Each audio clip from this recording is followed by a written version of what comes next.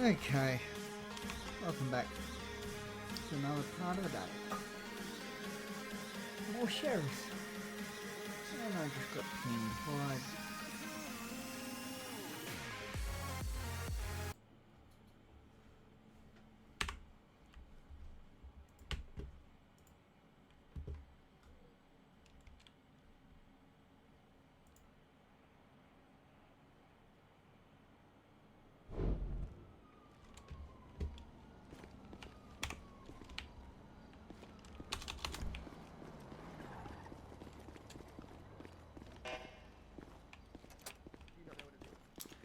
Hello. Hey, Stephen. Hey, Steven.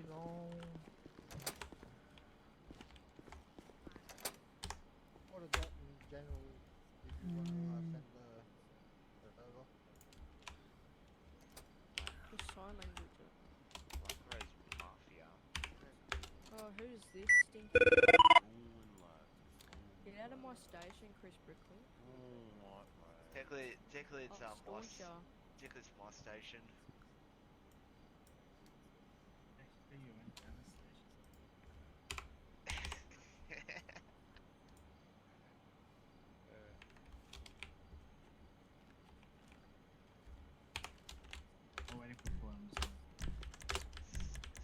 Is there an orc here called Rose MC? Oh, you lost a bit going to the case. Fuck off. Well, you just said it. Yeah? Yeah.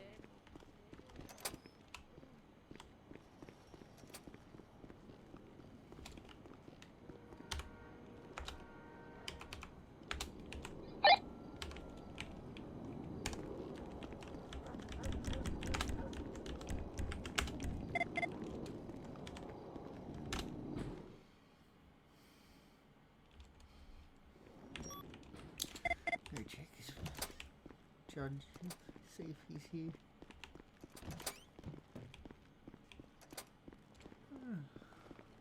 Hello. Hello, Stephen. How are we going? I'm living the dream, mate. Oh, living that's the dream. good. We got quite a few sheriff officers downstairs. Yeah.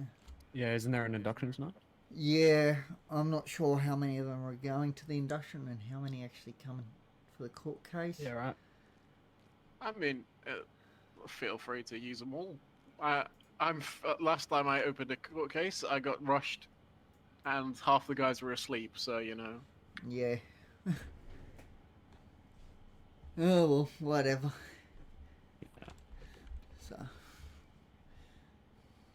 So the guessing the prosecution and stuff's not here yet. They haven't Waiting showed for up them, yet. but yeah. Yeah. We should probably go downstairs and watch the defense. That is. Dun, dun, dun, dun, dun, dun, dun. Tim, you run like a bitch. That is not very nice.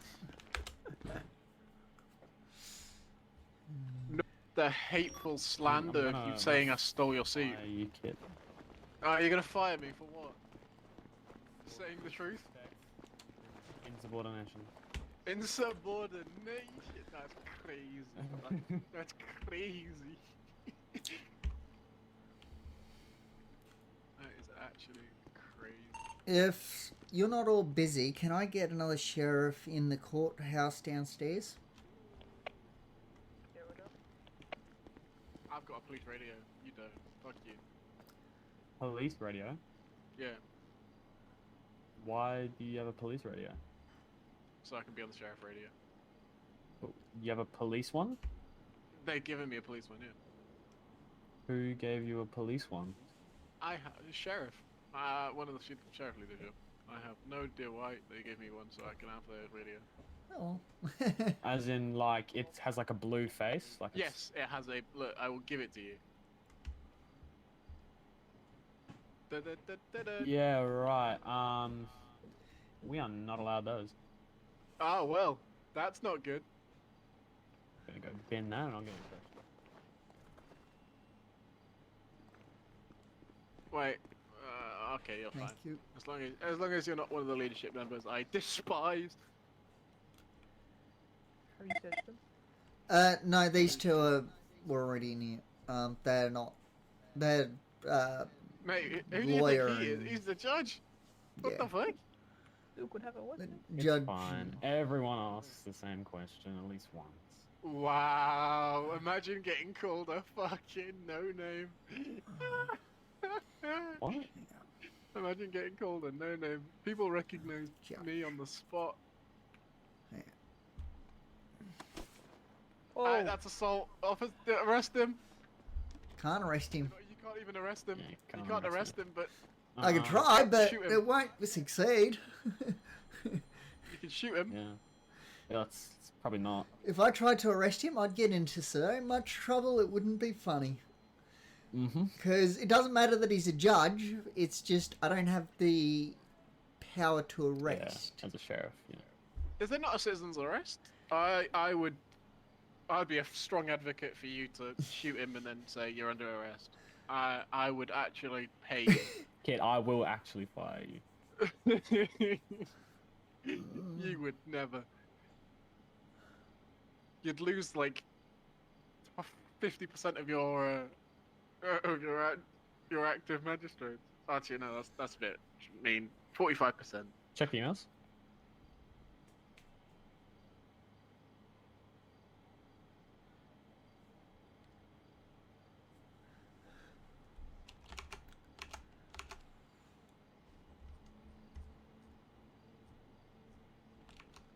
You're a bit slow, old man.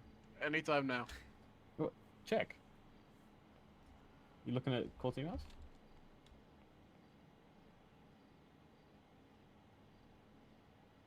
Oh, you fat shit! Ah.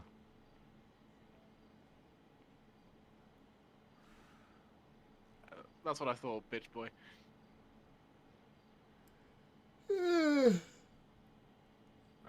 That's exactly what I thought. Alright. I actually. But what happens if this case turns out I can't do anything? No, that's just the emails. Just placing you under the email administrative leave. But as MC, I need the MCV information bit of the email so I can open a case file and everything. You donut. That's fine. Right. So if I don't fill out that form, I'm just gonna say, it's fine. Well, at this rate, no one's even turned up, so it's fine. But I can't start doing it if you don't give me the fucking form. The defendant isn't even here. Skipped his bail. He actually might. He might have actually. Yes. I just got a message from Nick saying that they're talking to a client of theirs, just that, not Millie. I know the one for the second case tonight, he was in city earlier and he was saying he was going to be here. So you probably won't have to worry about him. Yeah, it's DCD sucks. cases, and I've been in contact with the defendant. Stephen, can you do a check on this name? Just give me the phone number. Yeah, could I get you to spell that for me? Yep. Millie. Yep. Space Hancho. Millie, and then I can't even pronounce that. Hancho. I can't even pronounce that. I'm not even going to try. You just want criminal history? Phone number, please. Oh, phone number? Okay, it is 777 089. So Can I get it ready for up to 777 the courthouse? Oh no, there's already 089. two in there right there. Thank you. Yeah, we're downstairs. I'm downstairs, and so is what's your name? Cody. Cody. I'm gonna say Cody, can you come upstairs please? Roger. Yeah, the judge is down here, so that's why I'm down here. Oh, never mind then. You guys can stay down there. They are not even in city. Yeah. Fantastic. Well then. Well, Okay then. That's interesting. Why?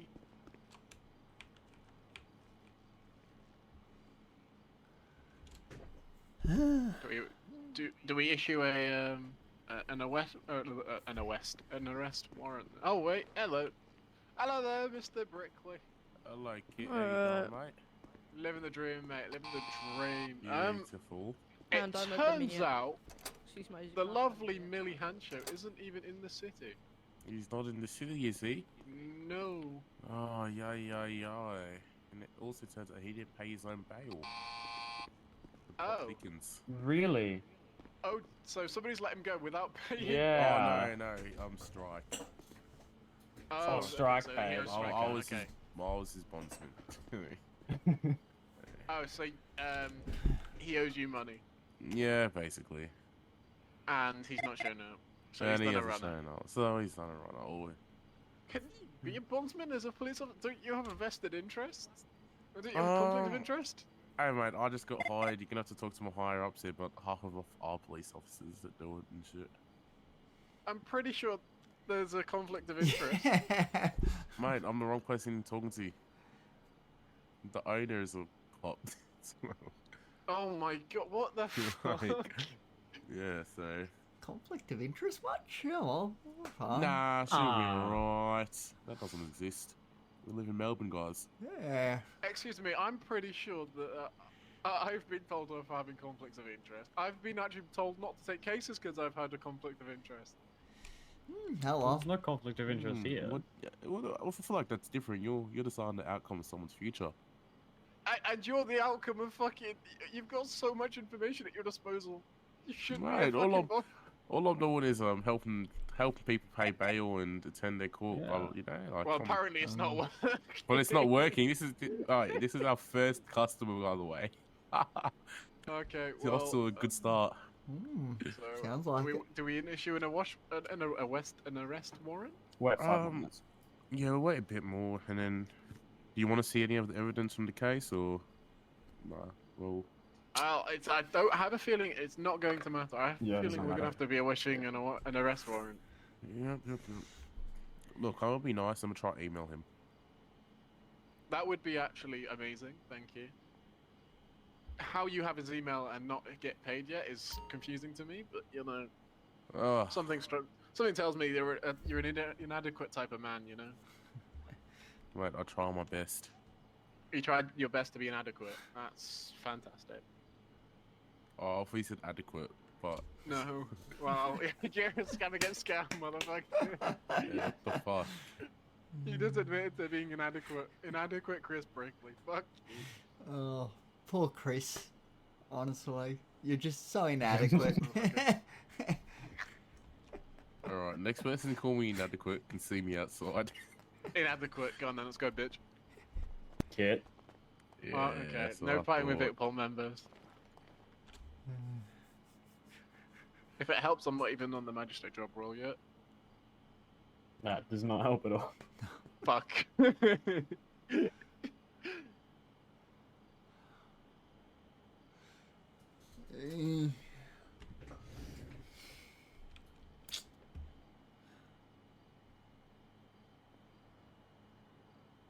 Any luck, Mr. Brickley? Or are we gonna have to wish you? Oh, he is I- on. He's on his emails. So give it like 2 minutes. Oh, no worries. To No reply. walkers. I was really hoping for this case. Oh, is that just to be found, like, his... So he can get his money back. Yeah, so he... Yeah, I'm See, this is monetarily a vested invested now. interest. This is, yeah, this is... So how does do they bonds... So Strike gives you the money for the bail, or do you pay it Yeah. out of your pocket and they give you the money back? No, strike. We have a safe and all that, and then if the bail isn't paid, obviously there's bondsmen, and then we work on a commission basis and whatnot. Okay, and then you have a vested interest in getting either him back or getting him arrested. Not necessarily, because we have a different team that sorts that out, so it's not really. A different team, as in corrupt Vicpol officers that are in their No, back mate, pocket? we have bondsmen, and then Uh-huh. we have enforcement agents. I'm not an enforcement agent. And so how does Strike have access to find out who's on bail and shit? And You're gonna have to talk to the superintendent, mate. I could not help you with that, or someone who knows what's going on. So basically, never talk to you ever. 'cause Well, you- Yeah, Strike doesn't- I'm not a big fish in this operation, Kit. I'm one of the little ones. The strike has no idea who's on bail apart from the people that they've No. paid for their bail.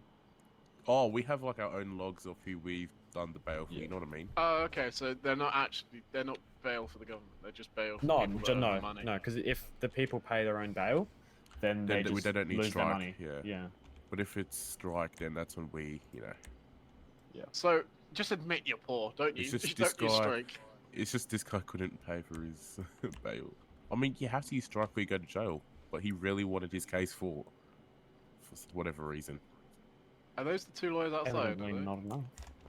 I don't think this Evidently guy not. has lawyers. He hasn't replied to my email, so Not sure who they are. 3 more minutes and it's been 15 minutes. Good afternoon. Hello. Hello. Hello. Can we help you today? We would like to sit in and watch. Oh. If it This is is going me. to go ahead, Yeah. yeah. Me. We're just waiting on a Oh Jesus, you're moving up in the world. mate. Are you just taking every government job available? Holy shit! Yeah, I am. Fuck Is me. it Sam? Yes. Yeah. Hello. Just checking. I just don't want to confuse you for someone else. If you know what I mean. It's all good. Yeah, it's all good. I don't think anybody confuse her. It's If anybody is trying to confuse her for someone else, then I'd be having words with them. Sam knows what I mean. It's all good. Yeah. Yeah. But they don't. But I'm pretty sure they don't Hey, have Jack, the are same you on colored hair as radio? what I do. Have the what? Same colored hair as what I do. I just can't keep up with your hair colours. I don't know. Well, the last time I flew in, which was about 3 weeks ago from today, she had green blonde hair. Yeah. The blue, It's- the blue was wearing out. It's because you can blame one of the Micah paramedics called Bonnie Rose. Mm. I told you this earlier, honey. But Well, you didn't yeah, want no, to believe me. no, or she listen dyed to her me. Oh, hair so for this is your Pride partner. I Yes. heard so much about. Yes. Ah, nice to actually finally meet you. Yes. My name is Sarah. Nice to meet you. I mean, she's probably already Nice to said meet my you, name quite a few Sarah. times. I don't know who that went to. Oh. Yeah, yo, Steve. That's not who I was trying to do. Anyway, just there's only so much room, and No, I Wait, I there, get it. there, do you and James still talk? Nice to meet you. Yes, we still Yeah. talk.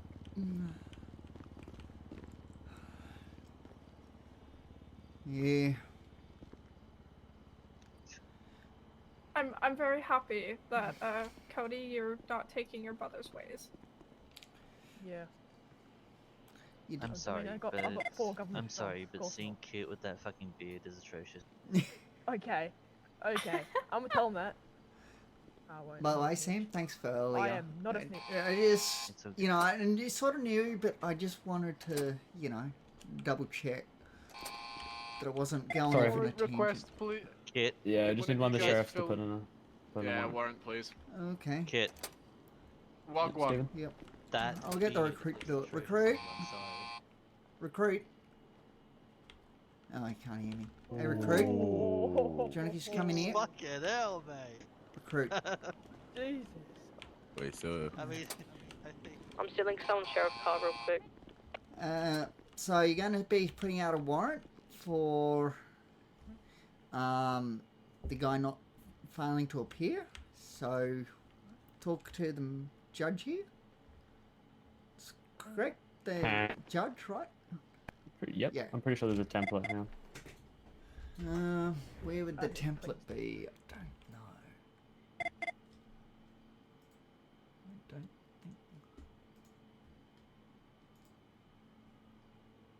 Oh no, it's just a warrant for arrest.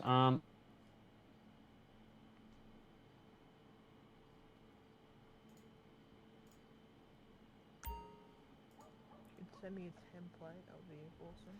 Yeah, even I don't have the template, so I wouldn't know where to find it. Because the warrants we normally do, they will have a different template. Because Hang on, I'll just grab the warrant arrest template thingy. Hang on.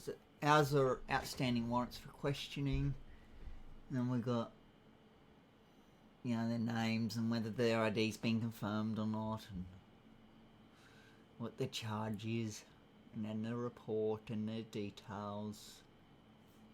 So what happened, what vehicle were they driving.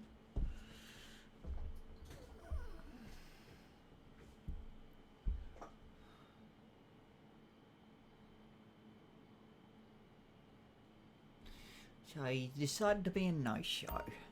Fair enough.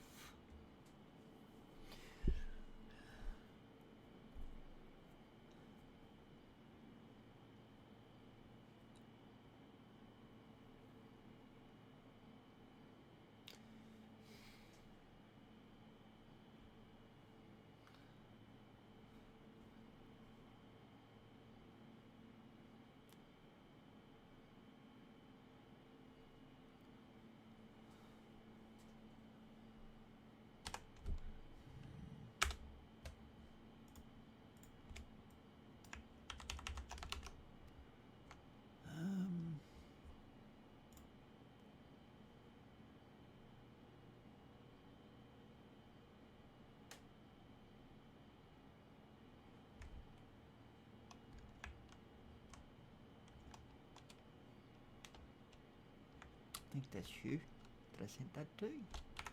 That'll be his name, by the way.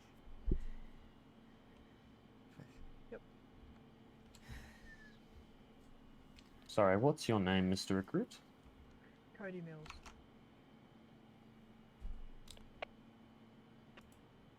Ryan, are you on radio? Yeah, I am. Have you checked their IDs and stuff, make sure they're expired and no debt, or you just do that a bit later? Cody, can you just put a dot in the what'd you Sheriff's say, General sir? email? Have you checked into inductees licensing and done their checks, or you haven't done it yet? No, we haven't even started yet. I had to quickly duck down the hospital because I got a really bad head injury and I'm about to pass it. Oh, easy, no stress, no stress.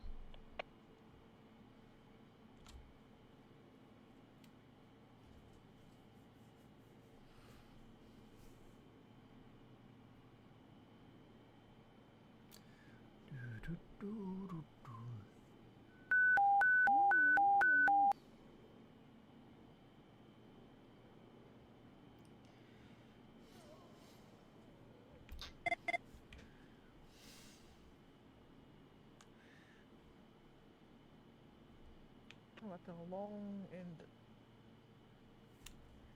very confusing one. Send to me, Cody, and I'll have a look. And I'll be able to help you. Thanks.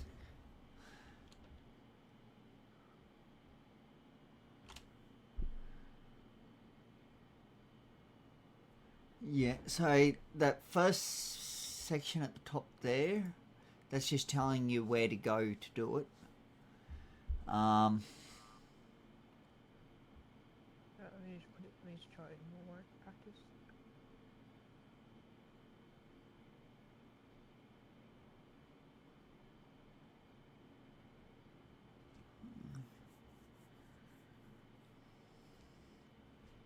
Okay.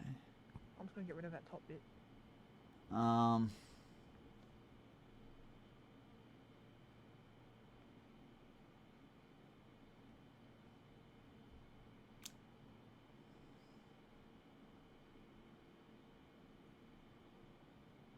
So get rid of the section 1. Not section 1. So you get rid of the writing that says section 1. Yeah.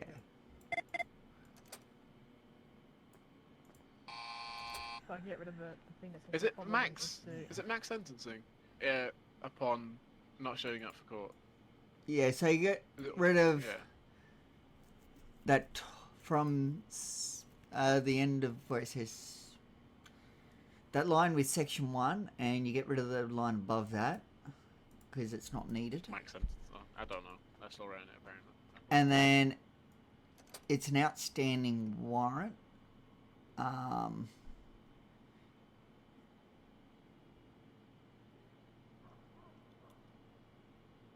So they're wanted for questioning. I'm so confused right now. There's so much writing that doesn't. Yeah, I'm just reading through it and working it out myself. Basically, looking at it, it's very similar to how we do our warrants, but slightly different. Do we have a confirmation on the ID? Yeah. Yeah, so it'll be ID confirmed.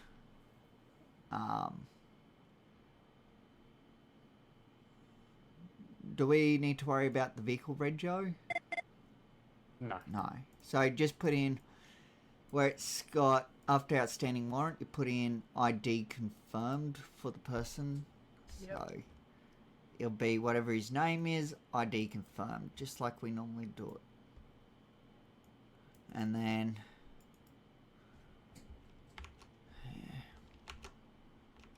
here.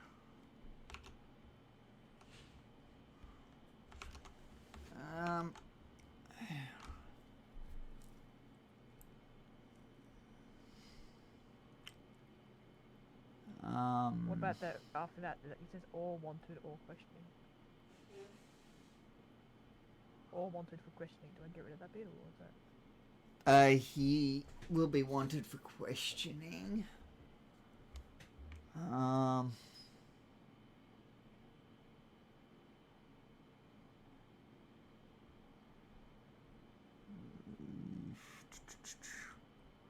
What about that last bit on that top bit, like the suspect visual description only? What do I do with that? Well, unless you can visually describe him, but you haven't seen him, so you can't really do much about visual description.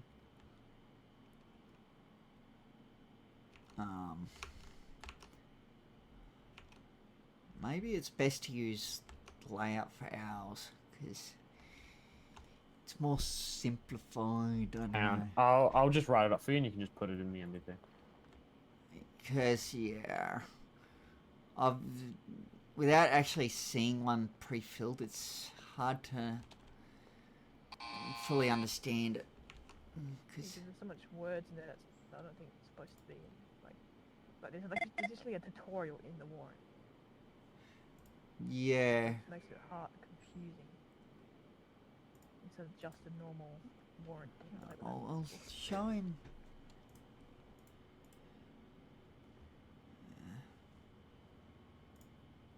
But if you could fill it out for me, that would be great.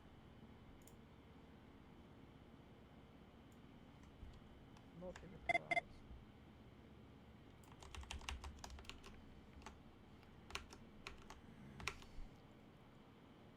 Where?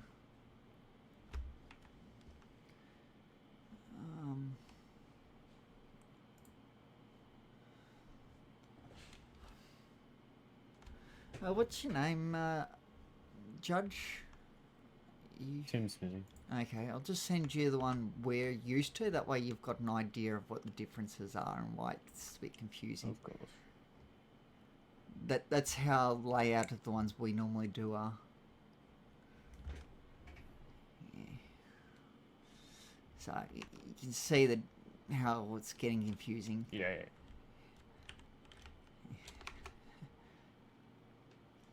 Yeah.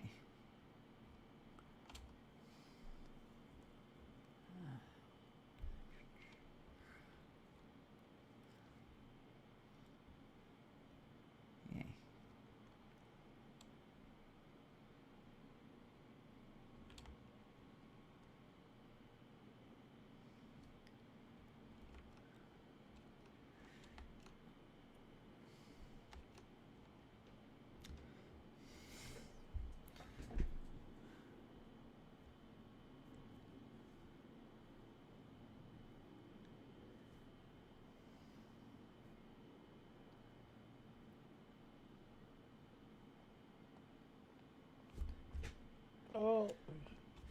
Hello. How are you? I'm good, Hello. John. How are you? Good. What's happening? Didn't show up. Pardon, sorry. The defendant didn't show up. Oh, okay. Oh, was there a court case? Was there? Yeah, scheduled one. Oh, okay. Yeah. Hmm. Oh well. Fighting out there. Looked a bit like it. Oh, and Oh, Jesus. bashing each other out there.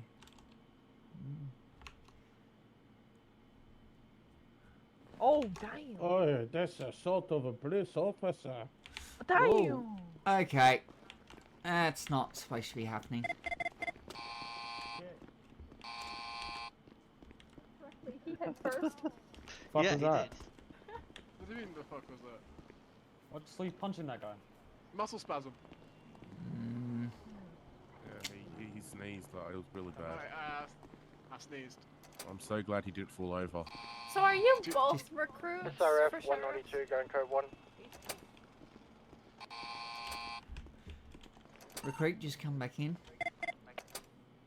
Hello there, mister. Copy where. Hello. I'm talking to the recruit out front. Oh, my bad. Come back in. My name is John Papadopoulos. Yeah, go ahead. John Papadopoulos. Hello, Mr. Yes. Do you see the massive Papadopoulos. threatening Hello. emails about How are the you? courts wanting checks? Living the dream. Yeah, I do. Could you see if you can run the name Campbell's Sandro Springs? It's like towards the end. You know what? Yes, I'm having actually, trouble trying to find I'm a lawyer. Yeah. He's a magistrate. Fuck you, Tim. You're a magistrate. I got I am Cody. also a magistrate. Yeah, Cody, I sent it to your Oh, yeah. private emails. Just put that in. Steven should be able to help with that. A new one, but Yeah, an I'll old put it in one the as MP well. too. So. Just I send have it to to fly me out, as so well. thank you, guys. Yeah, no worries. Just send it to me as well, and I can have a See look you, at it. John. I think that was John. Fuck you, Tim.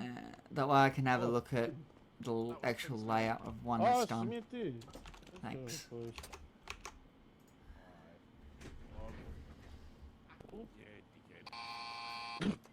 Hello. Hey, how are you? Good. Everything okay out there? Yeah, it's all good. Just a bit of assault of police outside. Oh no, you saw that, right? It was kind of Yeah, just. Hey. I thought the first one and then Is the this- second one. It's not accidental. Okay. Yeah. Oh, it's just whoa. And that was flipping me off. Oh my god. Muscle spasm. Sorry. I'm so sorry. Okay, enough. I'd like to press charges. Like Press to charges press against what? charges. Muscle spasm? Fuck you. Yes. Yes. Doesn't seem like it. I They're would controlled. Hey, Sam. Get, if you can, get John out here, because I. You Yep. know, the Yeah, I know. Yeah. Hey, John. Sam wants to have a chat with you. Oh, John? Me? Yeah, John? you. Or the other? Oh, okay. Hello. I'm pretty sure that's who she meant. She said John. Hello.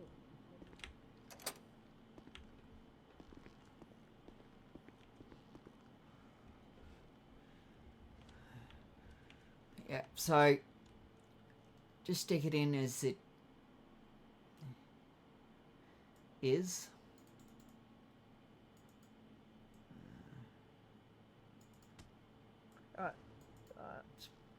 Really, it's best if they fill it out, because a lot of that info we don't know. How the fuck did you give me a head injury? You had a head injury. What happened, mate? So just submit it. So what you do is you search up the person. In this case, it's Millie. Just like you normally would. That way, She's talking and then about you a ba- put in a batch of Oh, true. inductees or whatever. I don't know what job. Yep, I just added the warrant. Move Hampshire, action, add warrant. Yep. No worries, that's come through. Proceeds of crime. Yep. No worries. Second warrant, let's go. Yeah. just put it in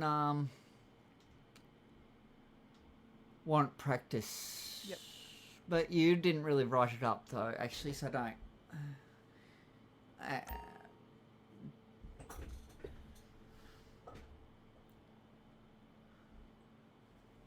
Yeah. Because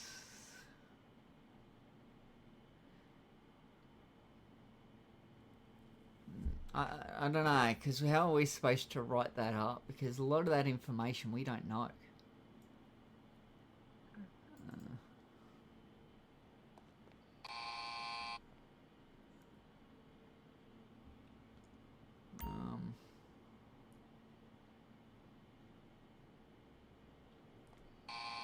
Like they should not just do the list of charges, but yeah.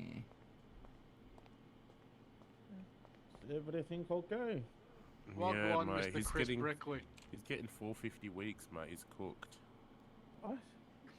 Bro, bro hell cooked is himself. He going could on? have just taken 40. Wait, I'm confused. Oh, Like, you're the, charging the magistrate? The Oh no, I had a case and he didn't show up. yeah, the person that was supposed to be for the case. I was getting 450 weeks on 40. There's now Chris You know Brickley, what? why are you on I would Tinder, put a mate? contempt of court too Why am I what? Who, for what, not where? showing up. Why are you messaging me on Tinder, fella? What the fuck is wrong with you? Tinder? Mate, I can't help myself, alright? Exactly, brother. It's hard, mate. I want Anyway, to put on that beard. I will be right back. Not too long, but I will be back. Chris Brickley, you can't send me that on Tinder, fella. Oh, it won't happen again. Alright, I'm gonna head off. I'll see you later. Enjoy your late another case. Shut up. Yeah, unlock the door, Stephen, please. Yep. Oh, I think I can do that. I could be wrong. Like, can't you? Hopefully, fingers crossed. Thank you. Not on this job, bro. Oh, okay. Alright then, boys, time to go to proceed to crime. See you in a bit. No worry. Anyway. Oh, gunshots.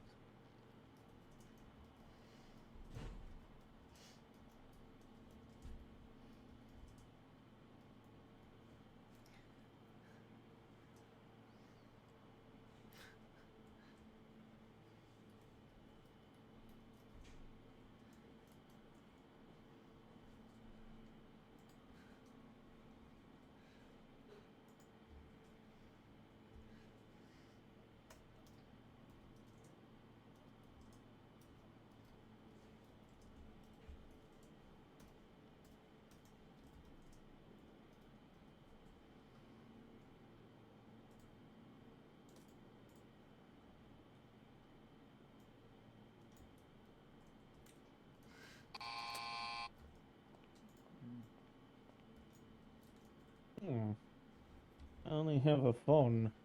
You only have a phone. Yeah. Oh, that's not good. Don't have a... Yeah, apparently, phone is metal, but it's a bit weird. Anyway. Yeah, they just seem to buzz whenever you walk through them. Just be advised, one of the maybe sheriff it's a units metal, are being chased maybe by it's just some it's a flash individuals, detector. and they're not very happy. No, detector Yeah, he's not flash. happy. Anyway, hey Jack, you've got I'll be someone around. down in the sheriff Unless 900 you two lobby want to wanting stay on you. duty, but I think there's a yeah, test. We will be staying on Okay. duty, but we'll probably go and do general Yeah, duties yeah, no problem. till the next court case. Caitlin Rezmakov. Might just test something out if that's Almost time, okay. sorry. Go for it. Caitlin Reznikov. Your style of getting. Oh, I copy. think. Give me one second. Yeah. If I go back in actions, the warrant's still there. Like, Yeah, that's normal.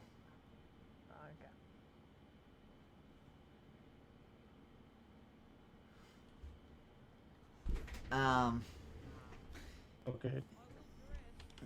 Yeah, that you'll always stay there until you like search up someone else, and then it'll vanish. First, Steven, who's gonna address? Ryan said he's got duress. I heard him. Yeah, he's probably in Sheriff 900 somewhere. Are we done? Yeah, we're done. How long until the next one? I think it's at 7. Yeah, 7:30. Yeah. 7:30. Number of to test. Did you guys get that? Get what? Ah, like a little thingy. No. Need to work that one out. You didn't get the request for 2 sheriffs? Nope. A test? Okay. Alright, I gotta figure that one out. No, we didn't get the ping in our emails. Okay. Oh, let me do something here. Maybe it's in the emails. Sheriff Magistrate. Okay. Yes, I count 2.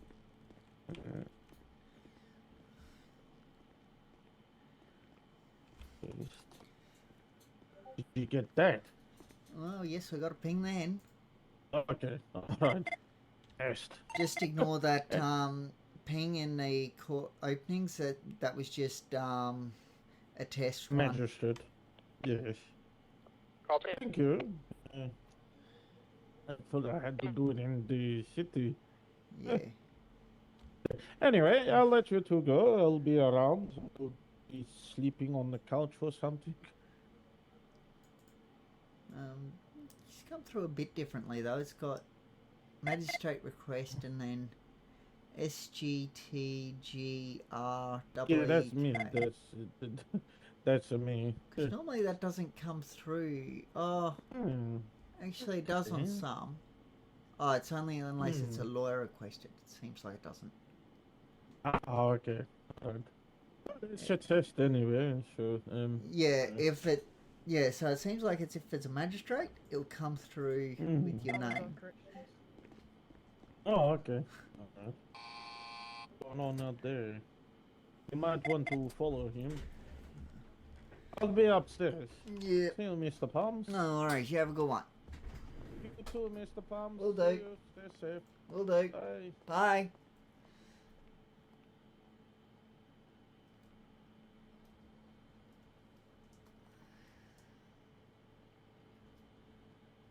SRF 192 will be clocking off.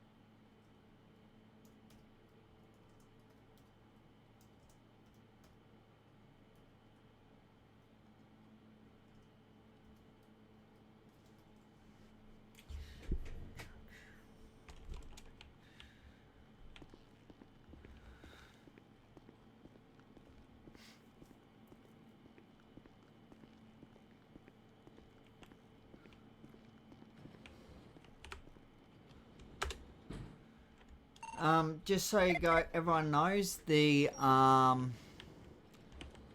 do I call it?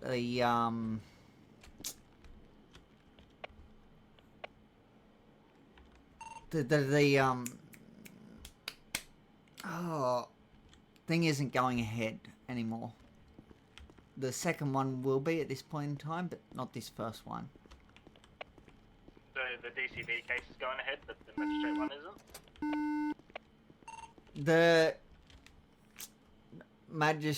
The both DCV, because it was the judge going to be presiding over it. I believe the first one is a magistrate one, but the DCV one's at 7:45 tonight. Oh, yeah, I see that now. Yeah, the MCV case isn't going ahead. Yes, sweet. I think everyone's back on patrol and patrol gear and whatnot. Yeah, no, it's not going ahead because the guy didn't show up. Yeah, Jack made me aware of that. Yeah, no, he's all good. The defendant is what I should say. Sheriff 149's cocking off.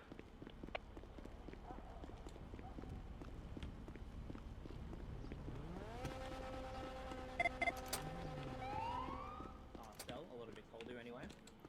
Before they go to the courts. So, magistrates and judges, while welcome in the station in the course of their duties, should not be frequenting any of the restricted areas of the station.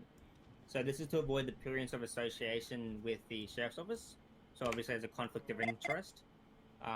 That's what a perceived public perception would be. This includes a car park and any other than the lobby. So obviously during an evacuation of all VIPs are permitted inside the station, as are people who are actively being escorted by sheriff's officers who are meeting with a sheriff's officer. So please be polite but firm with court officials, police, and especially general public who ever say they're welcome. So if need be, you are permitted to hand out move-on notices, which you guys can do.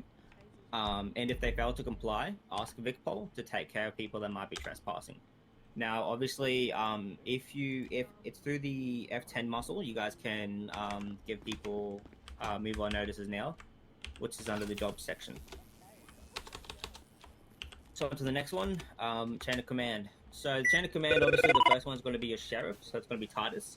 So he runs the whole department with complete autonomy. So the sheriff of Victoria can hire, discipline, fire, and command all other ranks. The sheriff has no limits in the payment plans that they can approve, and they can also amend policy. Stephen. reason. Hey, Stephen. The sheriff also may represent the department.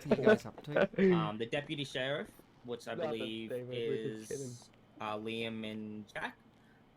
They assist the sheriff with administration of the department, and they have no limits on the payment plans they can approve. Oh, pretty good. So the deputy sheriff may You, represent the department at court. Putting away the those supervising sheriff officers debt, assist with the day-to-day running of flame, the department. criminal Yeah, that's Sam. scum.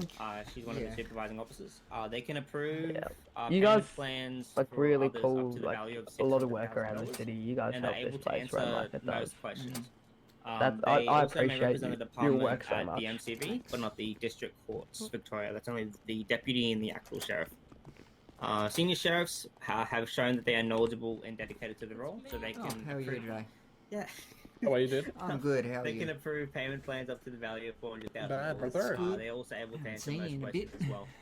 So they may not represent Yeah, I've been the around here and department there. at DCV, just but they busy, can I'm at the guessing. magistrates courts. Especially with Vic Pol. Sheriff's officers, What's myself, up? I guess you're best being fully busy trained with members Vic of the Pol department. lately. They may not represent at MCV. Yeah, but Vic more Pol, senior some other officer things. presence. Yeah. Sheriff that's recruit, nice. which is going to be you guys Fair after you enough. guys get inducted. So you guys will be new to the department and are not fully trained up.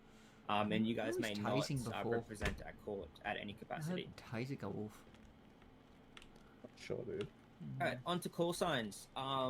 This is what you guys will be using throughout the MDT, which will get more in depth of how to properly utilize the MDT.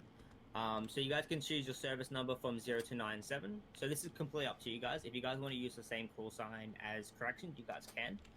It's completely up to you, just so long as you guys are using this duty numbers, which we'll get to. So the service number 99 is reserved for the sheriff or acting sheriff. Service number 98 is going to be reserved for the deputy sheriff.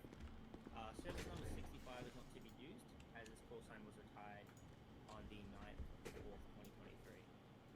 If you are working with VicPol or doing non-court related duties, your duty number will be 1, so it'll be 145, 172, etc. If you're on court duties, your number will be 0. If you're doing a 2-up with a VicPol unit or part of a sheriff operation, your duty number will be 2.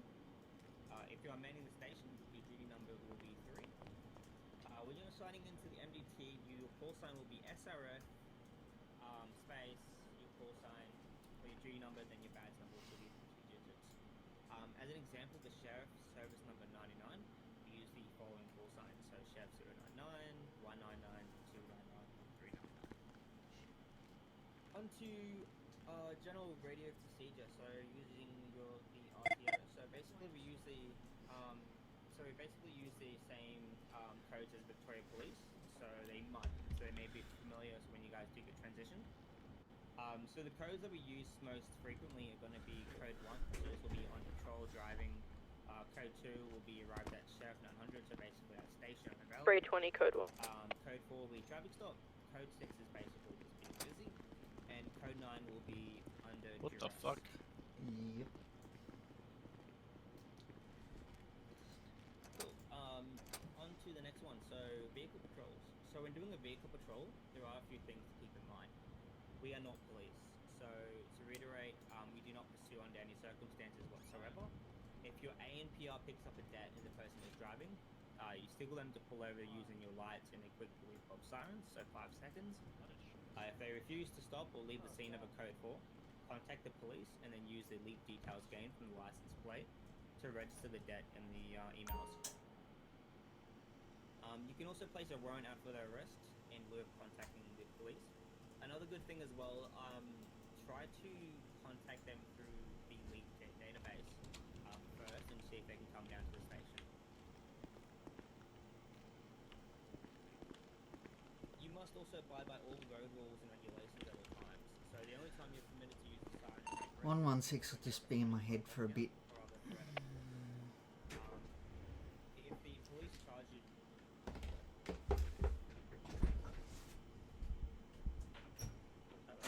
if the police charge you with a traffic offence, do not complain, be polite and improve your driving.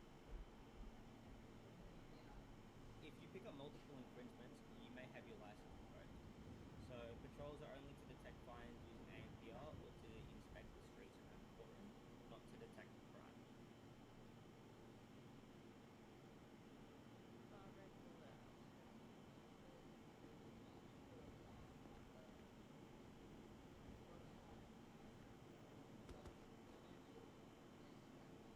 So what'd you say, Ron?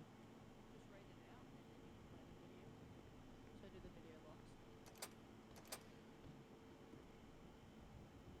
So this will be going through the MDT. So to access the MDT, press your F6 muscle in the city. Keep in mind that all MDT searches are going to be logged and can be viewed by IVAC, police, leadership, sheriff, and government investigators. Only ever use the LEAP database appropriately, looking things up for personal gain, curiosity, or utilizing such information in a manner not covered in this booklet will result in termination and/or potential court proceedings. So this is to comply with the Privacy Act as well. So you guys are not to obviously abuse the system, to just obviously check up on friends or mates or whatever. So basically everything you search is going to be backup request. So TTRS is going to be your backspace and insert muscle. You can also think of PTRS and also your G wheel, G muscle. Sorry. Why do you have a bucket of paint there? Urgent big pole assistance, which I don't believe works. What you'll be utilizing more is basically non-urgent big pole assistance, so it's going to be your end muscle. So that basically means use when you need assistance, but it's not immediate.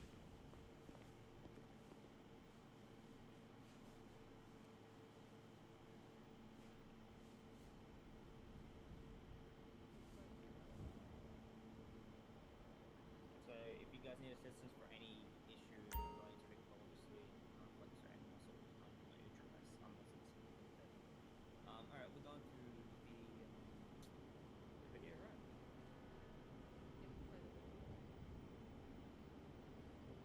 Right, Ryan, if you can tell me this, I just gotta be enabled.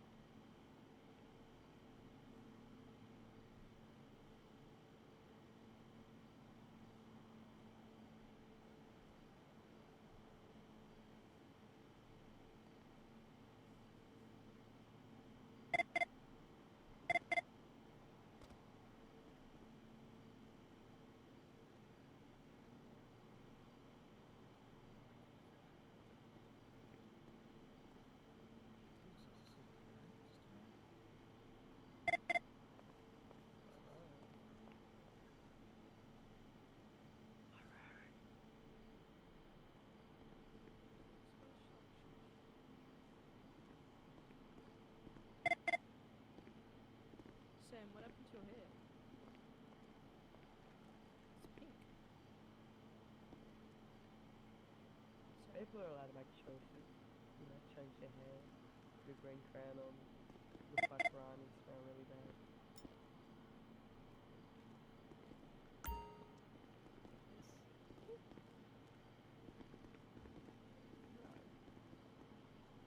I said, because Ryan came up and was like, what if he does do your hair? I was like, people can make choices. They can start their head picked. They can wear a crown. And they can smell really bad like Ryan. That's fucking awesome. Hey, don't make fun of people's hair. Stop what was going to happen.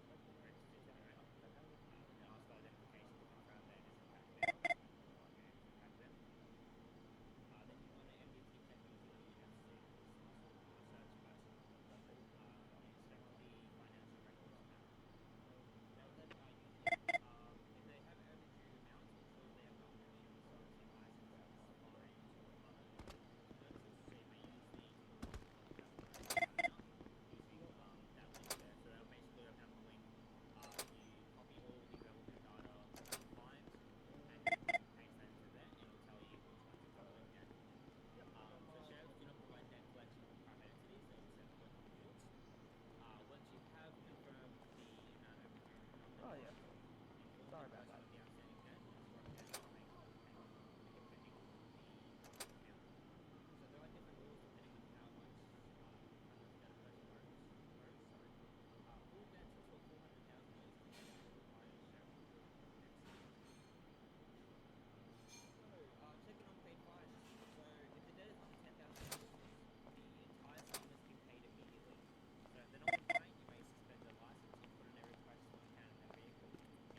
Take that.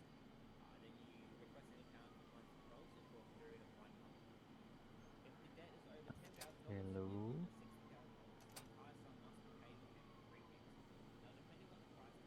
Okay, bye.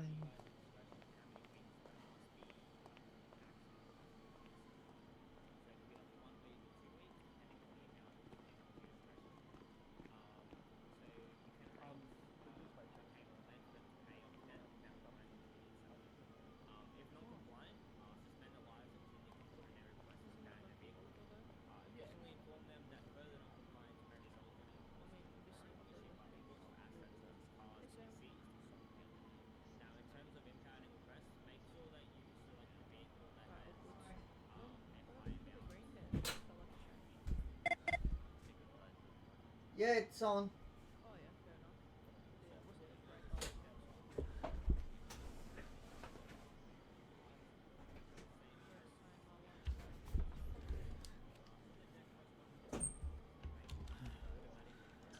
No one wants to expect me.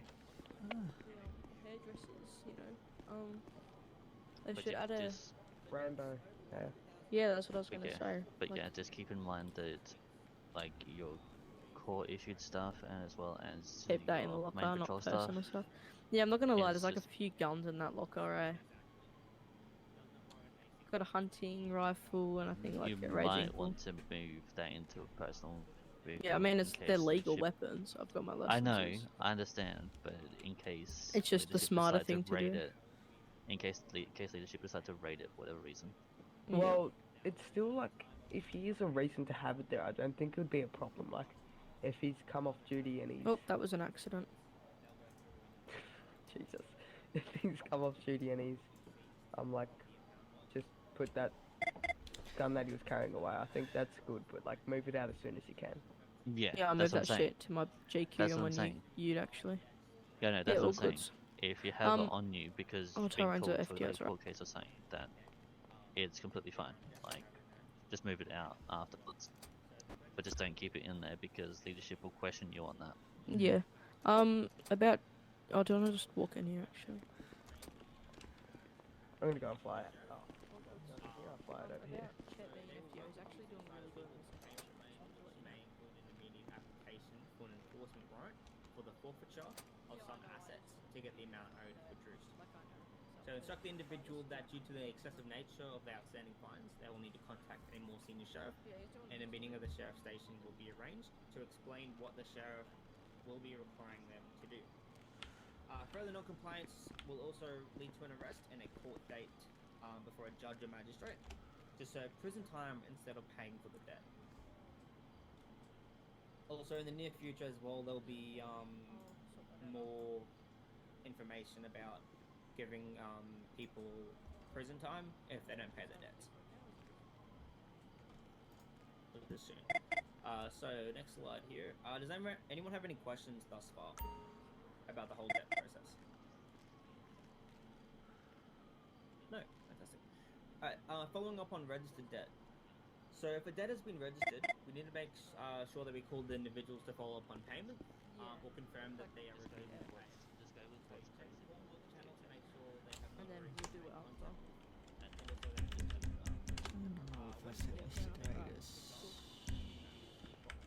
There's literally a lot of confusion with that. Like, Yeah, Titus it's is just. constantly going to Liam about it. It's like, what the fuck?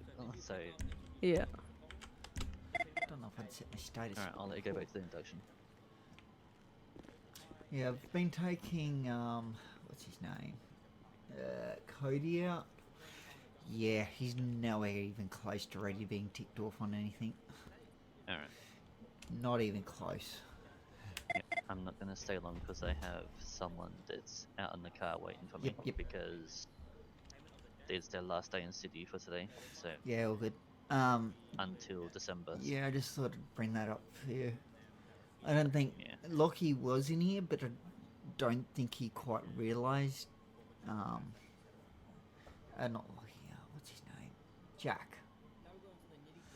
But I think because he just came in and went quickly, I didn't think he realised that he had a hammer on him. Yep. So yeah. I'm gonna get out of here. No worries. I'll see you. If you have any other issues, Yeah, then just I'll let me know. I'll be at the let you DCB case. There was something to do with corrections I had to let leadership know about. Someone was doing things shouldn't have been. Yep. Just one of those days. Yeah. I don't know who it was, but yeah. Alright. I'll be back soon. No worries. I'll Take care of this. be keeping an eye on things as whenever I'm on duty. Alright. If I hear or see of anything, I'll let you know. Alright. That way you can then either deal with it yourself or take it up with higher up. Yep. Alright. Thank you. No worries. All good. You I'll have a see good you one. later for the DCB case. Yep. I'll definitely be there. Yep. See ya. See ya.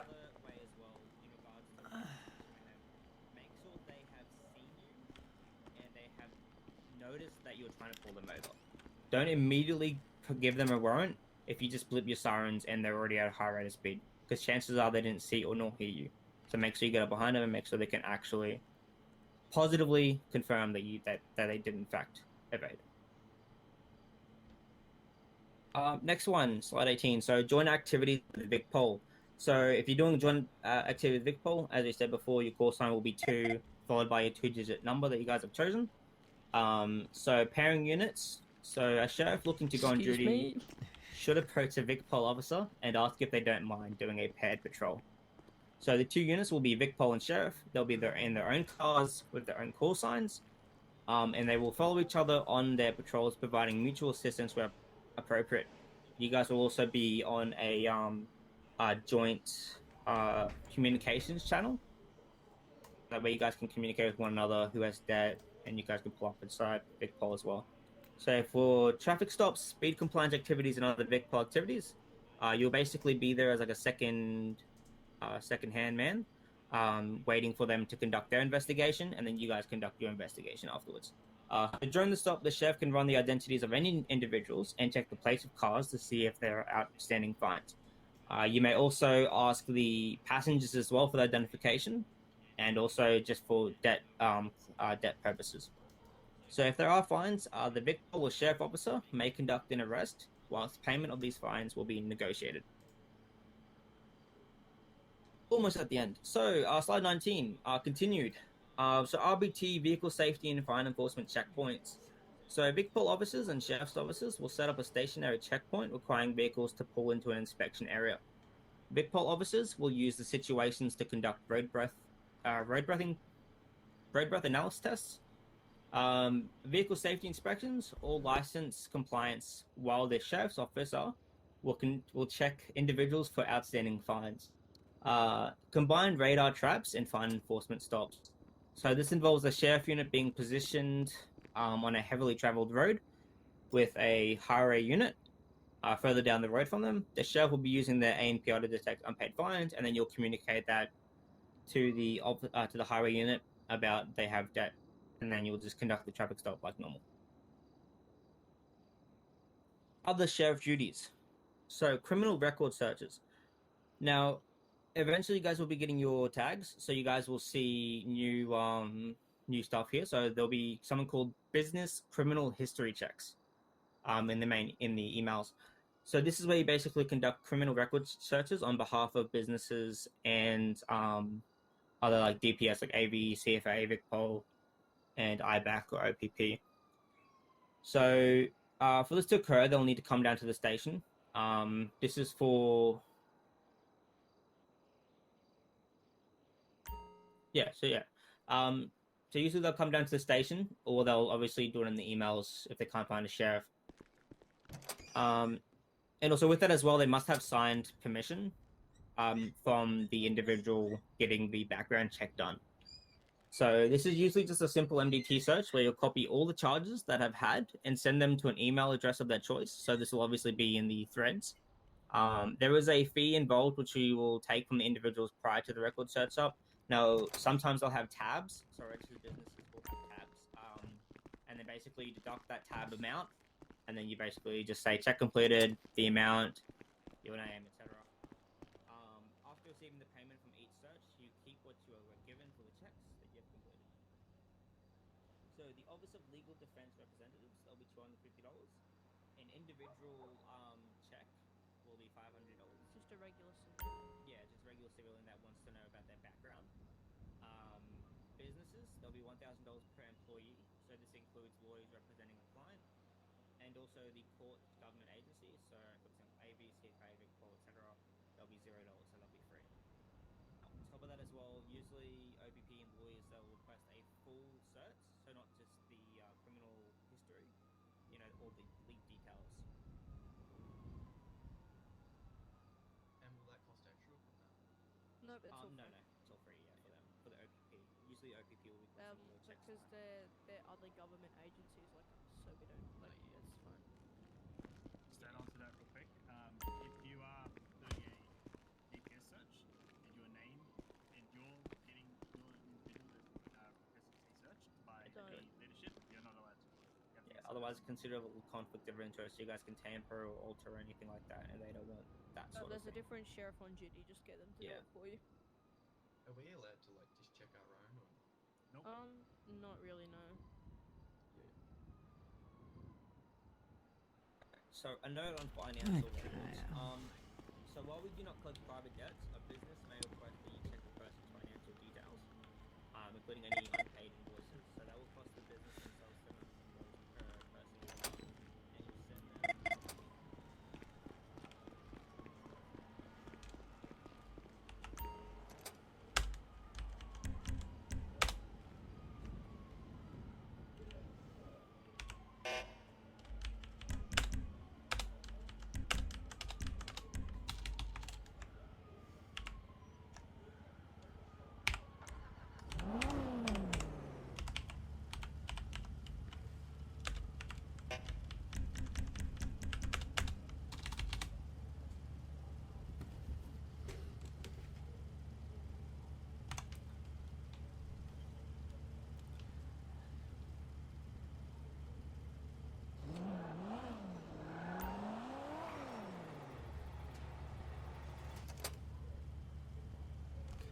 Mm. 116 will be going code 1.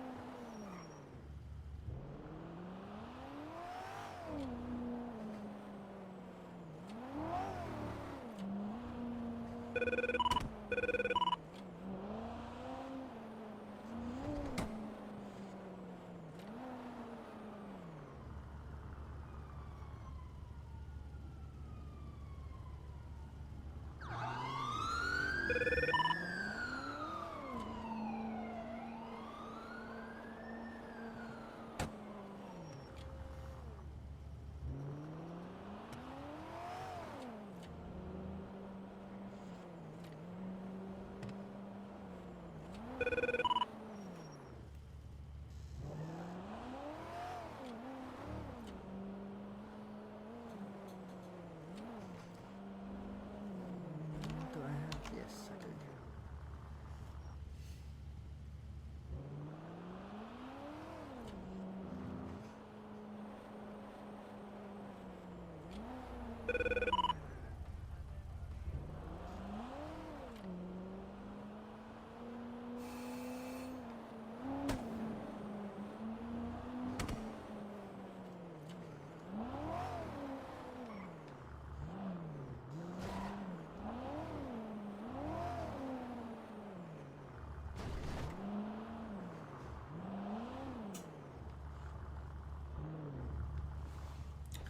One 116 is just going to be code 6 for a minute.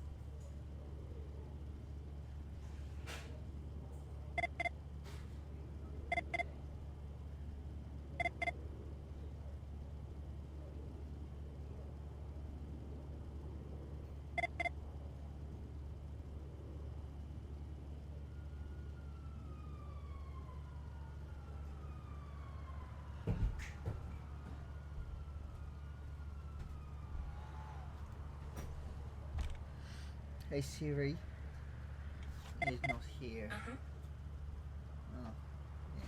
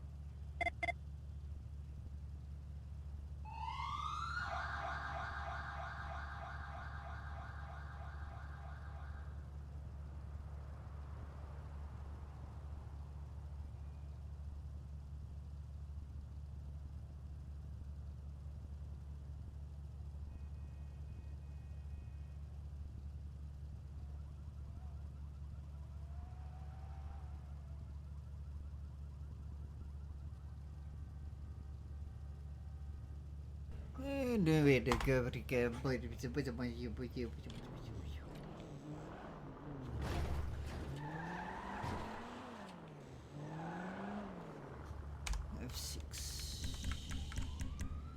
DT no F6 status code 1 116 is returning code 1.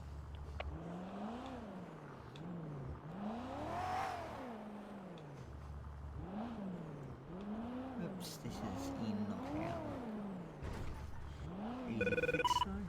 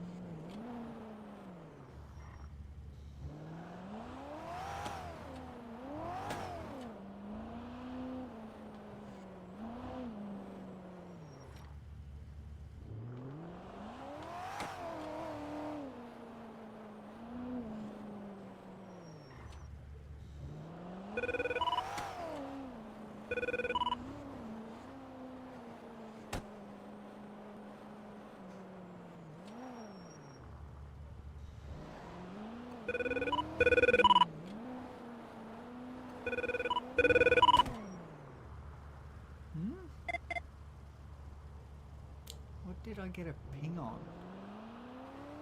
I don't see it. That second one, I got no idea.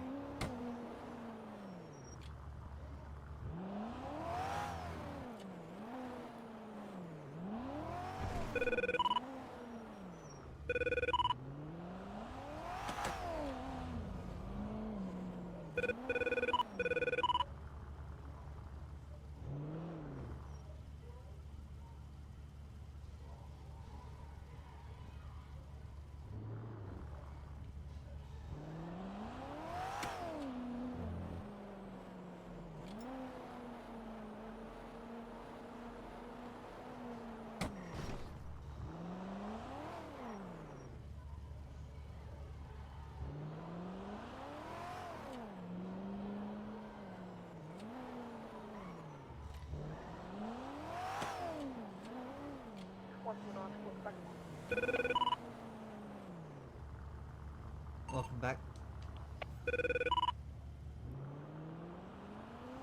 Sheriff 320 gonna be jumping off radio. No worries.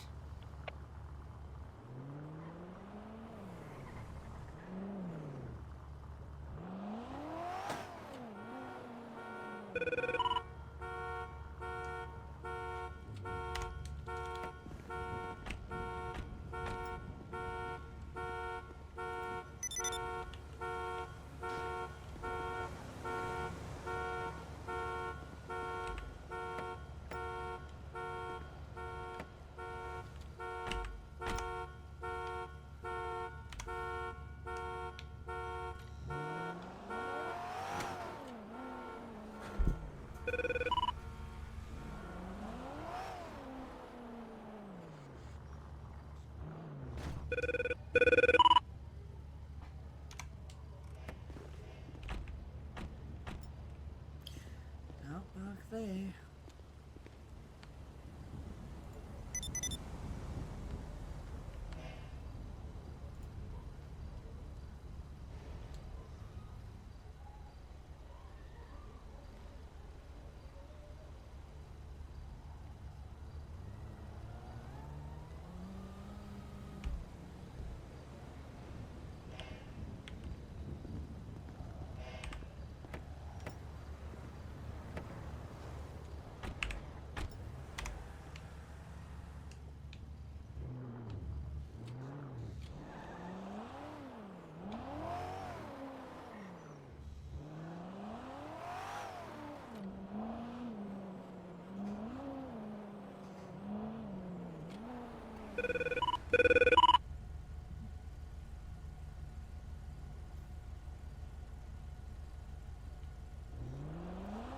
Not gonna be able to get that one.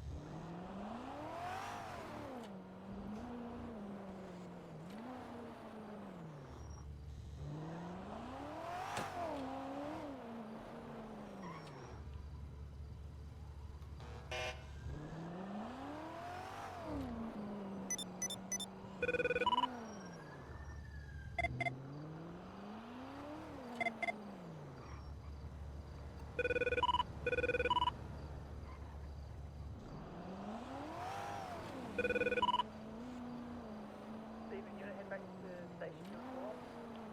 Yeah, I'll do that. Yeah.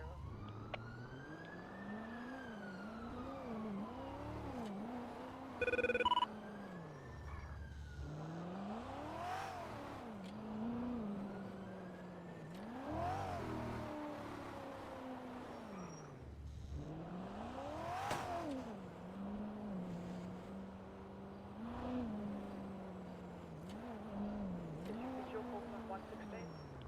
Yep, it sure is.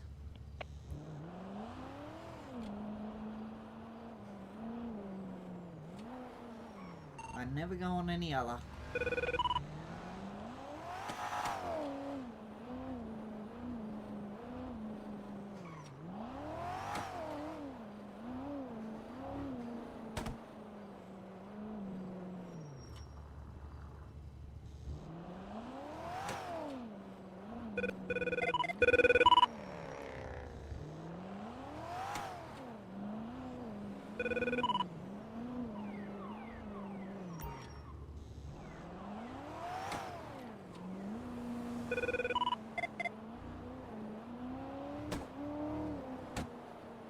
It will be a bit before I get there because I'm sort of on the other side of the city.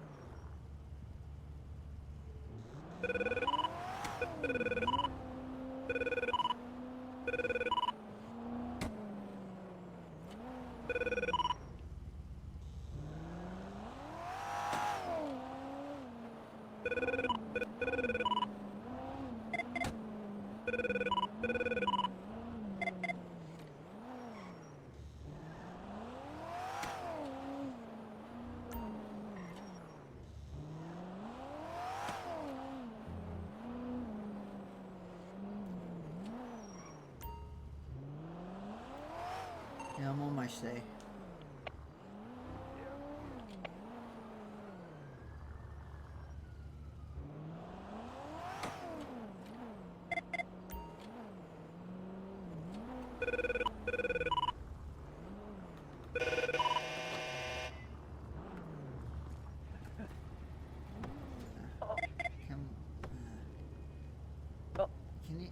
Can you wait till I get on the side of the road?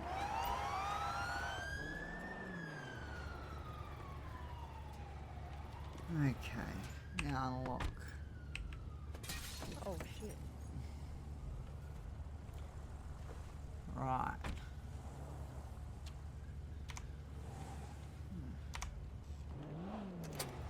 Now fix the window up. Yeah. Hello.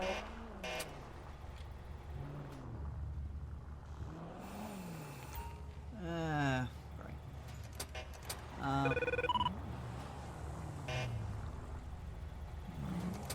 Bit of a legal park.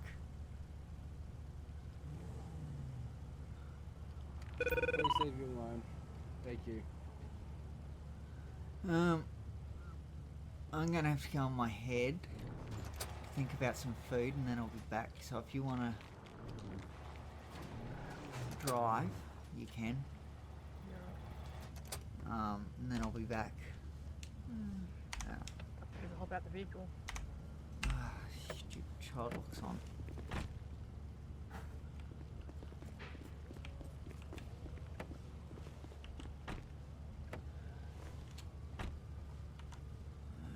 Just make sure the doors are locked. Okay, I'll be back. I'll just go into my head to think about some food. Because I want to get some before the court case in, I don't know, what is it, about half an hour, a bit over? What time's 19? That's about 7, I think. Anyway, I'll be back.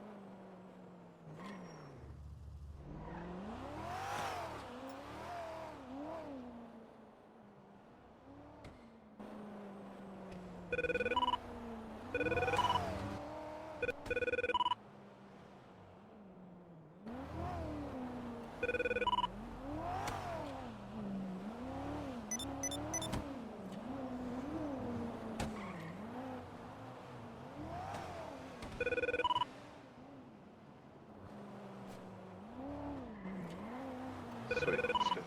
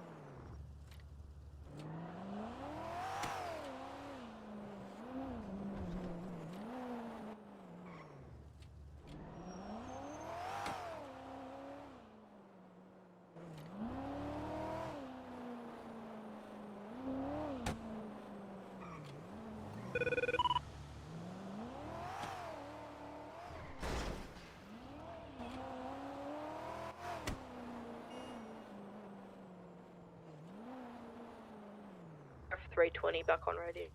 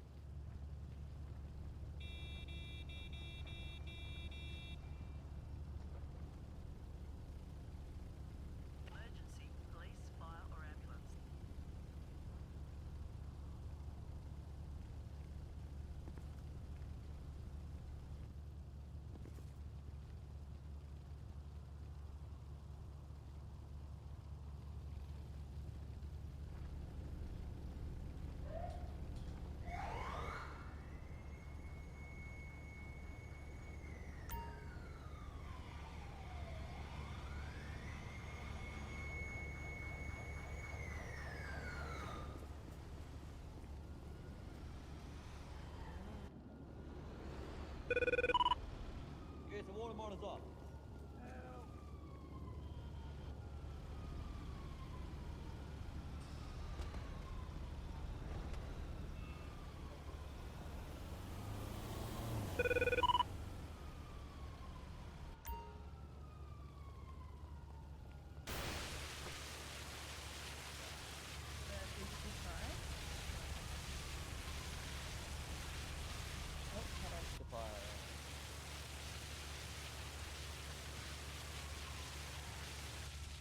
Radio check. Yeah, loud and clear.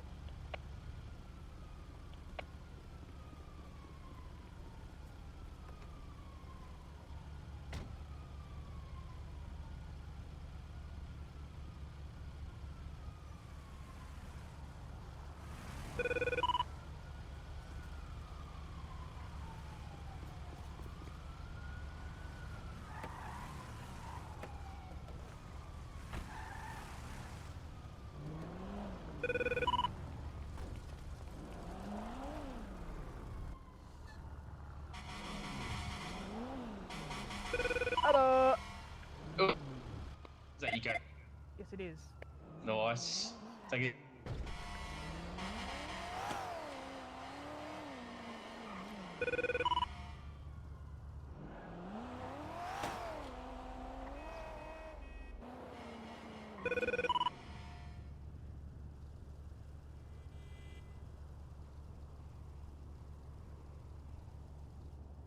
Sheriff 116, code one.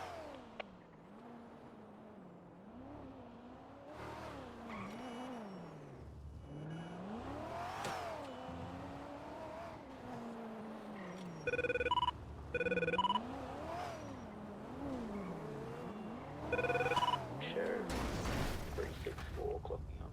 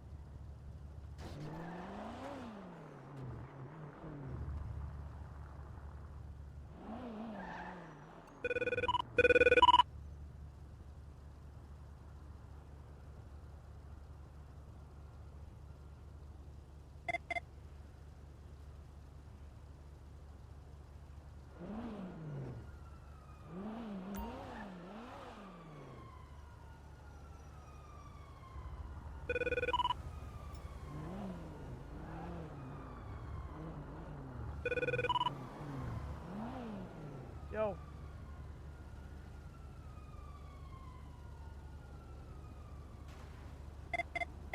Hello?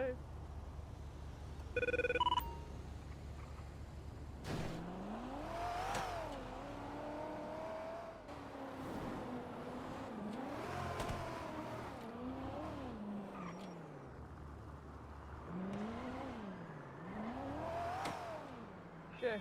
116 should be code to petrol station.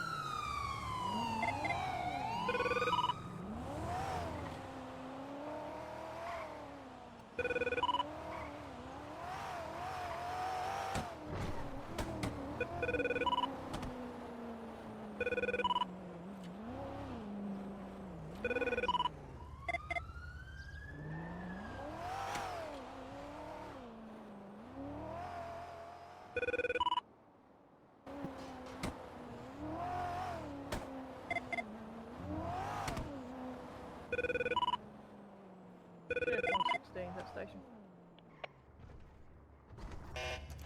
Sheriff 364.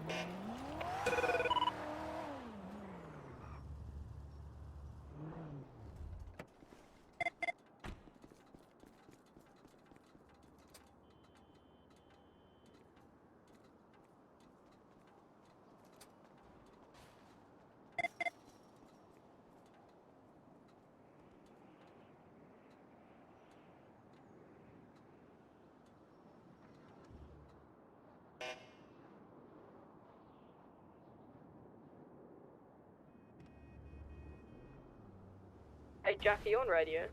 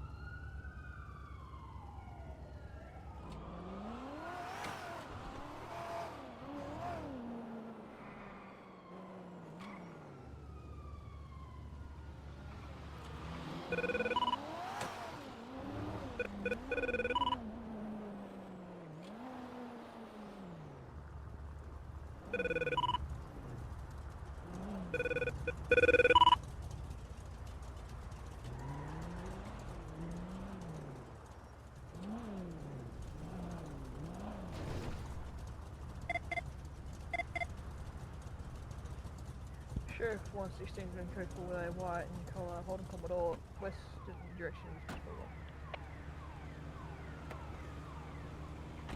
What's going on here? Can I help you? Mate, you are the owner of this vehicle? Possibly. I'm going to move to the Sheriff's Office, Department of DPS.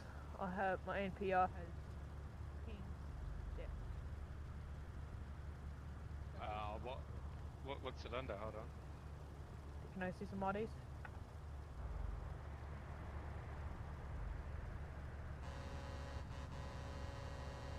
Yep, so you got 25,000. Yeah. No, never could have met. No idea. What's F7 muscle? Is there anything to say there? What the fuck? Possibly, yeah. Did you pay those off? Look, wasn't really planning to, eh? That's more of a civil matter, isn't it?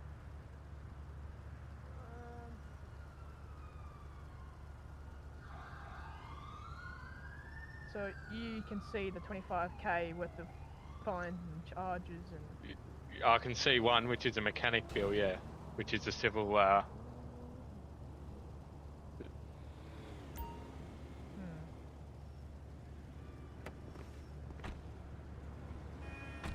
What's coming up as 25k with the financial debt?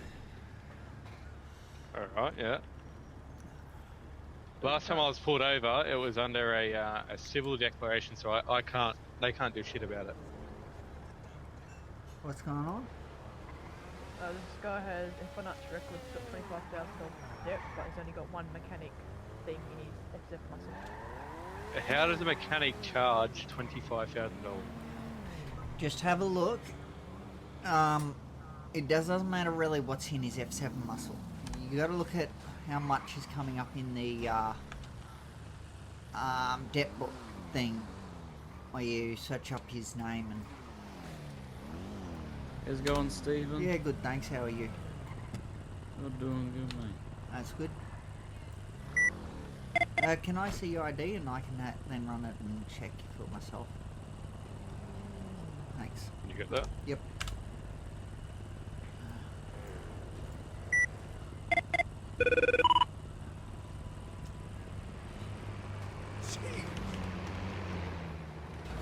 Let's have a looky.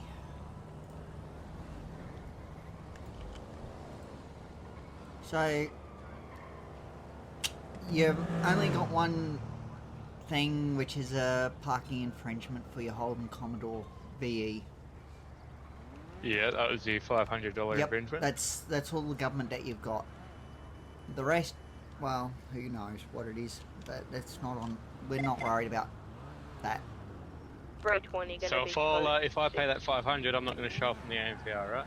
You'll still show up, but we'll just pull you over, have a little quick chat, see that you got no debt and You have no a government mechanic.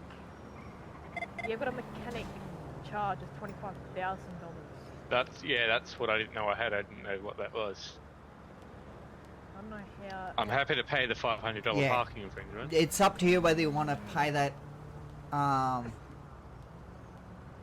just a mechanic normal thing. repair? That's not something we deal with, you know.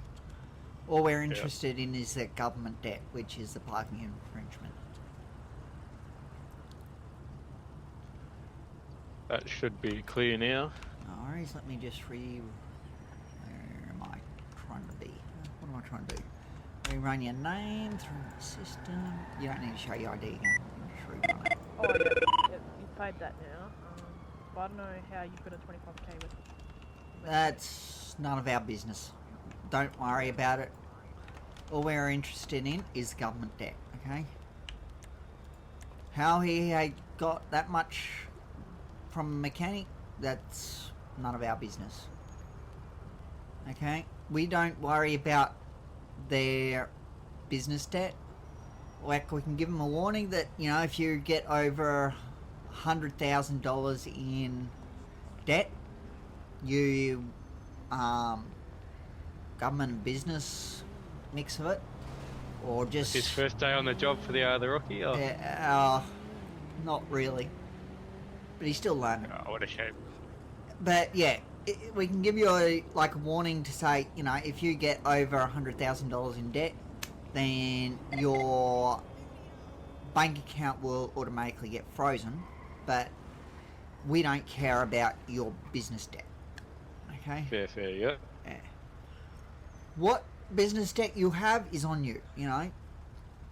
Yeah. Like, if you get pulled over by sheriffs and you want to pay that off, go for it. But we're not going to try and make you pay it off, you know? Yeah, that's fair enough, yeah. If you want to pay it off, you're well within your right to pay it off. You know? If you don't want to pay it off, well, then that's on you. Whoa. Holy shit. Yeah, glad I'm not just the only one that saw that. Are you guys going to deal with that or what? No, we're sheriffs. Ah, fair. You guys got the easy jobs, eh? Yeah.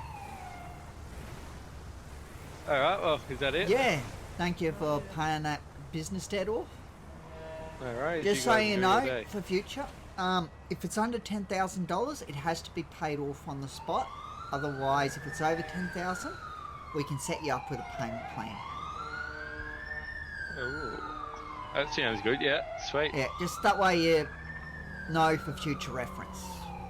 Yeah, I had no idea of that whatsoever. Yeah. Sweet. No worries. Thank you for paying that off. I hope you have a good one. Alright, boys. By the way, my name was safe. Steve Palms. Yeah, Stephen! Okay, that's not what I was trying to do. I was trying to give you a handshake. Get out of here. Get back to the car. Sorry, mate. I was trying to give you a handshake for paying it off. Thank you. Cheers, mate. You enjoy, Yep. eh? As I said, my name is Stephen Palms with the Sheriff's Department. I hope you have a good day. I'll keep you in mind, mate. What's with that moustache here, mate? Oh, it's CD, just something mate. I've always had. Yeah. Fucking CD smell, eh? Yep. That is the seediest smell I've ever seen. Hey. You got the speed dealers too. Yeah. Anyway, you have a good one. We better Alright, you get too, back mate. on the road. See ya. Yep, no worries. See ya.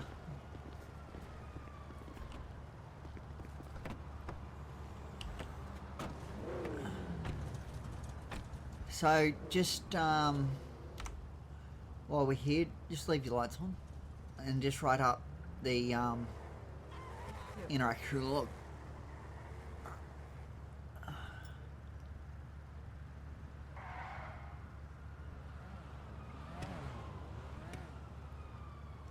Yeah, don't worry ever about business debt.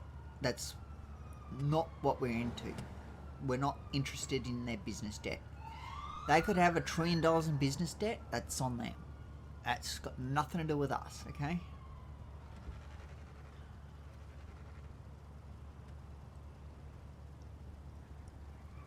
Like, that guy was wondering if he wouldn't show up on our ANPR system. You can let him know that any debt, no matter how big or small, will show up on our ANPR system, no matter if it's government or business. But like I said to him, you know, just pull over and we'll have a chat and you'll be free to go once we realise it's business.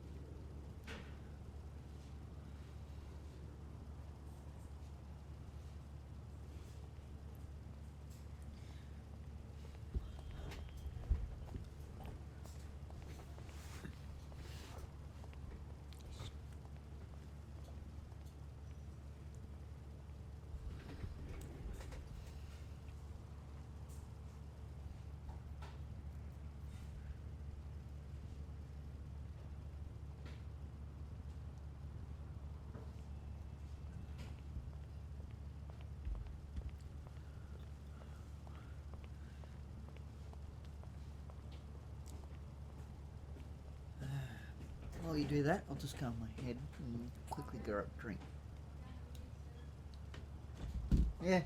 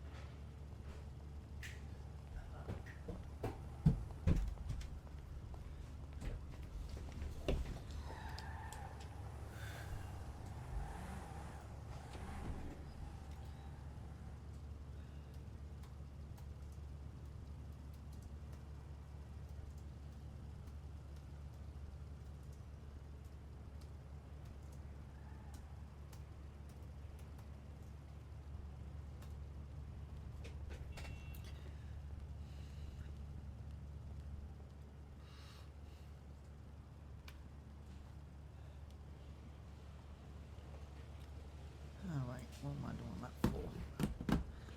I don't know. Anyway. I up the in contract belong.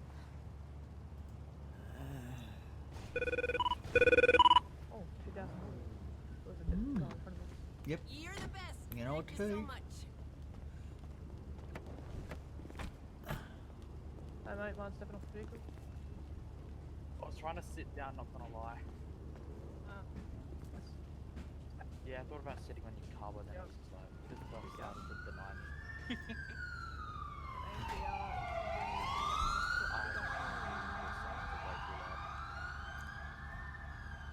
When you're pulling up, an AMPR clocked that you have $2,000 in debt. Yeah, Can I see some ID? sure. Here you go, mate. Oh, how's it going, man? Oh, I'm good. How are you? Yeah, doing alright. That's good. Just listen to the Yeah. recruit. He's trying to learn. Yeah, nah, fair enough. So you haven't paid a parking infringement on your Liberty Walk DPR for $1,000. A what? Oh, yeah, parking tickets. So that's Yeah, nah. that I one. kinda And head you popped when also I got haven't- those. Yeah. Yeah, and you also there's 2 parking infringements you haven't paid. Yeah, no, actually, Hey, mate. Sheriff told me last night saying I don't have to worry about paying those for another little bit, I don't think. Something like that. Already had Did a you chat to run him. it through the debt tool? Ah, Because Steven, it's my hat. I think his agent is in his ear. I can't remember his name. There was. Well, did you move Pulled some me of the over not money in too your far other from the account lot. to cover your losses? Actually.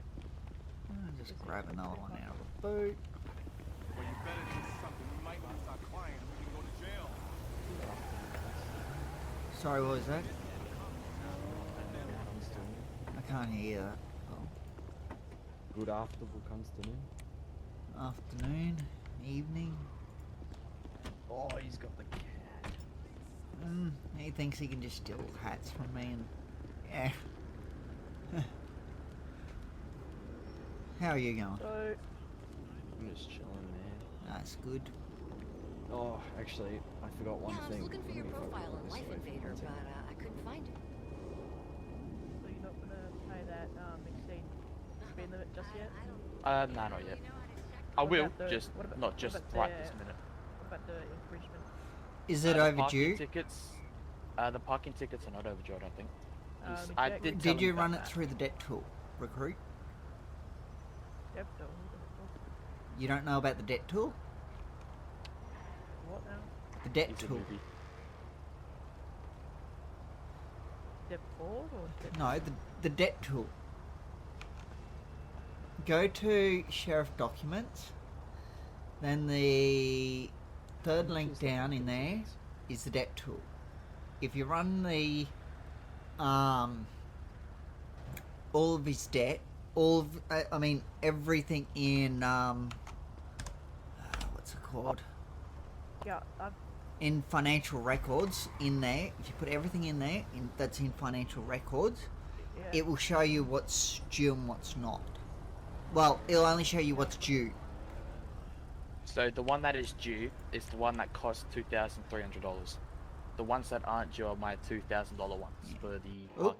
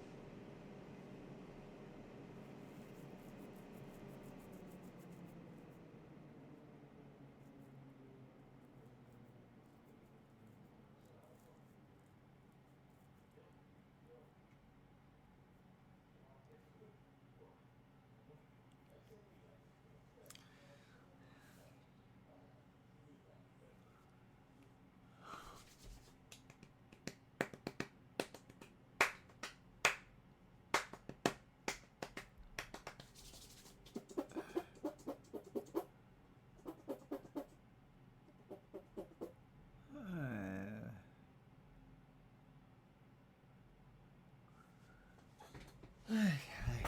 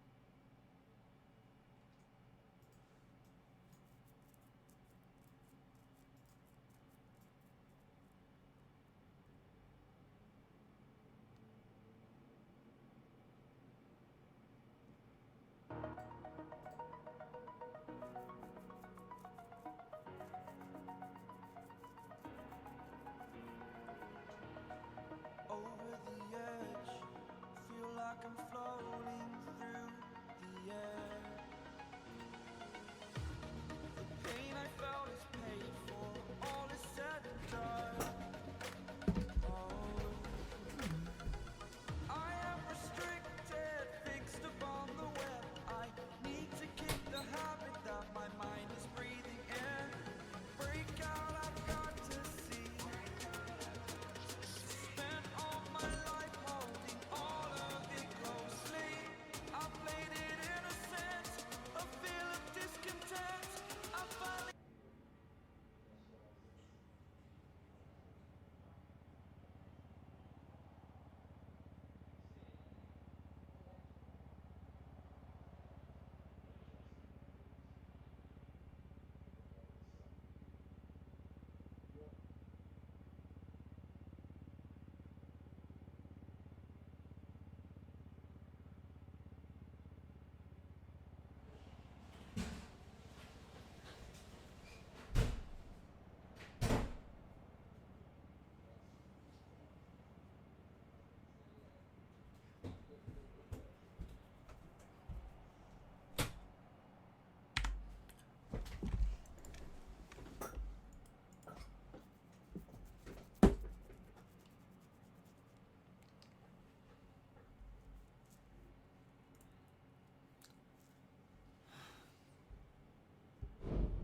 Hey. Okay. Oh, hi Steve. Hello. Hello. Yeah, he just had the he unviewed one was the exceed speed limit 2,300. Okay. So he said he said he's gonna pay it soon.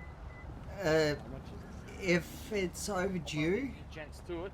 I've then get it's back got to to be work. paid now, How much is or go onto a payment plan. Yeah, how much is it? How much is what? How much is his ticket? Like his phone? I don't know. I just flew back in because I had popped.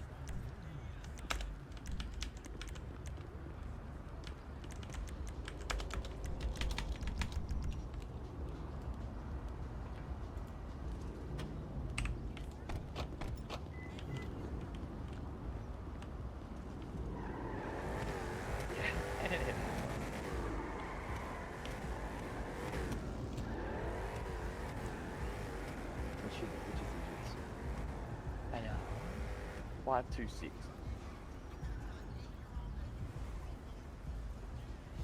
So you have debt overdue, do you? I'm sort of confused as to what's going on.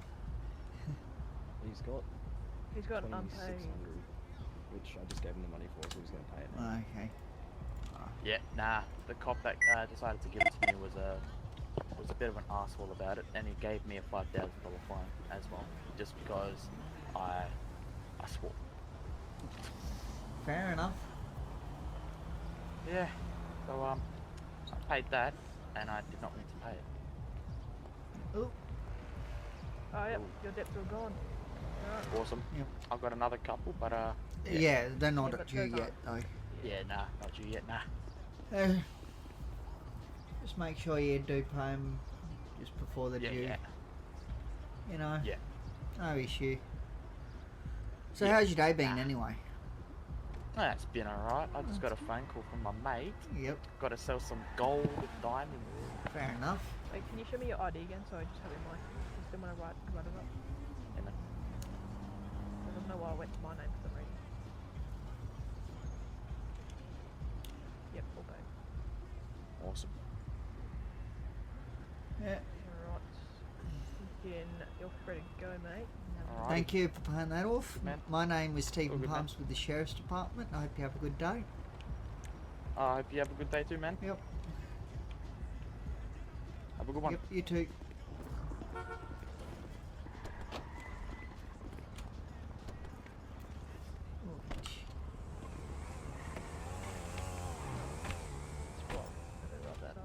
Yep.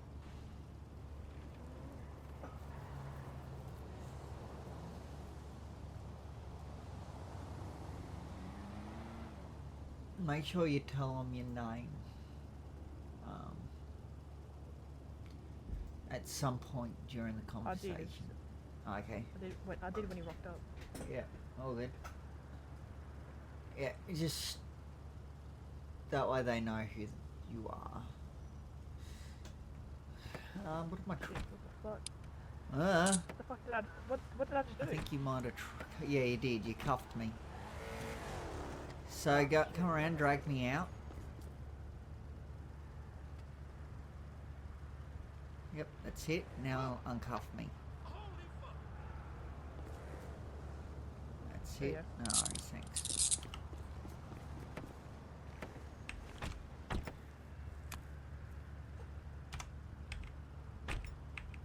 Alright. Hector.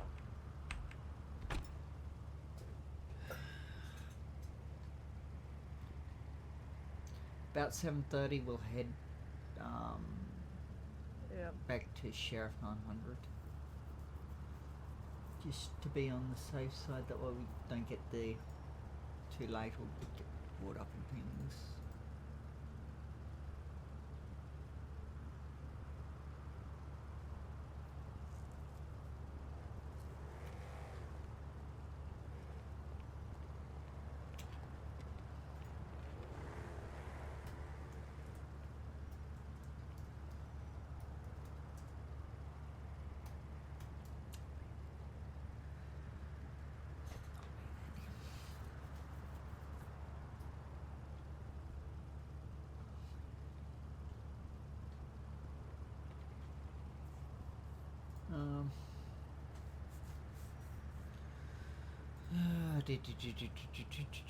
Depboard, no, interaction logs.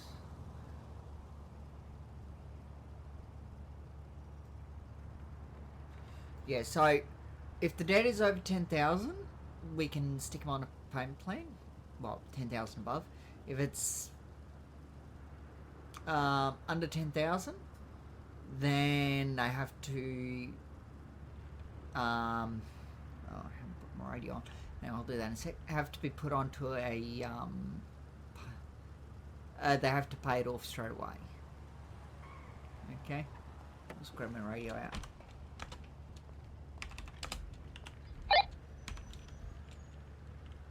Uh, 116 is back on radio. Come back, Stephen. Thanks. Had a head pop. You got right. Very annoying. Very, very annoying. Let's hope we don't have any head pops tonight for this court case. Yep. Okay, just so you know, with the one you did before, you don't need to stick in phone. You just stick in the number for the phone number, and it goes. It's got to be where it says conducted traffic stop on. That's where it goes. You just put it up there. So I see what's happened. You've got an extra space as well.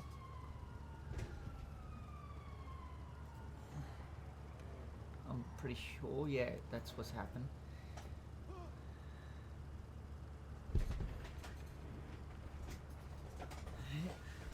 just to make it easier for you.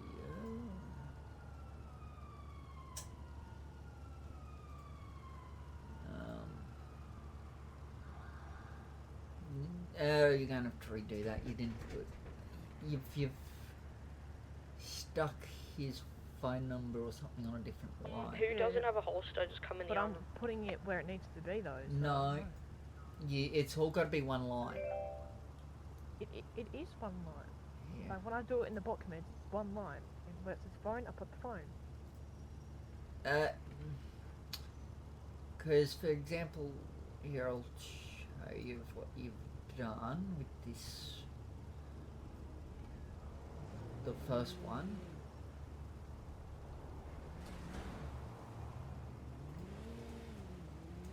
You've done something like this.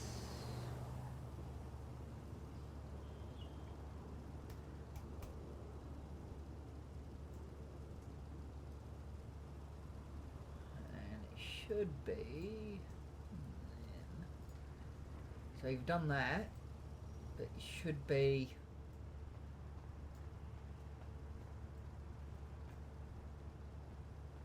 Oh, well, you didn't have the brackets, obviously. Whoops. Fix that up.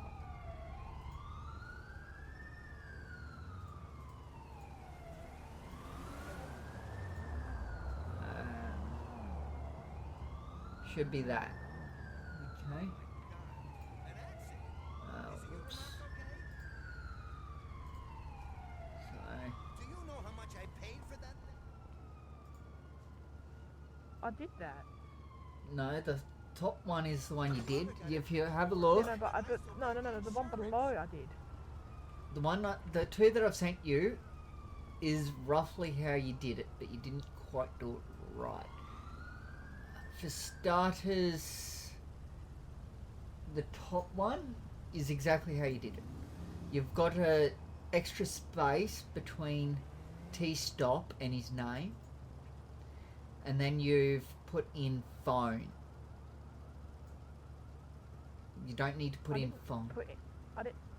You didn't? The one I just did, I didn't put in phone. Yeah, but the one before you just did is what I'm saying. That's how you've got how that one got messed up.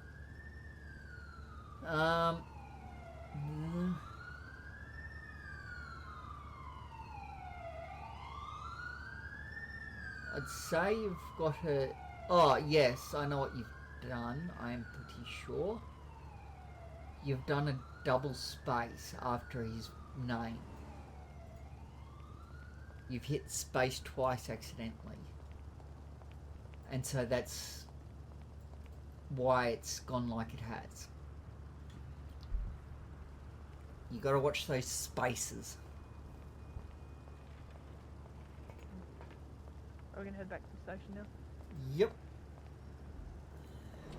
Just make sure you react. Sheriff, once it's in, it's gonna go on back station.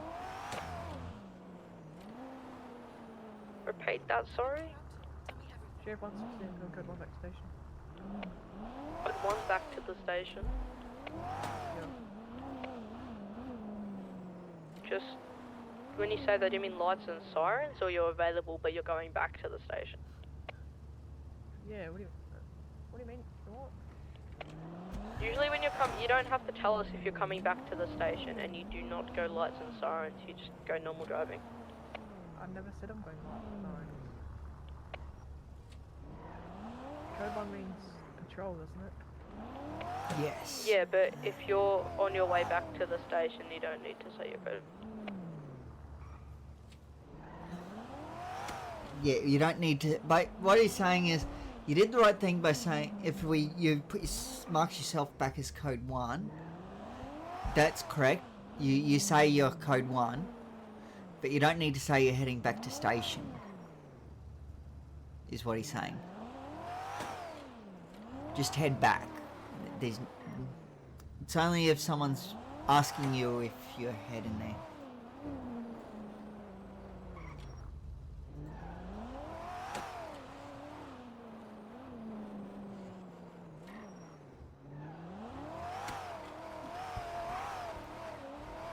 And just watch your speed as well.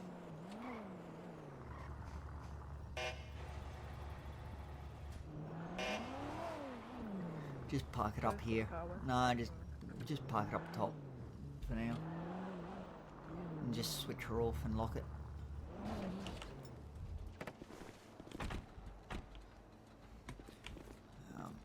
Because we may go back out after. And if we don't, well, we can put it away then. Hello. Hospital. Hey, Stephen. How's it going?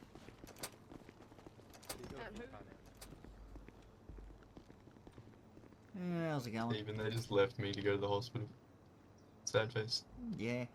You can't have the axe on you. No, yeah, I know. I'm just waiting to get the job role so I can put it away. Yeah. In the lockers. Yep. Yeah, I've been told about that. I was just confirming because I just come straight Stephen, from I'm CFA. stealing your car momentarily. I'll be back. Yeah, that's fine. But yeah, I had it on me because I just come straight from the hospital, to be honest. Yeah, all good. Because I was flying helicopter. Next minute I know I'm in the hospital. Yeah. So you've put a prayer up for your job role? No, yeah, there's a prayer up. Yeah, good. Yeah. Got to get my gear for this thing. Sheriff 320 going to be code 6 heading to Pillbox Medical.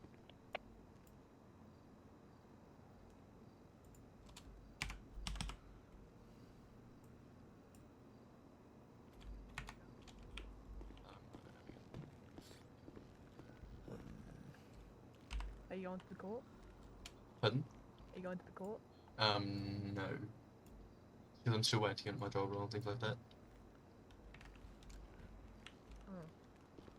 Yeah, I'm just waiting around now. You that outfit? I have that one, yes. I haven't set up, but I'm just waiting. Because I'll show you what it currently looks like. What am I doing? Oh wait, I have this. No, yeah, see? Yeah, you don't have to do it. Yeah, it's fine, I'm just waiting. So do we get issued a taser and gun, or just one or the other? You don't get issued it, you get it out of the armory. Yeah, yeah, yeah. It's basically the same. When you do court, you get gun, taser, baton. Wait, this is Cody, isn't it? Yeah. Yeah, that's it. You just get the normal police pistol, which is the S&W 40 Yeah. M&P. Why do I still I may or may not have landed Firehawk a little bit rough. I know. My head popped and Firehawk went down. Wow. Yeah. 016. Ah. I'm gonna change my call sign real quick. 1049. Right, just so you know, my call sign's 49. 4-9, okay. CFA. Just like it. Sheriff message. Oh, what is Jackson? Send a... Jackson's not on duty in emails. I'm off duty, Sheriff, right now, but I can't get out of my vehicle since it's broken. Can't get out of his Come to vehicle. switch seats. Come to switch Repeat seats. that, sorry? I've been told to tell you to switch seats. Yeah, that happens, and make sure it's unlocked. And I have that. And a few make sure times. it's unlocked. Oh, thank God, man, you're a lifesaver. Thank you very much. I'll be there shortly for that court duty. Yeah, no, he's all good. You're welcome, Jackson. Just be careful, there was shooting nearby, the sheriff office, so just be very careful. If we get shot at, are we Stephen, allowed are to you shoot at the back? sheriff office at the moment? No. Yeah, I am. I mean, in court. Make sure you have a Smith & Wesson No, with no, you no, just just in case. like Yeah, I will. we get We shot don't at get in a, gym. we don't Oh, get a yeah. gun when we're on general duties. We just get it when we're doing court. Howdy, Oh, yeah, guys. Howdy. Alright. So when we just go normal patrol, No, we yeah, don't get yeah. a gun or taser. Yeah, I've told, yeah, yeah. Then we go on the courts and in things, court, yeah. if there's gunshots in court, then I might just get some body armor, let's say if someone's got a gun. just to be on the safe side, because we did have shooting nearby. I might just get body armor. How are you, Steve? Yeah, good. No, yeah, I'm just waiting for my job role to prayers being sent in. Yeah, as we just had some shooting nearby, I suggest you go and get some body armor, just to be on the safe side. I might be going to a court case. I might be going to a court case around 8, so... Hey, just a question. Did you just... When did you get your... Pardon? When did you get your... Wait, you're not the one that was with me, were you? Just before? No, No, sorry. okay, all good. Just... Yeah, I thought you were. My mistake. You're all good. You're all good, Stephen. Don't know where that recruit went. Anyway. I'm right here. Oh. No. I am so confused. With the doggy. Yes. Doggy! Don't touch the dog. I'm not petting the dog, I know it does. No touch El Dogo. How are you anyway? Tired and over this bullshit. Fair enough. I'm done. Can't blame you. Let's be honest. Can't. Court case? Yeah. Oosh. MCV. No. DCV. DCV because of an arrest that I made 4 months ago. Because Dwight Clark is a little shit that can't handle taking the L. Yeah.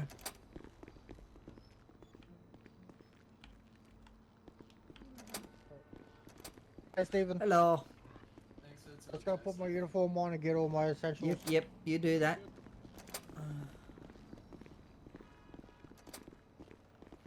You got your gun and taser and bullets. I store it in the locker so I don't keep getting it out. Yeah, you got your bullets too.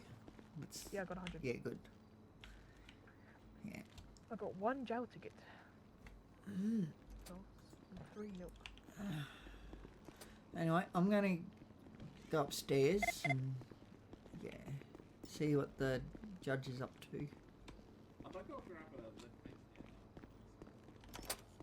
Yeah. I'm just going to go upstairs and see what the judge is up to. He's probably up there.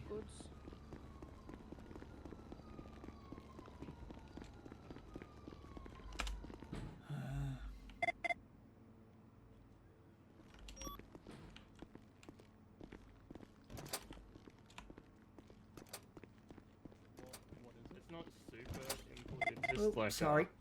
depending what pops up. So it's like we got like some body cam footage if they tried to say his arguments. For example, we got 10 minutes. You all good there? Sorry, I was sleeping for a minute. Okay.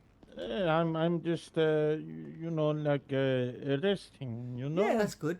You do that. Hey, sitting is like the opposite of standing, you know? Yep. Yes.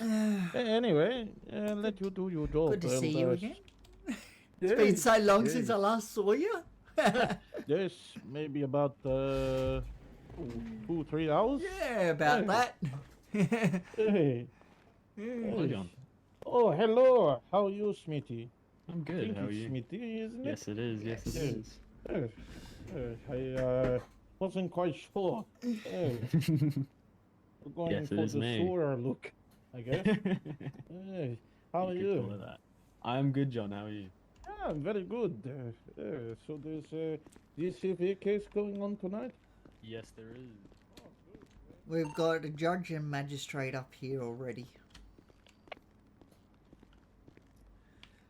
Just so you guys know.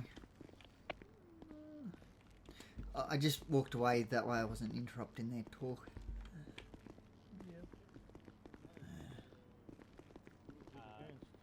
It is Stan Victoria versus Dwight Clark.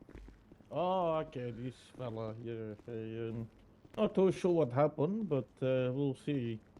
We will see. Anyway, I'll let you go. Thank you. No problem.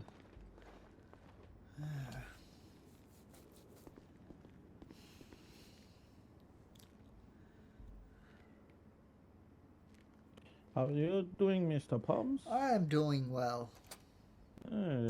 What is your co-sider's name? Your colleague's name, sorry? Colleague, co-sider. Cody What, Mills. sorry? Cody Mills, yeah. I Cody have difficulty with names. Mills as in the, like the, you know, the, and the chop of Yeah, the I wood think stuff? so. Yeah. Ah, okay. I think Alright. that's the way it's spelled. I thought you said meals as in, you know, the thing that you eat. Meals, yeah. Yeah, sorry. It's all good, it happens. Wasn't quite sure. Yeah. Accents can be a bit hard sometimes. No, it's alright. This, I'm the one with the accent. Nice. Kind of. Everyone has Yeah. accents. It's just a matter Yeah. of, you know, Hmm. whether you notice it or not. Make sure we're on 0, then Yeah. your call sign, by the way, since we're doing Sorry, quantity. I'm distracted for a minute. Wait, I think I've changed my call sign. I have 1049. Every call sign it uses has a 49. Refresh. That's not what I wanted, but anyway. Supervise. Refresh units. Whew. Okay. Yeah, I have. Okay, that's good.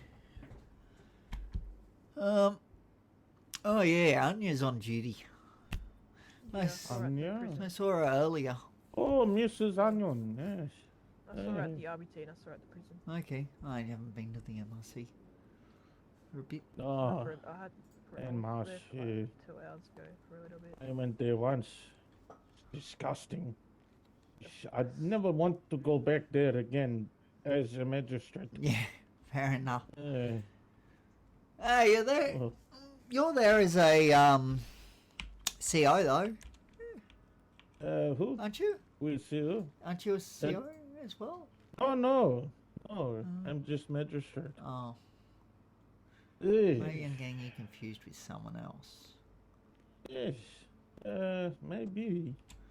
I think so. Yeah, Ah. I think I am. Oh, it's alright. Yeah. Oh well, it happens. We all get confused at times. Let's be honest.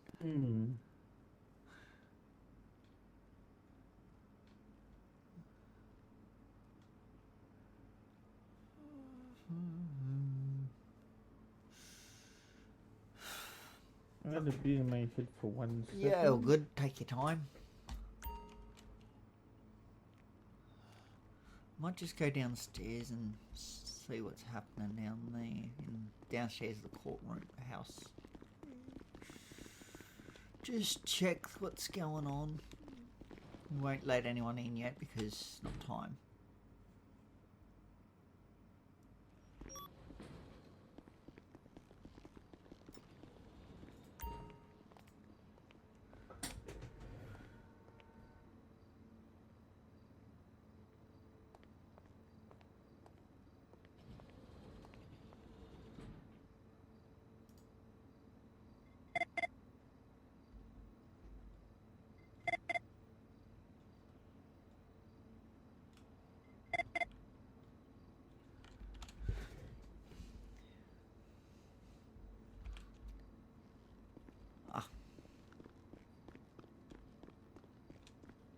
Didn't realise there was a sheriff officer already here. SRF good. 092 is going to be code 2. What? Oh, I said oh no, it's all good. It's only you. Yeah. No, I'm just getting all muddled. How are you, Don? Pretty good. That's pretty good. A little nervous, you know. Yep. Pre-trial nerves. You'll do all right, I reckon. We already I'm feeling talked to good. this guy today. I pulled him over because of his debt. Oh well, it happens. Yeah. You been busy? Yeah, a bit. I've had to do things to do with corrections today, with people doing the wrong thing. Oh yeah. I haven't since I got promoted. I've had to take like a little bit of break just to oversee stuff. And this is the only thing I've kept up because it's time sensitive. Yeah. But I can't wait to get back in the coming week. I'll be back in sheriff, back in corrections as well. Yep. It's gonna be fun. Yeah, I've also had to do things So you might see me there. to do with sheriffs as well because people have decided they wanted to do what I guess you could say they wanted yeah, to we do. had it. Yeah. Oh. Yeah. You have some new people there. Yeah. Like, there's the newbie just in front of me. He's not as new as some of them. Some of them have just come in today. Oh, yep. Whether they get their job roles in time, well, who knows. Yeah, I thought I saw you had some training. Um, earlier. Stephen, if you just let me know when each party gets here, so when Bet Crawford with the OPP gets here, and then when Dwight Clark gets here, that'd be great. No worries. Alright, thank you. Dwight Clark, he's the one you're representing, right? Mm-hmm. Yeah. I'm just making sure that way I know who I'm talking about. I think he'll turn up in the blue suit, I have a feeling. Yeah, just that way I know who I'm talking about, you know. Yep. For sure. You'll be able to point him out, so. Yeah, I had a little check out there before. Yeah. I can see him. I'll just talk to this guy. Hey, mate. We aren't open yet, so yeah, if you're wanting to come in, you'll just have to wait. Stephen. Yeah, we're not open yet, so yeah, you'll just have to wait for a bit. Doors are open. No, come back out, please. Oh my god. We're not open yet. Yeah, so if you just wait out here, we will open the doors and tell you when you can come in. Stephen, are you trying to get to Big Pole? Hopefully one day. Smoke out here? What was that? Are we allowed to smoke out here? Yeah, you can smoke outside. It's outside, so I don't see an issue. As long as you're not Okay, smoking cool. inside. I just want to make sure, like, I know that. I wouldn't. Intrude. Don't do that directly in front of people because some people might not like that. Don't.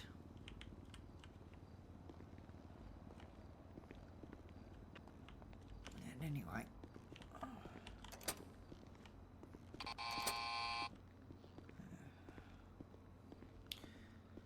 Oh dear, we might have some trouble tonight with that one guy. What's that? A bit of trouble. It's oh, I can't think of his name. His last name's Snow though.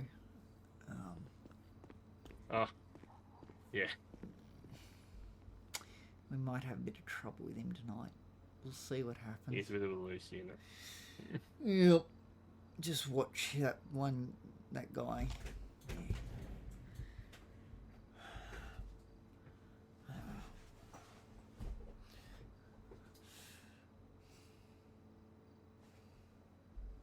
Chase, his name was. I think he's changed it now. Chase Michael Snow.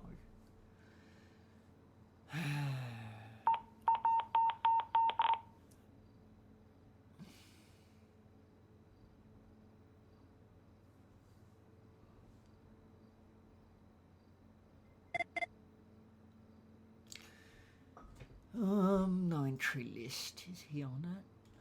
No. So recruit. Forgetting your name already. Anyway, just have a look at the no entry list under court related boards, and if any of those people show up, they had to be turned away. I see two things in there. Which one is it? The communications? No, the no entry list is what I'm talking about. So you got your general, which is like announcements, role request, general, then sheriff's office, and then court related boards, and under there's no entry list. J. Michael clocking on. Welcome, J. Michael. Welcome. This is in here. Okay. You let him. Yep.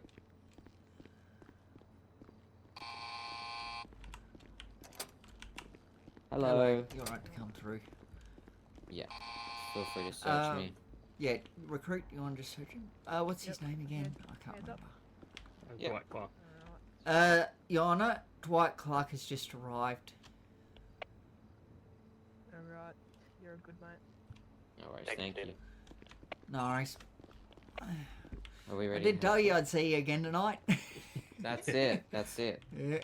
Well, we'll find out if I'm actually gonna pay that $9 grand worth of debt. Yeah, no worries. I'll see you later anyway. I'll be up there a bit later.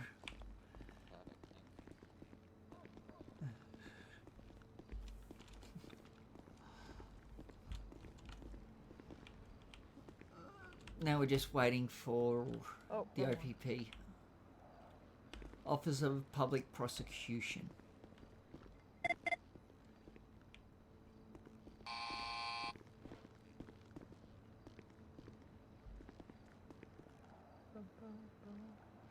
And then after that, then we can start letting people in, but they've all got to be searched.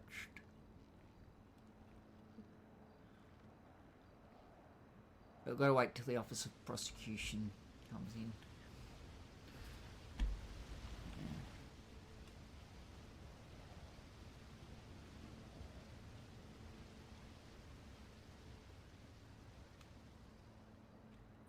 Is it hard to get ticked off on sheriffs?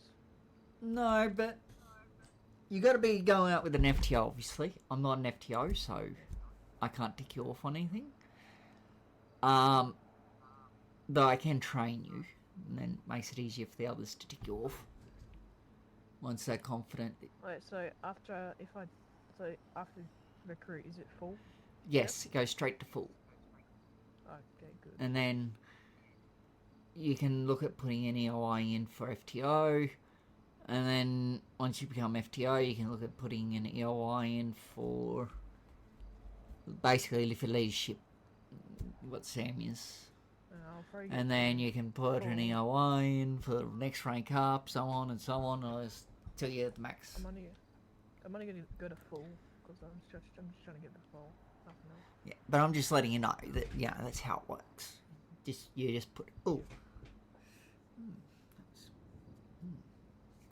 Anyway, yeah, just same with corrections. You just have to put EOIs into expression of interest. You just talk to an FTO or higher, and they can put it in for you.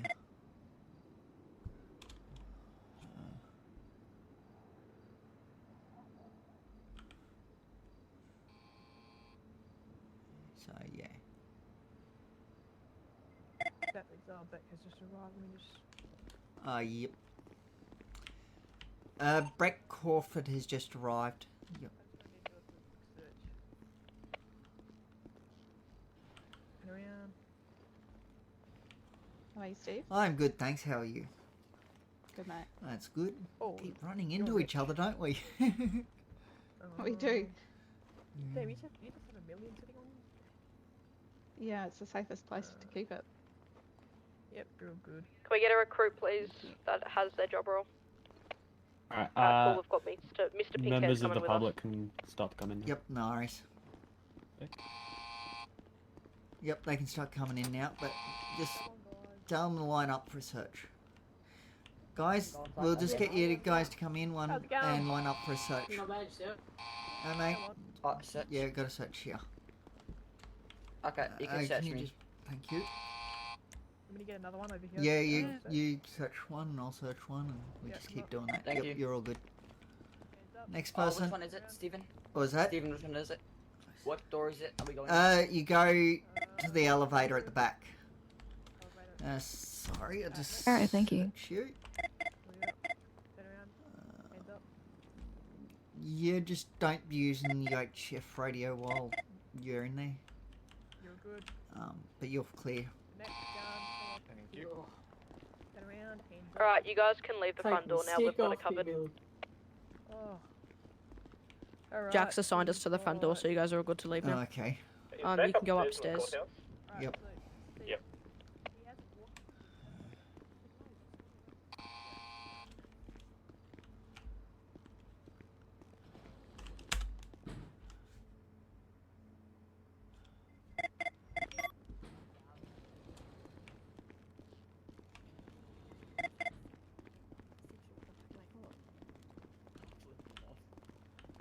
Oh my god.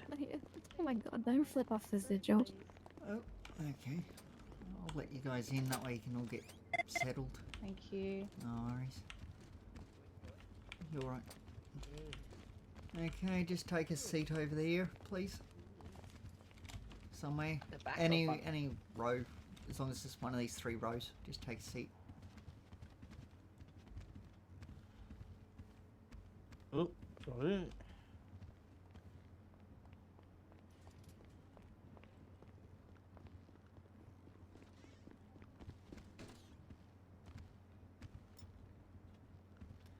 Just take a seat, mate. Stephen, are you able to just like Cheers.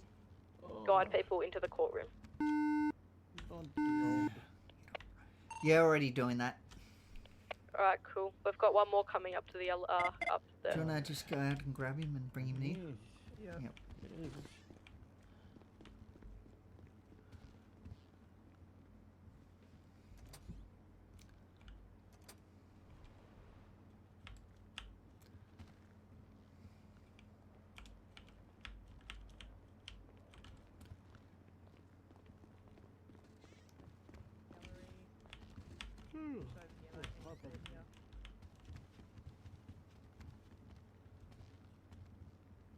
Alright, you can stand over there. I'll just see if it's already been organised. Has anyone already organised bailiff? We're gonna get a full CO or an FTO to do it. Yep, no worries. Do you want me to do it?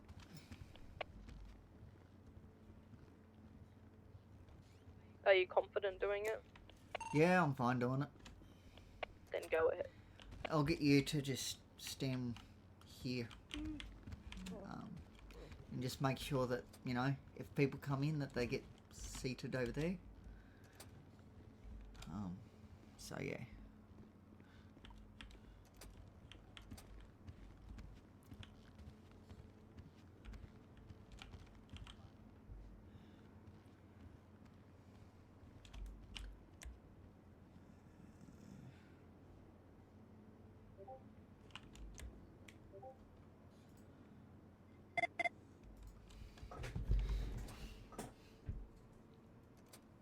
I need to play on my MDT before I sat down, otherwise I'll stand up out of habit.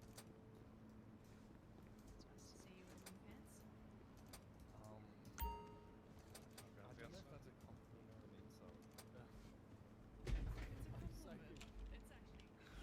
Why do I feel insulted though? It sounds like a compliment, but I feel insulted.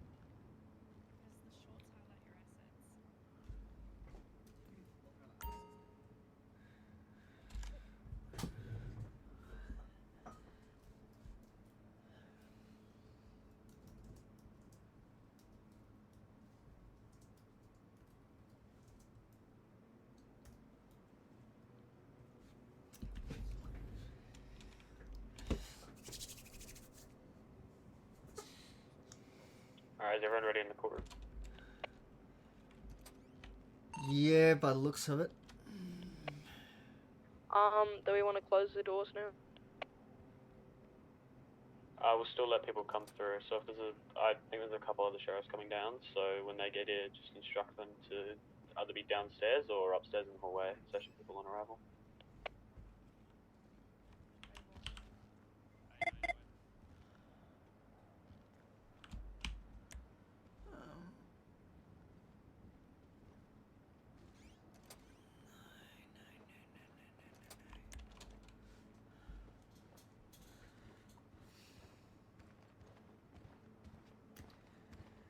Welcome.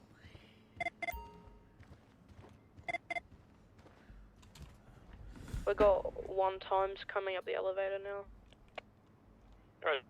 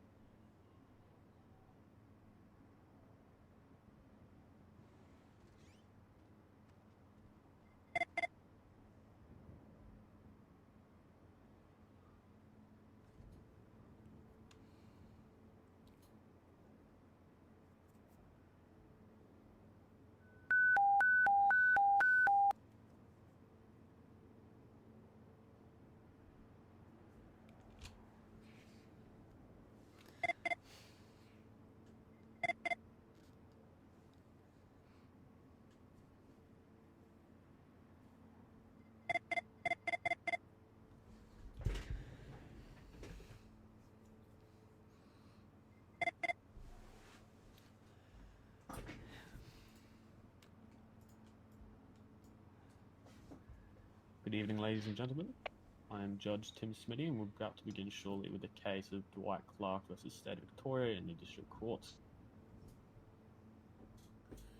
Just Can I outline the procedures of today, as no one in this room has undergone a district court case before? Start off as we would in the magistrate's court, with the prosecution with their opening statement, followed by the defence.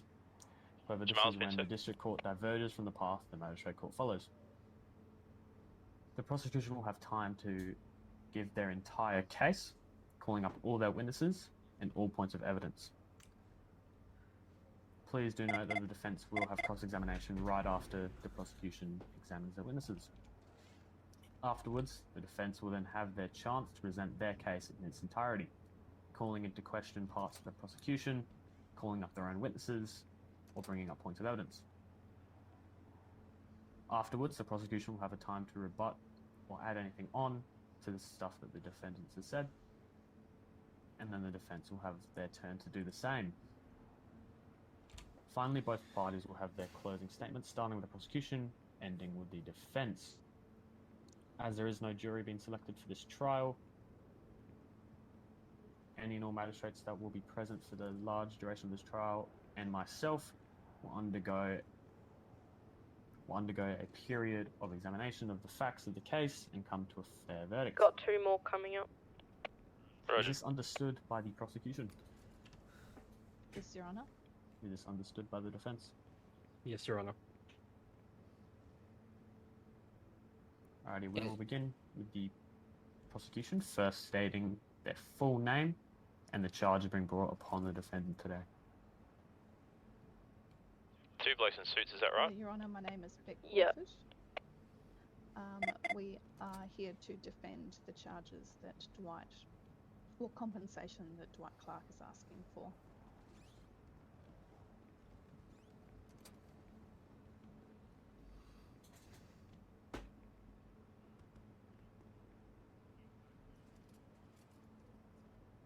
Alright, prosecution, you may begin with your opening statement. Thank you, Your Honour. Outrageous, unruly, derogatory, unpleasant, abusive, disrespectful, and generally non-compliant. These are all words that the police officers who dealt with Dwight Clark on the night of the 14th of February this year have described his behaviour.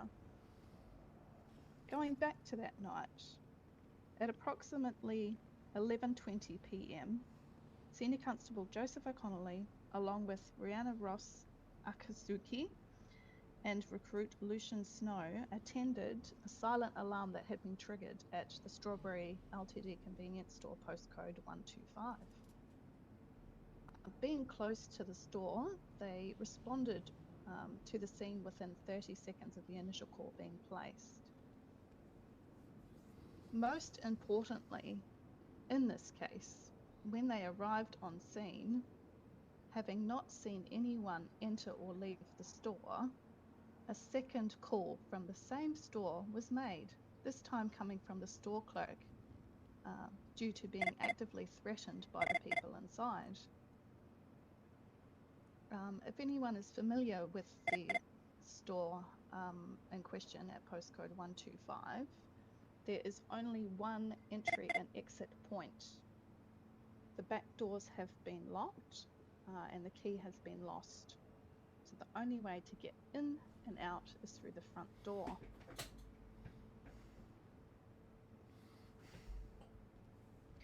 Senior Constable Joseph O'Connelly then moved into the store where Chase Snow and Dwight Clark were seen attempting to exit. But due to it being an active crime scene and being the only people of interest inside the store, they were not given permission to leave and told they would be detained while the incident was being investigated. At this point, Dwight Clark became verbally aggressive, insisting that the detainment was unlawful and that there was no evidence to arrest him despite being told it was only a detainment at this stage. Dwight continued to behave in an aggressive and entitled manner, demanding leadership be on scene, to which leading Senior Constable Alicia Compson-Dracos arrived after being diverted from another active scene at the time. His behaviour towards all of the officers on scene, including leading Senior Constable Alicia Dracos, was so appalling that after the incident, both Senior Constable Yeah, that's what I was saying, Sarah. I was in Joseph the elevator, so I O'Connelly and couldn't talk. Alicia elected to finish their shifts early and fly away for a holiday.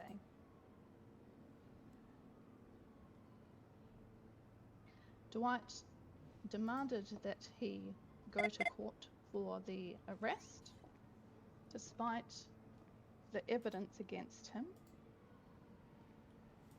And unfortunately, at the time, there was no one available to contest the charges, with the magistrates being unavailable at the time. So in that instance, he was then sentenced, and this is why we find ourselves here today. Thank you, Your Honour. Defence, your opening statement, please. John Squanch, attorney for the defence. May it please the court. Today we are here to discuss the case of my client Dwight Clark, who stands wrongfully accused of armed robbery, kidnapping, and hindering and obstructing police. However, as we will demonstrate, this is a simple case of being in the wrong place at the wrong time. On the night in question, Dwight Clark was present at the scene, but his mere presence does not equate to guilt. The prosecution's case rests primarily on the fact that my client was found at the scene when the police arrived. The lack of any sufficient evidence tying him to the alleged crimes. We must have concrete evidence, including receipts and other. We have concrete evidence, including receipts and other documentation. That accounts for all the cash found on my client. This evidence will show that the money in his possession was lawfully obtained. That has no connection to the alleged robbery.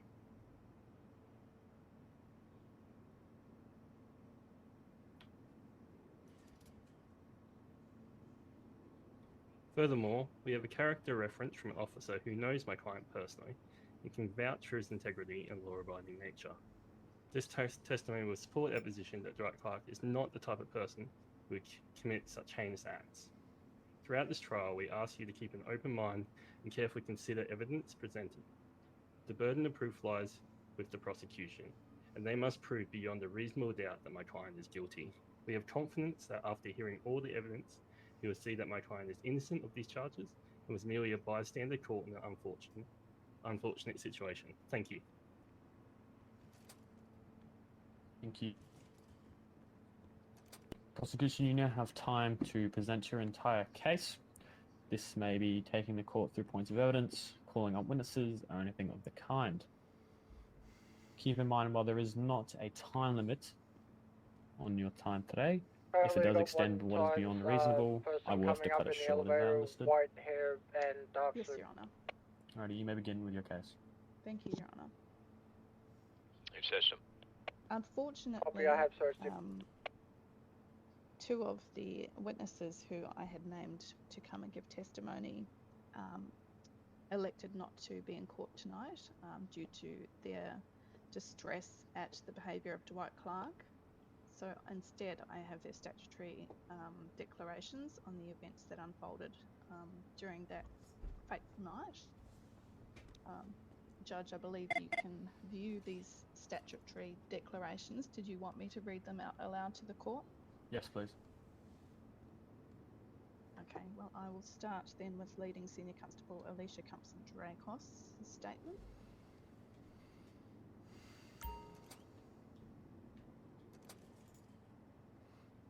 Okay, so this is what she has said verbatim. Victoria Police had received a job through our CAD system advising that a silent alarm activation had gone off at postcode 125, being the Strawberry Ltd convenience store. Officers Senior Constable Joseph O'Connelly, Probation Constable Rihanna Ross Kusuki, and Recruit Lucian Snow were already Code 5 arrived on the scene, to which they were made aware that two individuals were inside. Due to this being an active crime scene, procedures were conducted such as road blockage, traffic zone, and other units were requested for backup. Unit CIR 745 arrived and it had assisted with the cordons being in place while Senior Constable Joseph O'Connolly was negotiating with the two individuals. While this was happening, another scene was also happening at postcode 200, the bank on the Vespucci Boulevard. The CIR 745 asked the units on scene if it was okay if they could break off and help with the bank robbery, to which Senior Constable O'Connolly obliged.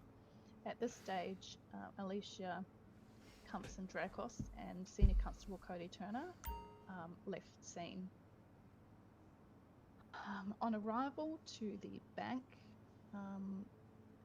incident, negotiations were underway, but not even 2 minutes had passed after arriving on scene that Senior Constable Joseph O'Connolly had requested leadership to go back to the original call at postcode 125.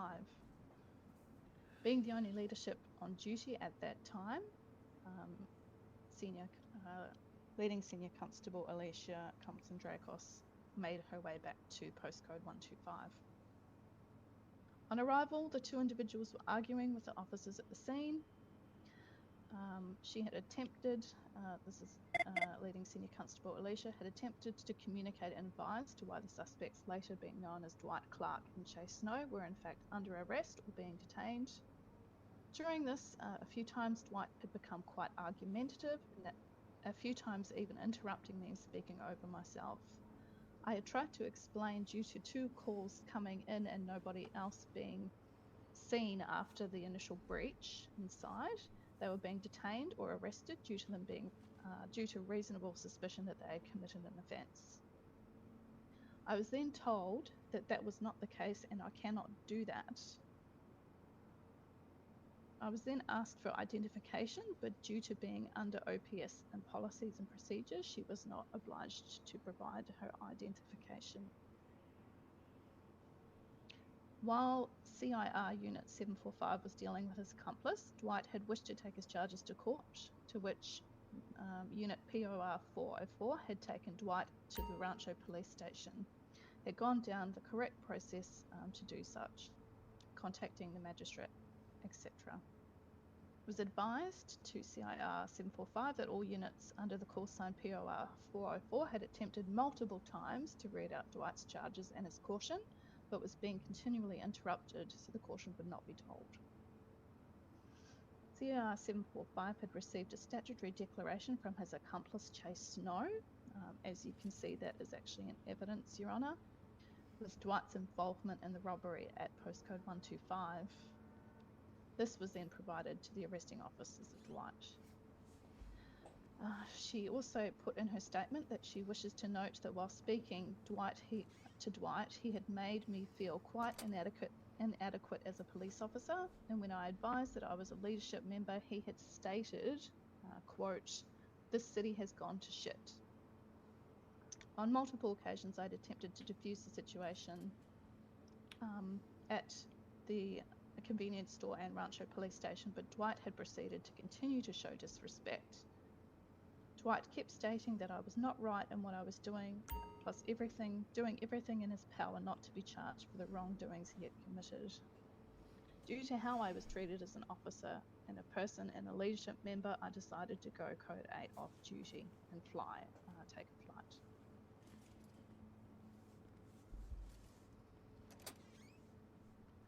So following now is the statutory declaration by then Probationary Constable Rhiannon Ross Akatsuki.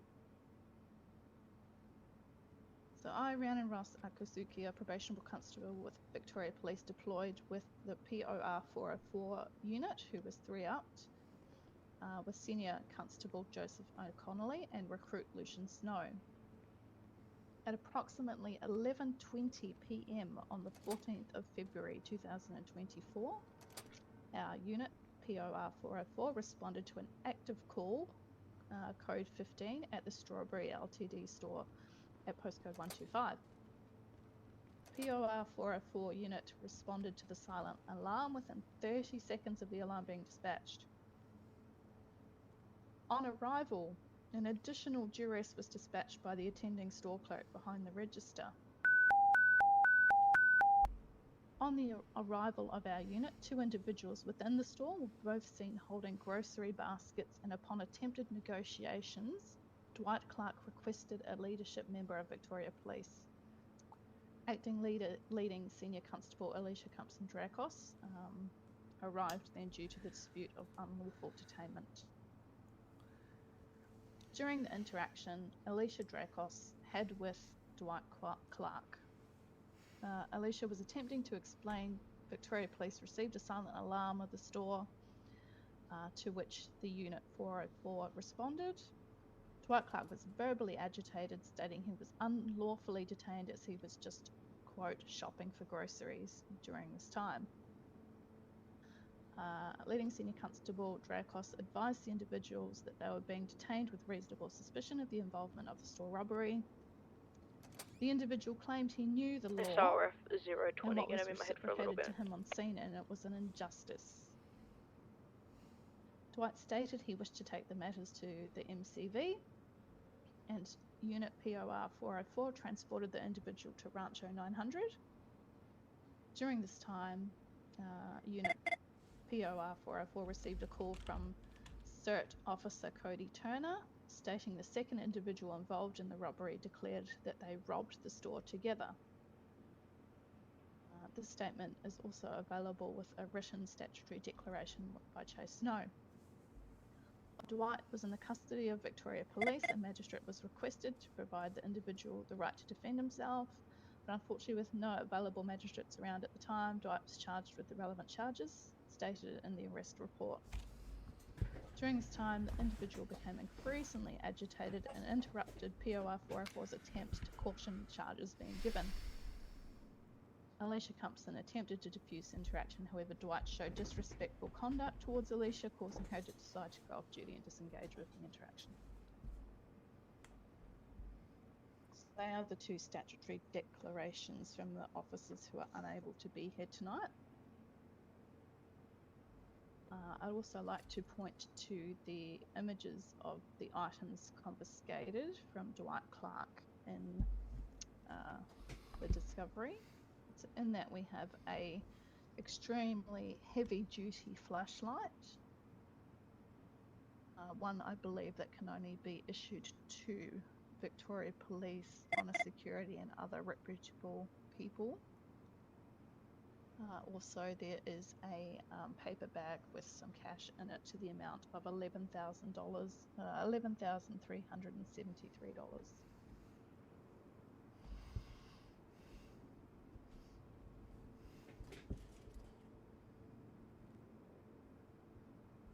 And your witnesses, prosecution?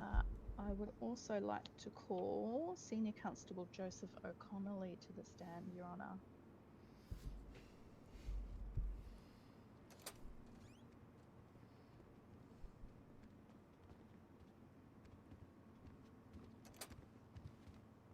Good evening, Your Honour. Good evening. Would you like to take the oath or affirmation? Yes, Your Honour, if that could be sent through to me, that would be greatly appreciated. Which one was that, sorry? The oath, Your Honour.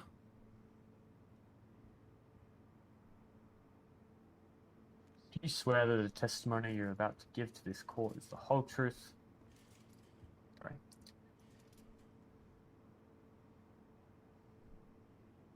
Do you swear that the testimony you're about to give to this court will be the truth, the whole truth, and nothing but the truth, so help you God? Yes, Your Honour. Thank you very much. Prosecution, your witness. Thank you, Your Honour. May I approach the witness bench?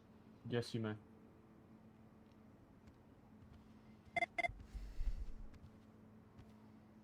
Good evening, Oh, Senior 20 back Constable Joseph O'Connelly. Thank you for being here. Absolute pleasure. I'd like to start just by asking you your history with the Victoria Police. How long have you been with the services? Of course. My current rank within Victoria Police is the rank of Senior Constable. I have been with Victoria Police since late April of 2023. During my time with the Victoria Police, I have reached such achievements of being a senior field training officer with the Victoria Police, as well as a training officer within the Victoria Police Academy, as well as the training officer for the Marine certification for general duties. At which point in time, I've also obtained certifications of being one of the more finely regarded members of the Public Order Response Team, a handler within the K9 Division, as well as a pilot for Air Wing, and a trained officer within the Bomb Response Unit. I've also trained myself within the Criminal Scene Investigation Unit, and have briefly spent a time as a detective within the crime scene, the Criminal Investigation Unit. Sorry. Wonderful, thank you. Now I just want to go back to the night of the 14th of Feb this year. Are you able to tell me in your own words exactly what happened that night? Yes, of course. At the time of approximately 11:20 p.m. Local time, I was stationed nearby at the Melbourne 900 station, having a conversation with my probationary constable and recruit Tulip, currently engaging in some training exercises for the recruit, as well as engaging in casual conversation with a fellow officer, when a call was placed through regarding an active store robbery taking place at the Strawberry Ltd. At that time, I had decided to immediately respond. Within mere moments of the call coming through, I had said to both a probationary constable and recruit 3-up that we would be attending to the call to help provide training for the recruit that was with us. As it is well known, the Strawberry Ltd is within close proximity to the station. As such, we were able to arrive on scene within 30 seconds. On arrival to the scene, an immediate second call was placed through from the same store. At this current point in time, no person had been observed entering or exiting the building. No vehicle had been witnessed entering or exiting the vicinity of the store. At that current point in time, when we had established that there was no external threat to the situation, myself and my two fellow attending officers, Probationary Constable Rihanna Ross Akatsuki and recruit Lucian Snow, had attempted to establish a point of contact with the persons that would be inside the store, to which Mr. Dwight Clark and Mr. Chase Snow were both present inside. When I had attempted to attempt negotiations with the persons inside, Mr. Dwight Clark had stated that he had intent to leave. But due to the ongoing situations, I had tried to explain to him that he would be lawfully detained at the time due to being the first person on scene in an ongoing criminal investigation. He had stated that his detainment was unlawful and had instantly grown verbally aggressive towards myself, as well as to my recruit and my probationary constable that were with me at the time. I would also like to have him make it known at this kind of point in time. Well, yes, leading senior constable Alicia Thompson-Dracos was also in response. The Highway Patrol had also been notified to the potential situation, and resources from Highway Patrol were also being used in the potential case of a pursuit, as within our standard guidelines, policies, and procedures. During this time, no other person had been sighted exiting the store besides Mr. Dwight Clark and Mr. Chase Snow. I had instructed Probationary Constable Rihanna Ross Akatsuki to breach the building to ensure that no other person was hidden within the store that may potentially be robbing the store, at which point in time, she was not able to find any other person fully clearing the store. During our entire interaction, Mr. Dwight Clark had grown further and further passive-aggressive with Victoria Police, further trying to state that his detainment was unlawful and unwarranted. However, once again, the detainment was lawful and was warranted due to the ongoing situation and investigation happening to within the robbery of the store. And at which point in time, identification was requested of his person due to being detained as the primary suspect of an ongoing investigation, to which he refused to comply. Due to the ongoing situation, Mr. Dwight Clark refusing to provide identification upon local request by Victoria Police, he had been taken to the Rancho 900 station, where further investigation could be made, including proper identification of his person, where he continued to grow further and further aggressive and disrespectful towards Victoria Police. I would also like to make note that multiple forms of Victoria Police resources were tied up within the situation, including and not limited to training officers with my presence within the scene, public order response units due to also, once again, my response to the scene, highway patrol units due to their attendance to the scene within their policies and guidelines, as well as resources of critical incident response team units due to the attendance of Senior Constable Cody Turner and Leading Senior Constable Alicia Thompson Dracos, and also the resources of Victoria Police leadership, once again due to the attendance of Leading Senior Constable Dracos. One thing that I would also like to have noted at the time is that this was a critical hostilities within Melbourne at the time in regards to Suits Mafia. And at that time, ops had been approved for both the public order response team and the critical incident response team due to increased hostilities within the city. Thank you, Joseph, for going through all of that. I imagine. Hey it was a guys, can we fairly ask that guy frustrating with the night hat for you. on to take it off, please? I'm just wondering if I can ask you a few questions. Make sure we've got no regarding glasses, that. no hats, no masks, no accessories. How would you describe Dwight's behaviour during the entire interaction towards VicPol in general? I would describe Mr. Dwight Clark's behavior during the ordeal as aggressive, disrespectful, unruly, and very much entitled. He claimed to know the law inside and out better than those who are employed to enforce it.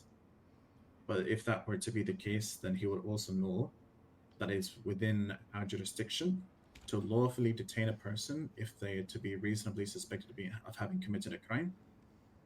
And that if Mr. Dwight Clark were to be innocent, then his detainment would not have been an issue, All good, but I only his just noticed it. supposed innocence would have been quickly determined on scene. Sure. So, is this the kind of behaviour you would expect from an upstanding citizen of Melbourne? Negative. I've dealt with a wide range of people within my time as Victoria Police, including but not limited to EMS, criminal affiliations within organizations and crews, as well as regular run-of-the-mill citizens just trying to go about their day, and this is not the type of behavior that I would expect from law-abiding citizens. Thank you. Now, just in regards to the actual crime scene itself, so there is only one On a side note, entry if and a member exit of the point public to the gets to the Strawberry courthouse, make sure you're postcode researching them as 125 well when they convenience store. reinstall. That is a confirmation on that one. Only one exit point and one entry point, both being through the glass doors at the front of the store facing towards the main road. Thank you. And just to reiterate, when you had arrived on scene after the first call, no one was seen entering or leaving the store after the second distress call was placed. That is also a confirmation. At no point in time had any person besides Mr. Dwight Clark, Mr. Chase Snow, or Victoria Police being witnessed entering or exiting the building. Thank you, Senior Constable. Now I just want to go over the items that were found in Dwight Clark's possession. So on him he had a flashlight, a heavy duty flashlight. Are you able to describe its appearance for us? The flashlight in question would be best described as heavy duty, quite hefty, bit of weight to it. I'd say at least 1 kilogram. And within my experience as Victoria Police, as well as my time within the Sheriff's Office and the Correctional Facility at Bolingbroke State Penitentiary, I have been on the receiving end of 1 or 2 beatings, unfortunately, on the receiving end of a flashlight similar to that, and I can confirm that it can inflict quite a significant blow of trunk force. Trunk. Sorry. I'm I can't very speak sorry. properly. Very sorry to hear that you've been through that, but just to confirm, it can definitely cause a serious injury if you were struck upon, say, the head, for example. Yes, it would cause significant injury to any person. Okay, thank you. And also the bills, the money that was found in the brown paper bag on Dwight's possession. Can you tell me if any of the bills, the serial numbers, came back to bills that were issued to the convenience store at all through their records? With investigation of the bills that were confiscated of Mr. Dwight Clark at the time, the bills had been issued to the store through Armor Guard. Wonderful. I think that's everything. Thank you very much, Senior Constable. Thank you, Your Honour. No further questions for this witness. Thank you, prosecution. Prosecution, return to your bench.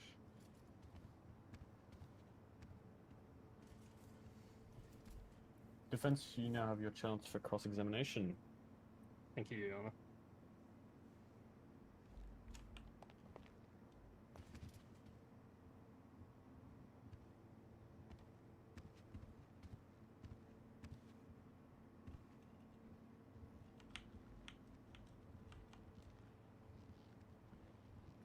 Okay, well, would you like a leading constable, O'Connolly? Is that okay if I? Just Senior Constable. Senior? Okay. Now, I just want to clear this up, just so we all know we're talking about the same store here. When you refer to it as the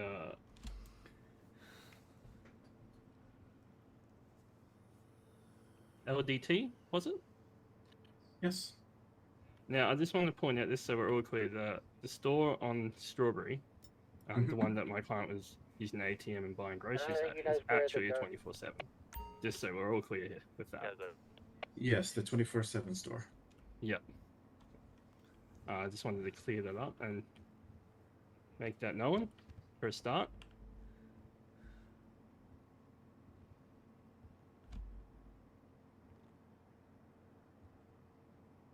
So when you arrived, you said there was a second alarm? A second alarm had been triggered at the point of our arrival. Yes. Yeah. And I think they were smacking the command show with like machetes or something. She's distressed. Do you think that maybe she could just hit it again, waiting for you guys? Maybe you weren't quick enough to her, or I'm not sure if you interviewed her. No. It has been trained. Well, the way I should word it is that when it comes to the store clerks within LTD, within the city of Melbourne, there are two switches per se. The first one is the primary one is the one that is triggered automatically if there were to be a disturbance to the back safe. The second one is to only be activated by the store clerk if they were to feel threatened. They would be notified if the first alarm had been triggered, however, to avoid incidents of both alarms being triggered for only one incident.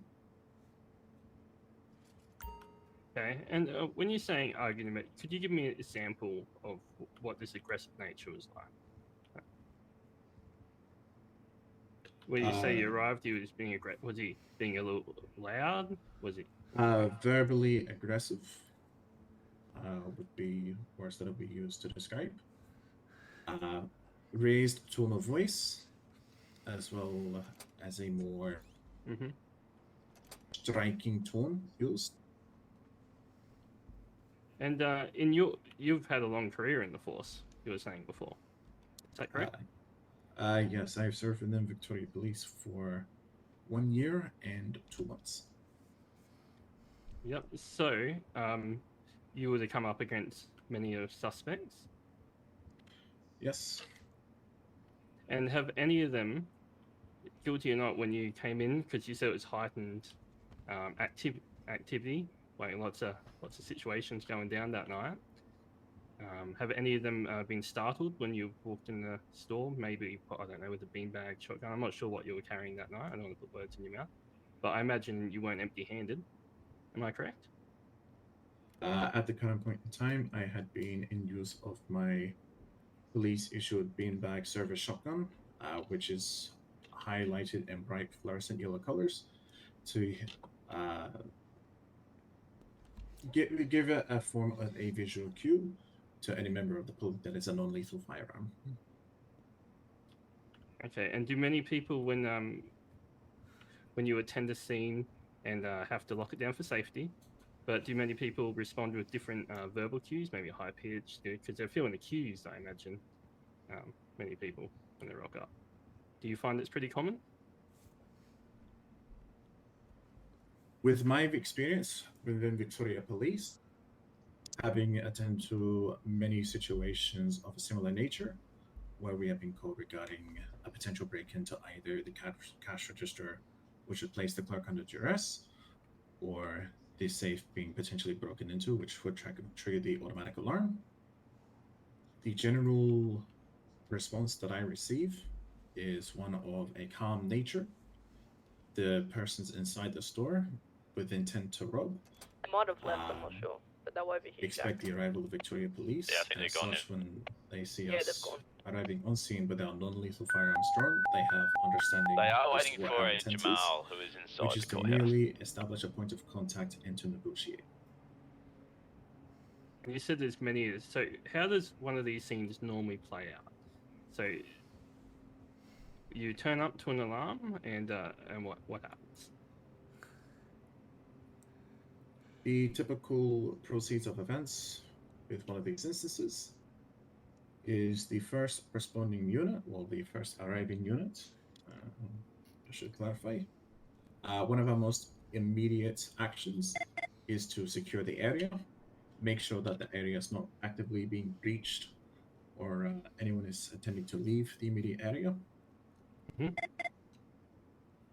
Once that has been established, typically by that point a second or a third unit would arrive on scene, and the unit most suited to attempt negotiations, which depending on the situation will fall to either general duties or the critical incident response team. Once again, depending on the situation, will open the door in a calm manner, call out within the store, and if there is a response, the typical proceeds of events would be trying to establish a form of negotiations and active verbal communication. If there is no person inside, sighted inside the building, Victoria Police would call out into the building, requesting that any person inside the building would make themselves known to Victoria Police. Okay, and just a following question to that. How often do not, when you arrive to a scene and there are people inside a convenience store, are they found guilty? To the sheriff officer who's got the sunglasses. For me, quite personally, I cannot think of Oh, yeah, that's any me. personal circumstance where this chain of events has occurred and the person found inside has been not. Sorry, let me reword that. At no point in time had a person been found not guilty of not committing any crimes within the store.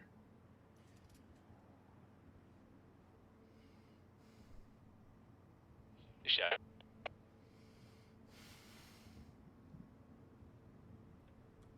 Okay, so you'd say that this was pretty typical in nature. Yes.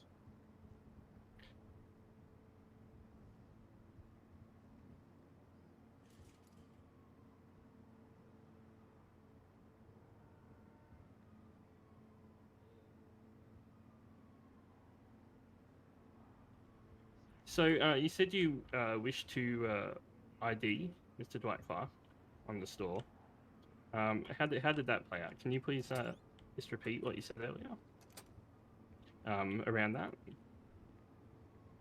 Due to the nature of the ongoing incident, as well as actively being detained, I have requested the site identification of Mr. Dwight Clark. This is a lawful request due to him being one of the primary suspects of an ongoing criminal investigation as to why the alarm for both the automatic safe as well as the manual alarm triggered by the clerk would be triggered.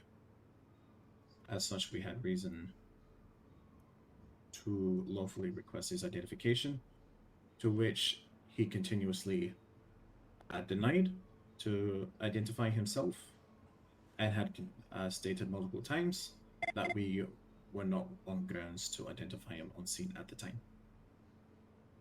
And could you not identify him once contained? As I believe you did cuff him in the end, did you not? He was cuffed. He was placed in handcuffs due to his detainment. At which point, I still attempted to identify his person, and he still refused to identify himself. Okay, and when you did a search of his pockets, did you? Well, it obviously didn't have the full listing of pockets and evidence, but if you did look, you would have found that he didn't have ID on him at the time. No, he did not, because of the reasons of refusing to identify himself and not having identification on his person. He had to be transported to the Rancho 900 so that he could be properly identified. At no point in time did he give his name, at which point we could have used that as a point of reference to find his profile within the LEAP database, and we would have gone through additional means to confirm his identity. Okay, and there was another person on scene that got arrested? Yes, Mr. Chase Snow. May I ask what you charged Chase Snow with? Objection, relevance. Anything to say to that defense? Yes, I wish to compare the charges to my client who was also on scene. Overruled. Continue defense. Could you please state those charges? I was not Mr. Chase Snow's arresting officer. That would be Senior Constable Cody Turner, who is not currently present within the courthouse. As such, I cannot personally confirm which charges he had been received from the incident. Were you aware that my client received significantly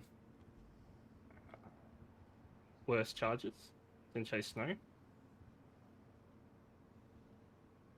Any charges? Objection, relevance. The relevance, Your Honor, receives to the fact that my client had a standard issue torch from within the city, and Chase Snow was carrying a weapon. I believe a gun. And the relevance to the cases? I believe Chase Snow got attempted robbery, while my client got armed robbery.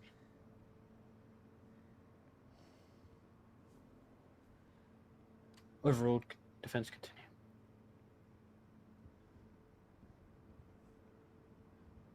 When it comes to charges that are received against any suspect within Victoria Police custody, the charges to be given are at the discretion of each individual arresting officer.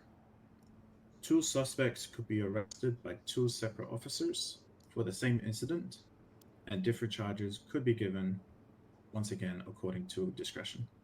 At no point in time had I discussed potential charges with Cody Turner. Both him and myself had made choices based on our own personal judgment. Okay, and when you took my client, Dwight Clark, back to the cells, could you walk me through the events that occurred there?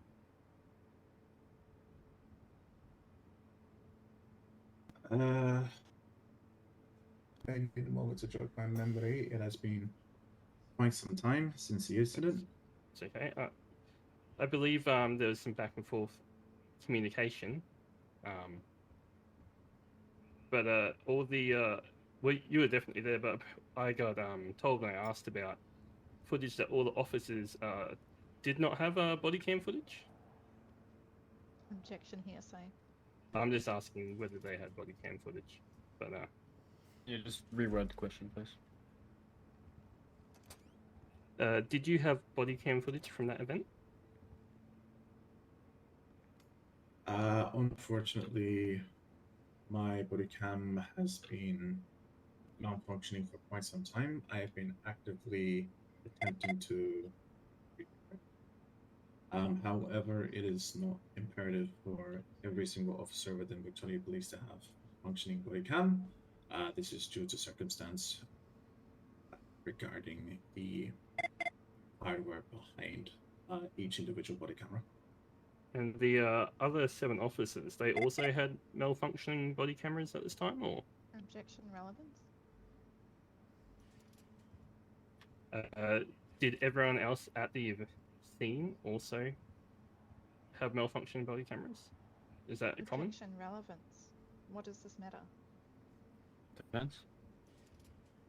This matters because my client apparently did get tasered while in the cell, but unfortunately there's no body camera to prove the events happened. Alright, well, we now know that there is no evidence suggesting that, so please move on. Can we have it stricken from the record, please, Judge? Yep. Okay, I will say,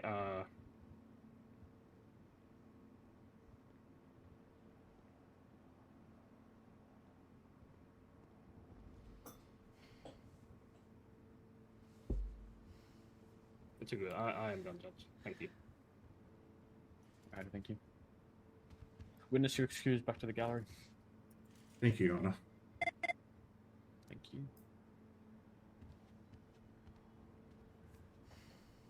Prosecution, your next witness. Judge, I think I am finished with the witnesses. I would just like to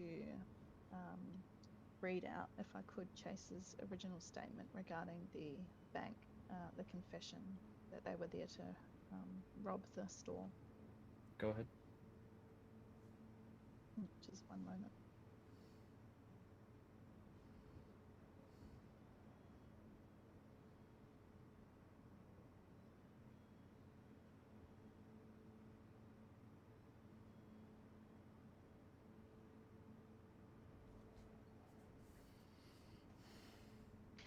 Okay, so in evidence, Your Honour, we have a statutory declaration made by Chase Snow. The date of the declaration was the 14th of February 2024. He says that making the following statutory declaration, he is under oath in Affirmations Act 2018. He declares that the contents of the statutory declaration are true and correct, and make it knowing that I'm making a statutory declaration that I know to be untrue as an offence. Following that, he says, quote unquote, I talked to Dwight Clark on the street. Then he said, let's go rob a store. I said yes. We robbed it. Then police arrived and I was put in custody. And he has signed that declaration.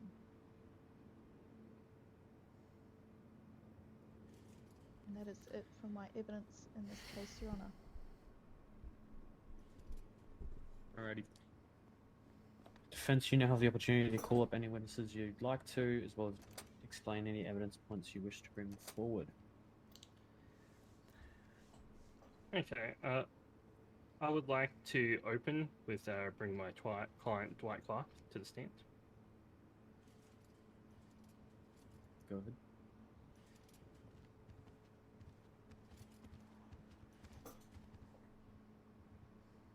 Alrighty, even though you are the individual on trial today, I'll still have you say an oath or affirmations. Which one would you like to take? I'll take the oath. Do you solemnly swear that the testimony you're about to provide is the truth, whole truth, and nothing but the truth, so help you God? Yes, I do. Defense, your witness.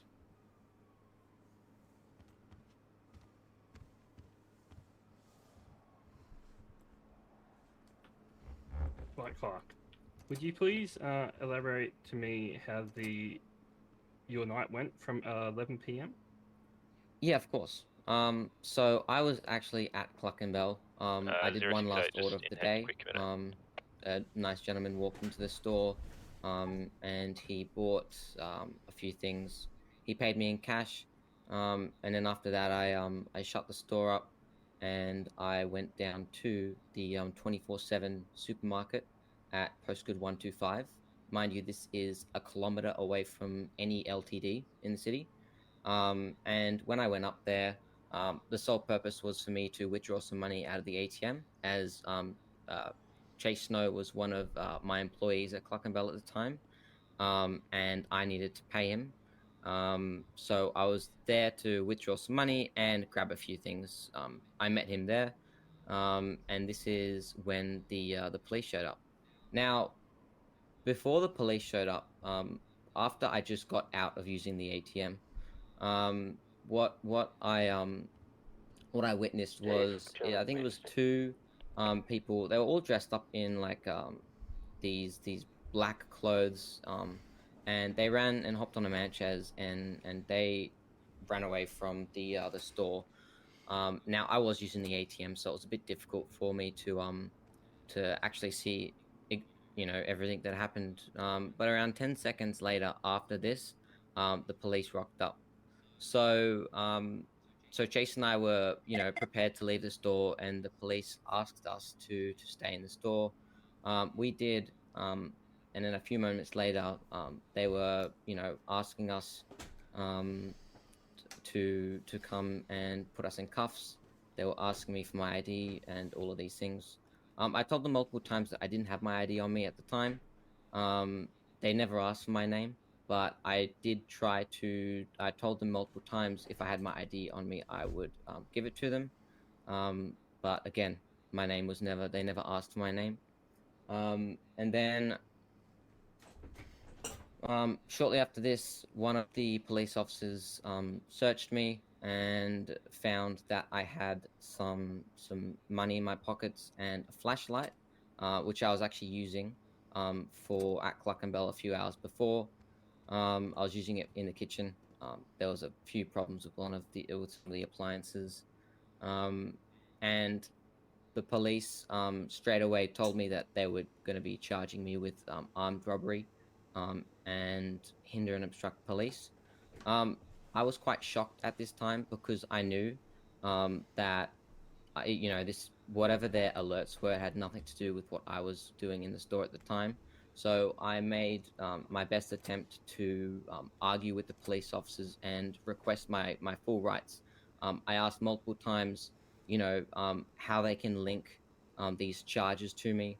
And each time I tried to bring something like this up, the police would continuously speak over me, and I felt it was very difficult for me. There was about 8 police officers surrounding me, and I was struggling a lot to be able to speak to them.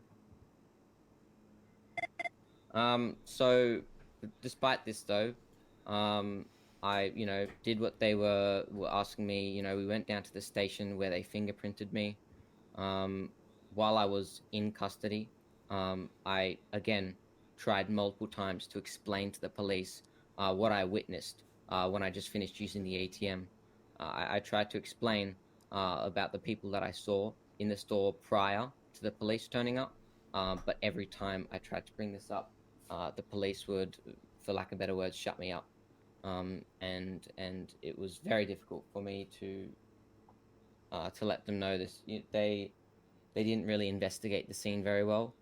Is what I felt. Rather, they sort of just went to an alert and thought that the closest people to the store at the time were guilty of these charges, which is why I was very keen to speak to them about this and their reasoning for this. But ultimately, despite trying to de-escalate the situation, I just had to go to the Davis police station.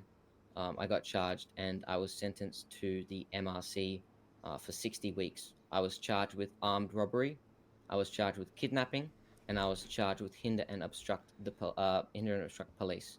Now, about 5 minutes before I went to the MRC, this is about, I'd say, 55 minutes into me being in custody from the police, I was told by the arresting officer, Joseph O'Connelly, that I'd be receiving a charge of kidnapping. And I asked multiple times, well, where's this from? Was I supposed to have kidnapped? And I was told the store clerk, allegedly. This was a very big shock because it came out of nowhere with very little evidence. So I tried to ask the police officer, would you be able to explain this to me and give me some evidence? And during this time, Joseph O'Connelly actually just flew out and left me locked in the cell.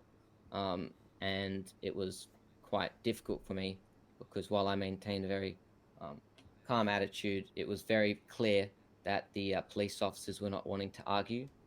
They were just wanting to charge me straight away. So after being taken to the MRC, I actually met up with Chase, who was also in the MRC. And I spoke to Chase and I asked him why he had written that statutory declaration, which suggests that my intentions were indeed to rob the store. And he told me, and I'm going to quote what he told me, that the reason he did that was because the police told him under duress that he would receive a lesser sentence if he could help the police by providing them with this evidence, this falsified evidence. And at the start, I didn't really understand why he did this. But then, I found out that he only received 30 weeks in the MRC and I received 60 weeks. He received attempted robbery and I received armed robbery, kidnapping, and hinder and obstruct police. So it was very clear that, he was let off a lot easier than I was. And it sort of all lined up where that statutory declaration which he made actually did allow him to get sort of a smaller sentence. So then when we left the prison after many weeks of difficult work, and this is, I'm just going to say, the first time I've ever been to prison in my life. So it was very different for something like that to happen. I was not expecting that, and it's not something that I've ever wanted to go to or ever been in a situation.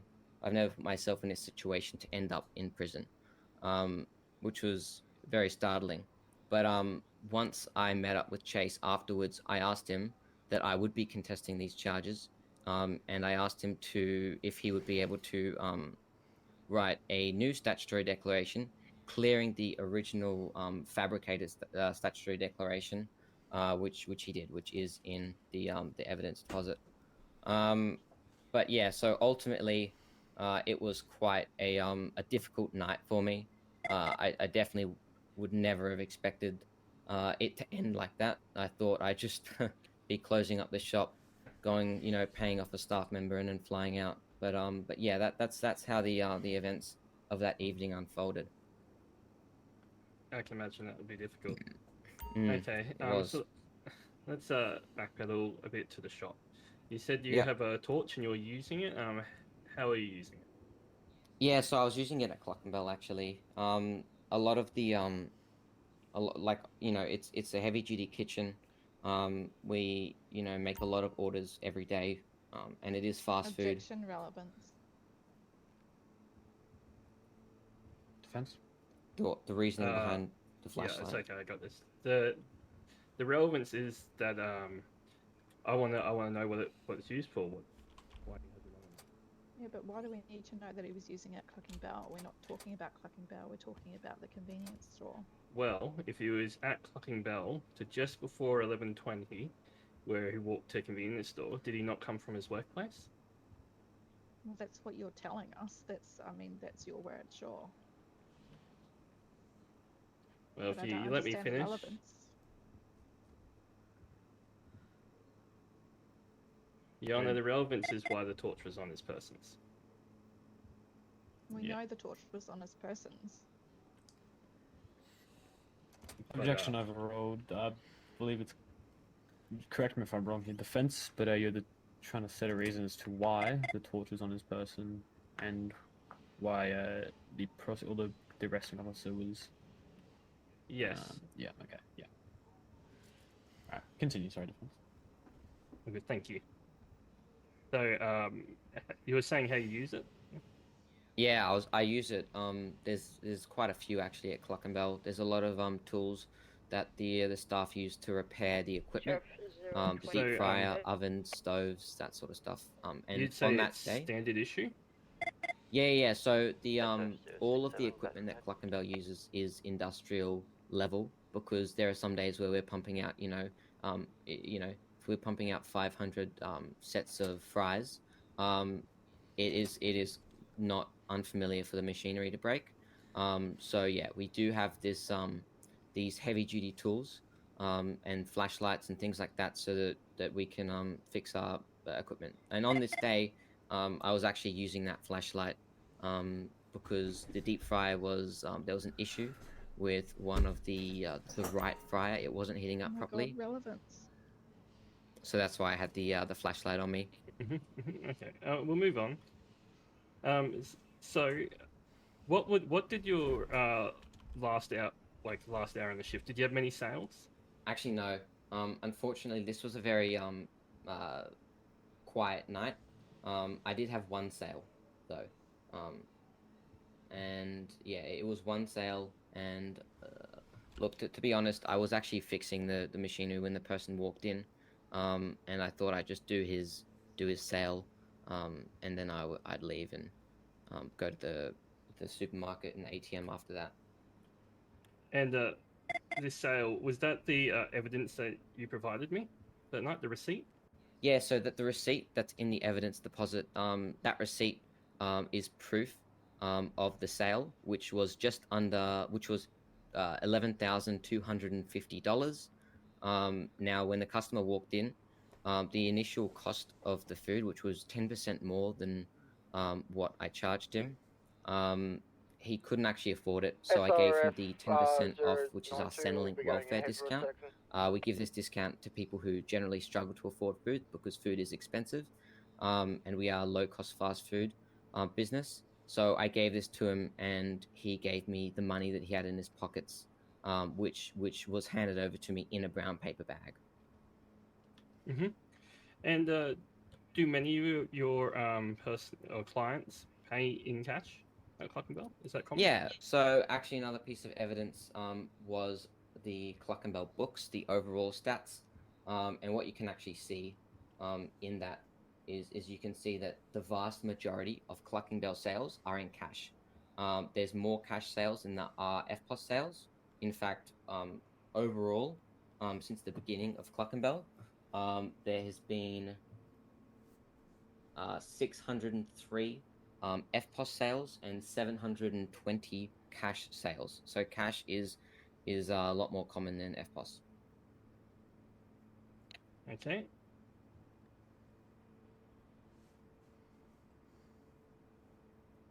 And I believe you also provided a video for the how the receipts are created. Yeah. So in case there was any doubt that receipt was, made, during any other period of time, there is a video of one of the cash registers at Cluckenbell. It's a point of sale POS system. It's a custom-made script which was implemented by one of the old staff members. And what that video shows is a screen recording of one of the iPads at our cash registers of opening up our order history function and typing in order number 1045, which was the exact order where the cash in my pockets came from. Okay, and with all this cash you get, what do you normally do with it? Well, look, so we do see a lot of cash, but as you can see at the bottom of the receipt, we work very closely with Fleeca Bank and Group 6 Security. They take our cash. There is one issue I do see a lot with cash, and that is that oftentimes we have staff members who are paid by customers in cash, and when we give this cash, when we deposit it into Fleeca Bank, they do alert us and say that this is fraudulent money. Now, all of the staff members, when they look at a note, they can't look at the serial number and understand where it came from and if the serial numbers are fraudulent, if it came from a robbery. So what the staff do is they just accept the cash, and whatever fraudulent money Cluckenbell ever receives, that's just a loss on our behalf. It is very difficult, but we are trying to get some cash like detectors where you can just slide the slots in the money in the slot, and it'll identify any unmarked bills. Okay, let's walk through the rest, just stepping back through it. So you then finished, and you said that you went to 24/7, is that correct? Yeah, I went to the 24/7 supermarket. And you were using ATM, so you couldn't see, but when you turned around, were the police weapons drawn? No, when I turned around, the police weren't there. When I turned around, the two people ran out from the back and hopped on their man chairs and sped off. And then about 10 seconds later, that's when I noticed some police flashing lights outside. Okay, and how would you say they approached you? Well, keeping in mind, they did say it was a bad night. They were a bit understaffed, by the sounds of it. How did the police approach me? Yeah, were they calm, or were they angry? Well, I think the reason the police were not very happy that night was the fact that, now I'm not an expert, but from what I understand, most of the police alerts to robberies, they go to the scene, and the person in the store usually will basically prove their guilt by requesting a pursuit. Now, I think what has happened here is that it's very difficult for the police to comprehend that me being inside the store after an alert is going off, that there's no possibility that I am a bystander. And so when the police rocked up on scene and they asked me my demands, and I said, "What are you talking about? Like, I'm just here using the ATM and buying some repair kits and some things from the grocery store," they were quite agitated because they were asking if I was playing stupid, and this is sort of where that negative behavior arose from, the fact that they were trying to get me to be proved guilty, even though I had no idea what their relation to being there is, or what the people in the back were doing. So it was very unpleasant, because when I'm just trying to go by my day, the police are demanding that I stop playing dumb and these sort of things. So it was very difficult to actually communicate with them throughout this time. Okay.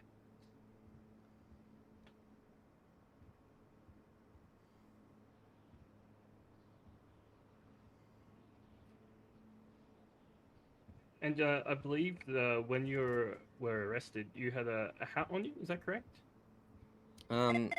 I did have, yeah. So when I was arrested, I had a cap on, and I had a helmet over the cap. But when I got to the cell, I took the helmet off because it was quite heavy. Mm-hmm. And can you tell me about this cap? The cap does have a camera on it. The cap does have a body cam on, and I have about 21 minutes of body cam of the incident of me in the cell. Why is it not in the evidence file then? Judge, we would like to submit, just because his personality and demeanour was called in question so much, we would like to submit some last-minute evidence to... Objection, Your Honour. As the general conduct has been the main point, or one of the main points of the prosecution's evidence and reasoning, as long as it can be submitted within the next 5 minutes, I will allow it. Your Honour, can I Thank you, also Your Honour. submit some evidence? Regarding what, sorry, prosecution? Regarding Chase Snow's statement that it was not obtained under any duress from Cody Turner. Yep, that's allowed.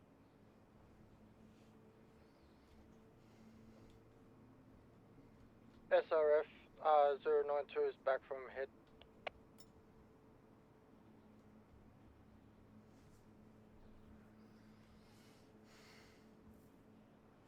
Alrighty, cool. We're going to a 5-minute recess for both parties to submit this evidence.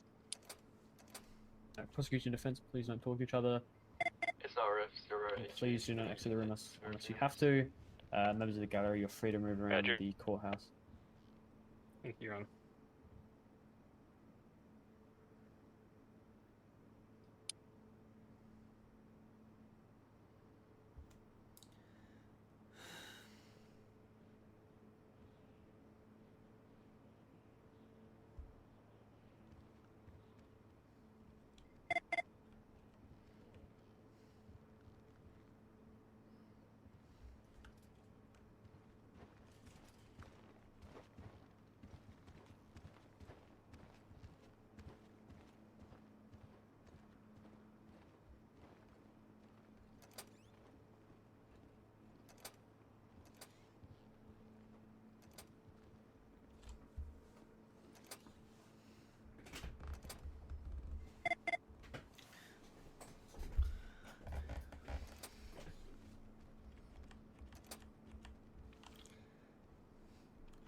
Just checking in. How's everyone going? Yeah, good. Pretty good. Just to let everyone know, at the moment, the court session is in recess for 5 minutes. Oh, Copy, and also front door is also clear. sure, thank you. I just need to step outside the door so I can just have something to eat. Don't want to eat in here. If you don't mind just waiting there. Just grab something to eat quickly. Yeah, just need to get something to eat. There's so many people. Do you Oops, need wrong something? muscle. I got something on me. What was that? You need some food? No, I got some. food. I just need to eat. I don't want to eat in there. There's so many people in there that have their glasses and they're on still. I mean, if Yeah. you're offering, say, could I Oh, possibly Ford get is some one of food? them, I think. Yeah, Over here. please. Thank you. What's Yeah, your but he special didn't say, numbers? So 745. Do you need something to drink? Yeah, I only Thank you. noticed that Jeez. guy's Oh, hat yeah. when I said something. Oh, that's okay. I got a drink. I'm heading back downstairs. That was the last one I got because I gave one to one of the public. Before we stuck with Okay, corrections. that's better. You don't have any water, do you? No, I just used my last milk. Okay. Oh, okay. Someone else might. Maybe this young sheriff here. Milk is fine. Any drink is fine. There you go. Oh. I gave one. Oh, thank you. And thank you very much. Thank you, guys. Much appreciated.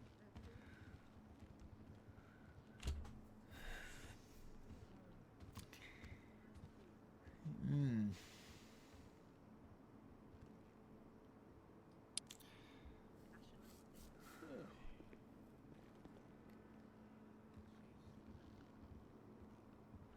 Dispatch was here, yep.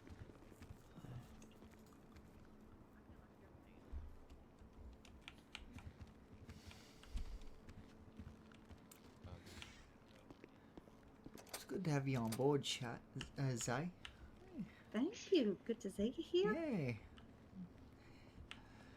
Be nice to mix things up a little Yeah, bit. that's it. Oh, I better head back in.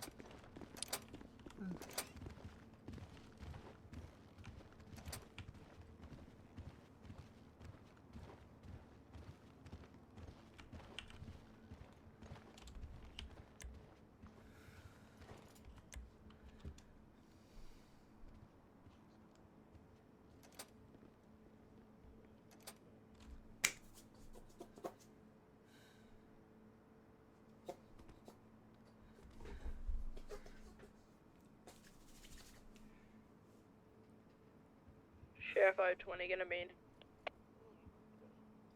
Sorry, say again.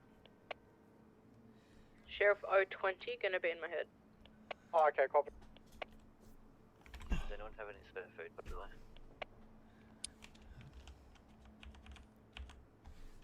Yeah, I do. Who just said that? Grab that off.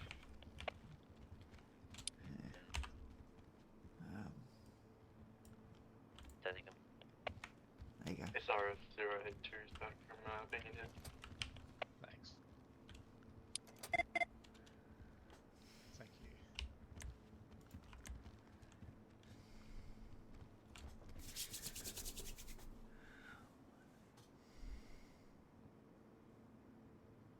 Thank you, Stephen. All good.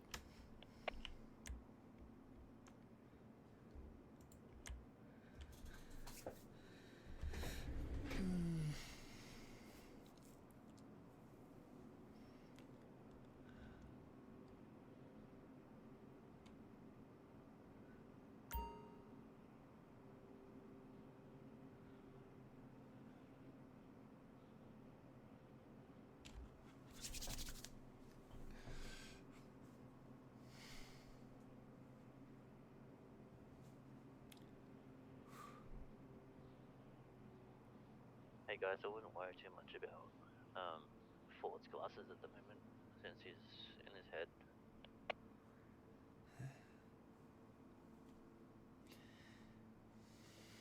Stephen, can you just come up here for a second?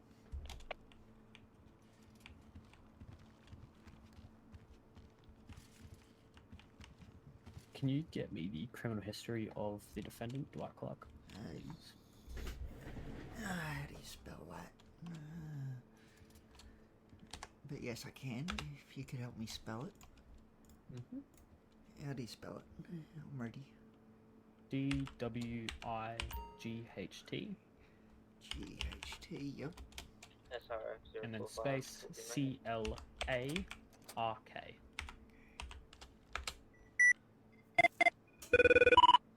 Criminal history. Okay, let's... Emails. Messaged you just before, didn't I? Yeah, I did. There we go. Did you get that? Thank you. No worries. Anyone got food?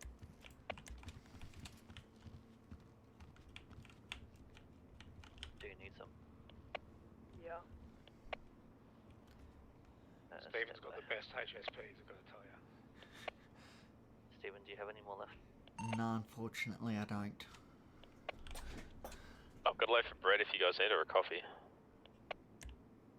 Alright, court is back in session. Yeah, I need it. Where are you? Upstairs in the hallway. So you're just giving out my coffees at this point? You're welcome.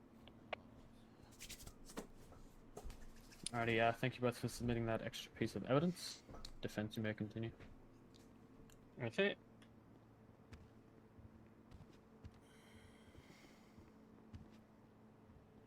Now, I would like to bring the court's attention to a similar case. Court's back in session. And I'll leave Dwight up here because he's also familiar with it, I believe. So, DPP versus Hamilton 2011 244. Sorry, is this something that you need the witness up for, or can this be conducted afterwards, after cross-examination? We can. Oh yeah, this we can after do this after. cross-examination. Alrighty. My bad, mate. Your Honour. All All good. done. Thank you. Alrighty, you may return to your bench, defense. I just Stay witnessed out there this for out. cross. Of course. I apologize. Oh, good. Prosecution, now is your chance for cross-examination.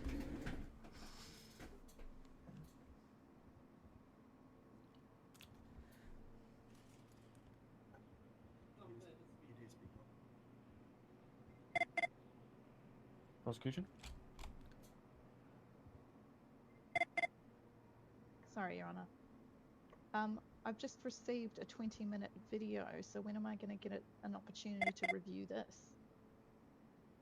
I believe important timestamps and the relevance will be brought up after your cross-examination.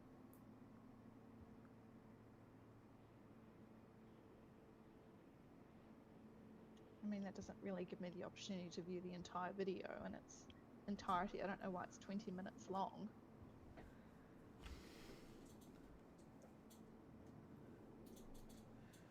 Correct me if I'm wrong, defense, but I believe the only party you're interested in is the timestamp of 13 minutes, around 40 seconds. Yes, Your Honour. We did, I believe, if I'm correct, it has to be a longer video than 10 minutes to be admissible as body cam footage, which is why we just have the length in its entirety, and we just stamped 10 in all minutes parts. is sufficient. Right, I don't think this is relevant. Miss Crawford, your witness. Okay. May I approach the witness bench, Your Honour? Yes, you may.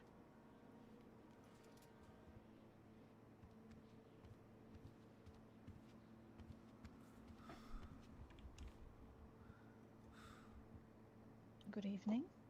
Good afternoon. Dwight, I've just got a few questions regarding what you've told us tonight. Yeah. So, let's start with the industrial strength flashlight. Mm-hmm. So you say that you've got a lot of those at Clockenbell due to machinery breaking down often? I believe we have 4 to be exact. This isn't accessible to staff, though. It's only management. Okay. And you're aware that they can be used as a weapon given they are so heavy duty? Yes, I am aware. If you put someone with ill intention access to this, then yes. So where do you purchase them from? We have a supplier who helps us with all of our heavy duty cooking wear. To be specific, Sue Construction. They are a construction company, and what they do is they've been doing a lot of work for Clerkenwell recently, but also in the long run. And they sell tools to people that require them. Yeah, even a few weeks ago, Sue Construction was down in Clerkenwell redoing a wall for us, and they were replacing one of the solenoids on one Sure, of I'm not the asking ovens. about that though. I'm just asking where you access them from. Yeah, I'm so also wondering whether you have any receipts to prove that. I mean, I can request a sales invoice. However, this was purchased a long time ago, and we did initially keep the receipts, but we don't have them anymore because we don't need them. Relevance, Your Honor? Well, I just want to make sure that it hasn't been illegally obtained. Of course not. In that case, I believe it would be up to you to prove that it was, Ms. Gordon. Well, that's why I'm asking for receipts, Judge. Well, it'd be up to you to provide receipts that they were legally obtained, not for them to provide that they weren't. I've only just found out that he keeps them for business. Okay. Surely there's got to be some proof on him. He said that he's supplied them for business. There's got to be some evidence that he's been supplied them for evidence for his workplace.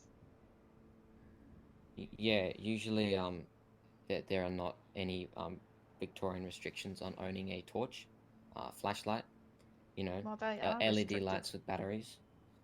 They are restricted because they're industrial strength. You can't just walk into any shop and purchase them. That's why I'm trying to establish how you receive them in your possession.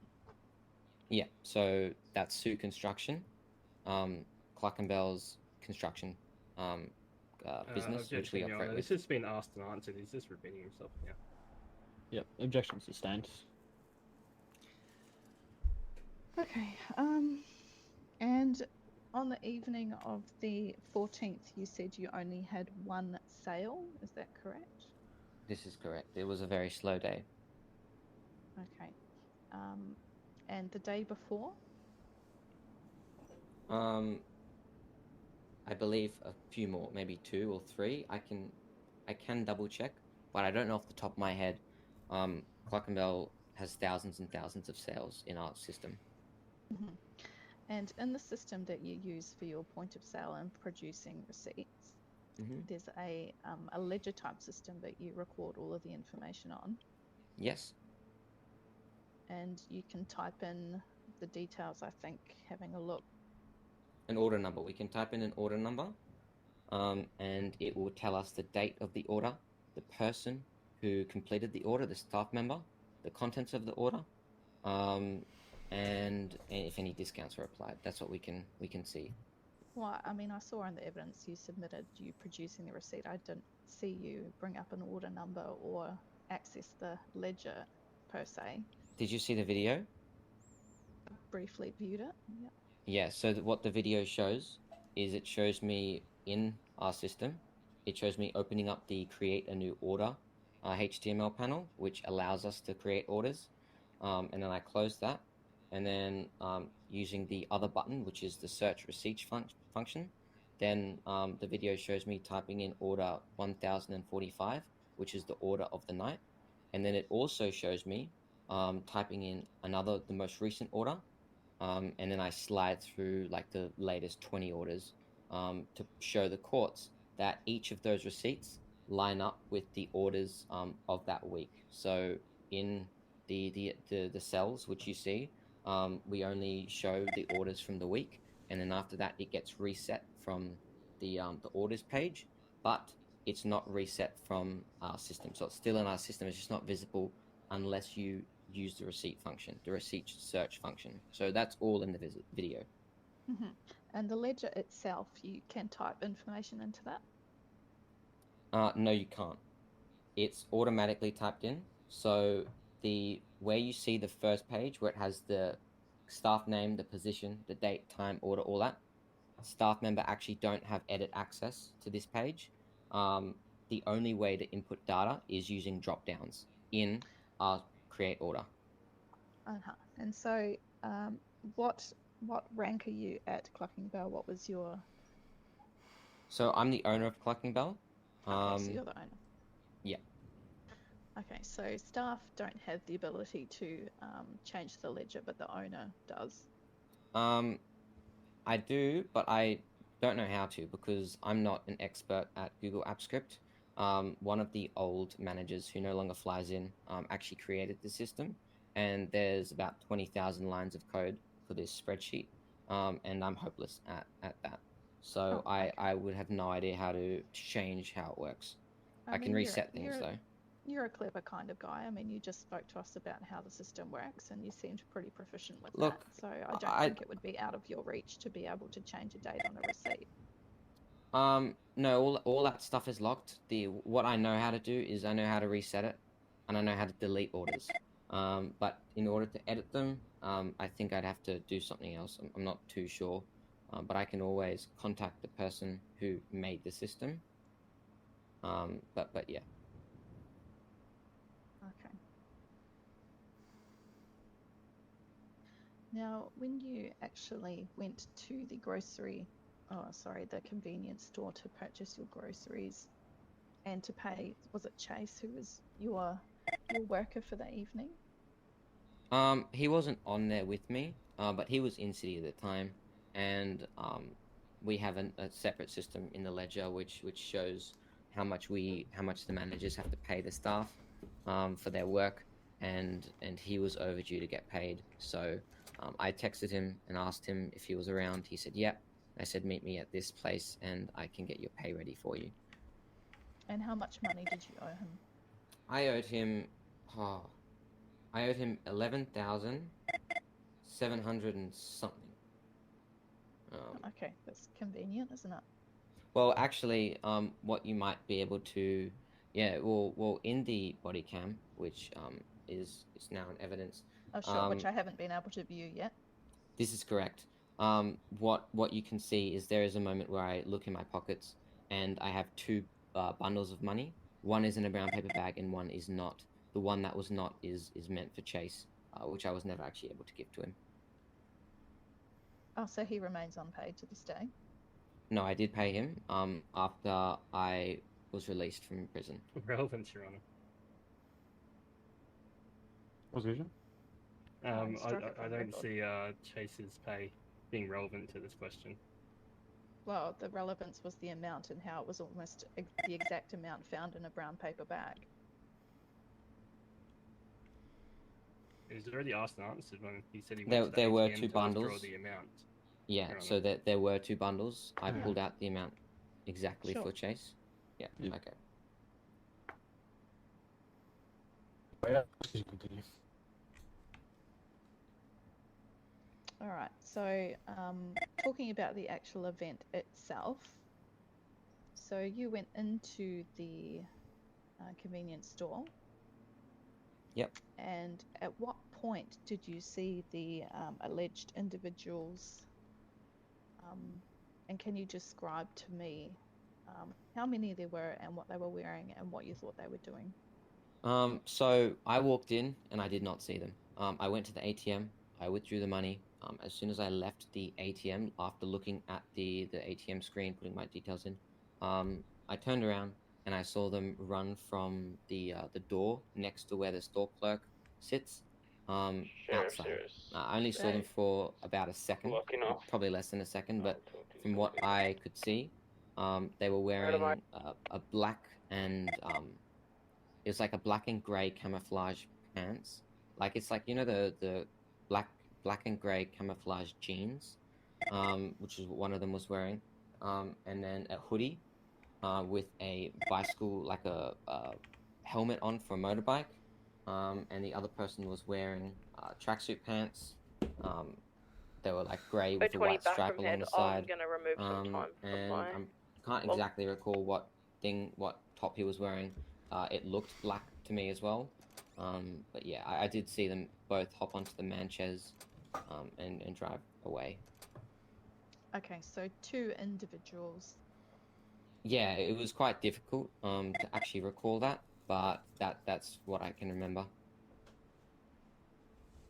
Okay, 2 individuals. Do you know roughly how tall they were? I would have no idea. Were they wearing face masks? Well, like I Yeah. said, one was wearing a helmet, and the other person was wearing a mask. But it was like you know, it was a black mask with a skull on it. Okay, so just like a bandana type thing. Yeah, covering No. the nose and mouth. Okay. And were they carrying any weapons? I don't remember. I couldn't see anything. Okay, so for those who aren't familiar with the postcode 125 convenience store, it is small in size. It's probably about, would you agree, it's probably, if I stand over here, roughly about the size of this area that I'm walking around. It's not a big store. No, I believe it has the same footprint to all the other 24/7 supermarkets. Okay, so they're tiny. Yeah, they are very small. So when you walked in, you claim you couldn't see anyone else in the store. No, well, only Chase. Chase was in the store when you walked in. Yeah, I mean, because I told him where to meet. But I couldn't see the people who ran out from the back. That's actually what I stated before. I didn't say I didn't see anyone. It's just the people Out that I the saw back? run out. I was not out the back. I didn't go out the back. So if there So- were people out the back, I didn't see them. I wouldn't have seen them because where I was in the store near the ATM in the corner. Okay, so when you say out the back, you mean in a storeroom to the side, or? Yeah, so where the people came from, in the back room, that's where I saw them come from. But when I walked into the store, I was not in the back room, so I didn't see them. I walked in, saw Chase, turned right, went to the ATM. After I was finished using the ATM, turned around, they ran out, and Chase was still there. Okay, so presumably Chase saw them as well. I assume so. But he didn't tell me anything. Speculative question, mate. He's not quite Chase, so how can he ask? No, us? yeah, I don't know if he saw him or not. That's true. It's you'd have to ask him, not me. So you saw 2 individuals leaving the scene of an active investigation. Right. So why did you not report that to police? I made multiple attempts, but every time I tried to alert this to the police, they sort of didn't want to hear me, and they were very, very, very firm on the idea that I was the person behind this, which I found very frustrating.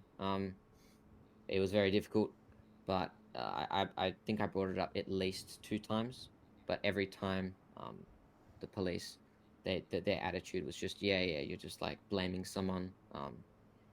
This is typical, you know. It was I think one of the police officers, I don't exactly recall who, but when I brought this up, they're like, oh yeah, and let me guess, they're not here, right? And I said, well, they're not here anymore. And then the police officer responded by saying, of course they're not. So that was the sort of attitude that I got from the cops every time I tried to bring this up. So yeah. Sure. And in your own words, you said that you argued with police officers during this interaction. I did. It was a respectful argument, though. Like it was, I would have to say, firm and blunt, but definitely not disrespectful. It was mainly, sorry, it was just mainly me asking them what their grounds for charging me, because very soon after they arrived on scene, they did tell me multiple times that I was being charged with all these things. So it was very stressful for me, you know, as someone who's never been to jail before. all of a sudden to have police come ambush me. You know, there was like 6 of them, 6 or probably 7 or 8 of them. There was heaps of them, and you know, all telling me, pointing, you know, the finger towards me, telling me that I'm going to receive all these charges. It was very stressful. Oh, I'm sure it was stressful, but at the end of the day, the police were just doing their job by securing an active crime scene. I know, I totally understand. Okay, so at any point did you raise your voice at officers? No. I would say the conversation that I was having with the officers would be similar to the conversation you're having with me now, except sort of the way I was presenting myself was very one-sided. It was like I was talking to a brick wall, because every time I said something, I would get, you know, 6 people saying different things in my face. It was quite difficult, and there were many times where Alicia was getting into my personal space, and I was trying to step back. It was very intimidating. And you can actually see, if you do watch the body cam, which I did submit, the 21-minute and 40-second body cam, there are multiple occasions where I was asking the police why I was charged, and it was quite a disrespectful feedback I got from them, where, you know, they were being quite lippy towards me. I mean, sure, I'd love to say that I could view it. I haven't had the opportunity to view it yet. I've viewed 4 minutes of it. I noticed you were wearing gloves in the holding cell. This is correct. So why were you wearing gloves? Why was I wearing gloves? Well, I did come back from Clerkenwell, as I said, and like I testified earlier, I was in the process of cleaning one of the pieces of equipment before that one person walked in, and I did his order last. I didn't get an opportunity to take him off, but I also wanted to mention that while my gloves were on, the police officer, Joseph O'Connelly, did do a fingerprint with my gloves on, which was very interesting. Well, I also find it interesting that you were wearing gloves that you had been repairing, you know, equipment that is used to prepare food, and then you're wearing that around the city, holding shopping baskets and spreading whatever germs. Anyway, that's beside the point. Well, the gloves I'm wearing were yellow rubber gloves. They are different to our latex blue gloves, which the staff must wear when they're preparing food. This is they're just gloves used for like maintenance. A lot of the machines have grease in them. So yeah, it's just a cleanliness type thing. So just spreading grease everywhere then. I don't recall putting grease anywhere, because I did rinse the gloves off. Objection on the argumentative. Yeah, it's a bit interesting, that one. Sustained. Just move on to a different topic, please, Miss Wood. Yeah, Your Honour, I need time to view the evidence that's been submitted. Of course. Do you have any more questions for the witness, Ms. Walker?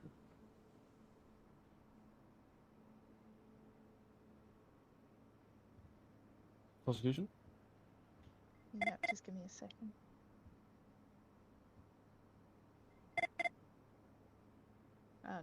No further questions, Your Honour, at this time. But I reserve the right to re-question this witness after I've viewed body cam footage. Alrighty, you're both excused to go back to your benches respectively.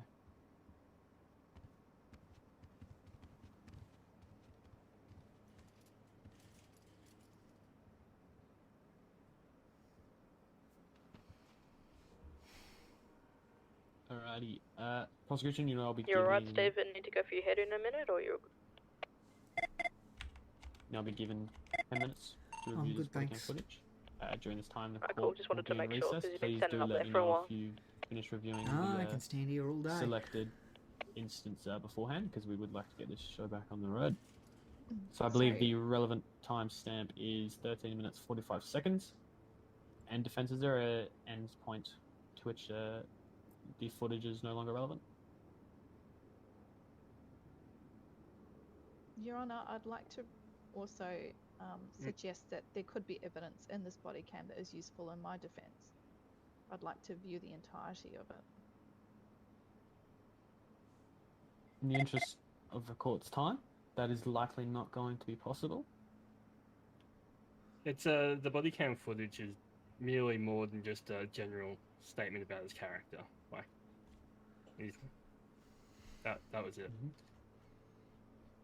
Alright, so to direct yourself, Miss Crawford, I believe it'd be important to start at the timestamp 13 minutes 45 seconds. Watch about 5 to 10 minutes after that. Would that be correct, defense? That being the most important parts of the body cam footage? Yes, Your Honor. Alrighty. Of course, free to observe that footage however you want, Miss Crawford, but that is a recommendation from both myself and the defense. Thank you, Your Honor. Yes, as I said, court will be recessed for 5 to 10 minutes, depending on how long we choose to review this footage. Your Honor, I do have some stat debts to read, which I submitted well ahead, so I could read them. We'll wait until after the weekend footage has been reviewed, just to make sure everything's done one at a time. Okay, Your Honor.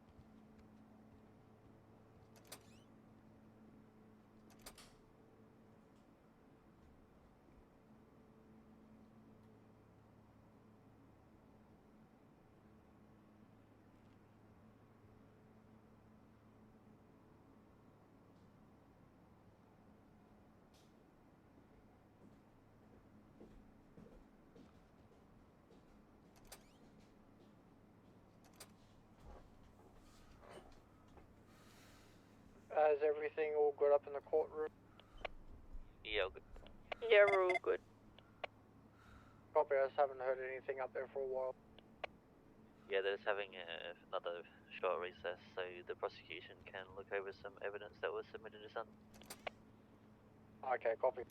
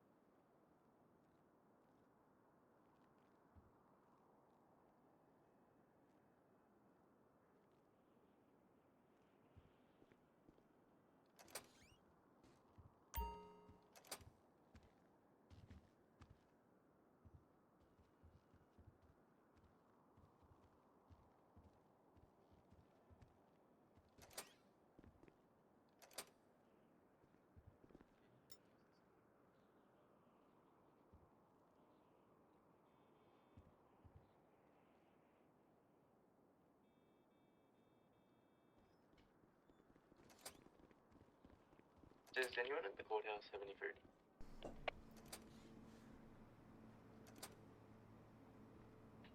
It's a negative. I don't have any.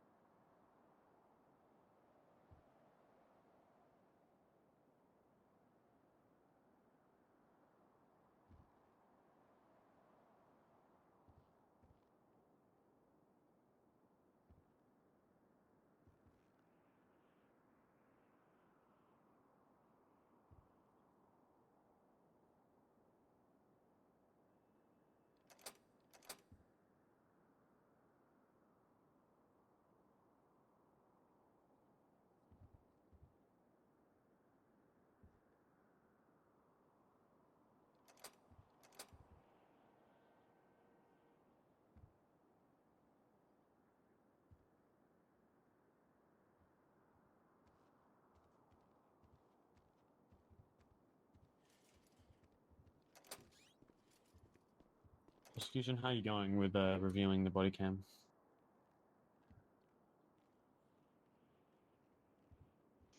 I believe I've seen the issue or the what the defendant wants me to view.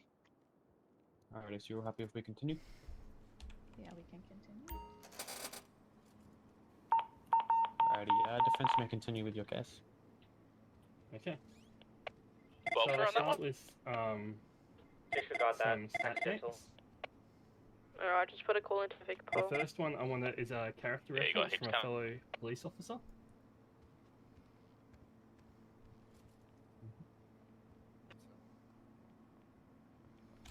Christian Pinzulu Aptiki. I apologise if I butchered your name. So he wrote this on the 5th to the 3rd, 2024. And to whom it may concern, I am writing to provide a character statement for Dwight Clark, whom I have known for Wait, the so past Chet, 4 you're all years. good yet? During this time, I Yeah, have Ephraim, had I the was privilege of observing depositing Dwight some of as my an upstanding items, citizen, and for some reason respected I'm not member sure of the why, but community, it's arrest. and a successful business owner. All good, Throughout just our making interactions, sure I don't want you to be Dwight hurt. has consistently exhibited qualities of integrity, responsibility, and compassion. He has actively participated in community initiatives, demonstrating his commitment to making a positive impact and contributing to the well-being of those around him. One of Dwight's most admirable traits is his excellent attitude and cool-headed demeanor, especially in moments of conflict or dispute. He approaches challenges with level-headed perspective, seeking resolutions through constructive dialogue and mutual understanding. His ability to remain composed and rational has been instrumental in diffusing tense situations. Importantly, I've never witnessed any signs of violent tendencies or aggression from Dwight. Instead, he consistently prioritizes diplomacy and peaceful conflict resolution, reflecting his dedication to maintaining a safe and respectful environment for all. Additionally, I've never known Mr. Clark to engage in verbal abuse or the use of demeaning language towards Just others. waking us all up, aren't you, Chet? Consistently, communicates and respect Yeah, apparently he's trying to wake us all up from the fostering a slumber in the positive, courthouse. inclusive atmosphere Pretty much. in all his interactions. It worked. In summary, Dwight Clark I know, right? is a person It also woke of Vic Paul up, I exemplary reckon. character I who has reckon earned it the did too. respect and admiration of those who know him. His integrity, professionalism, and peaceful demeanor make him a valuable asset to our community and business landscape. Sincerely, Christian Kinsley Tizaki.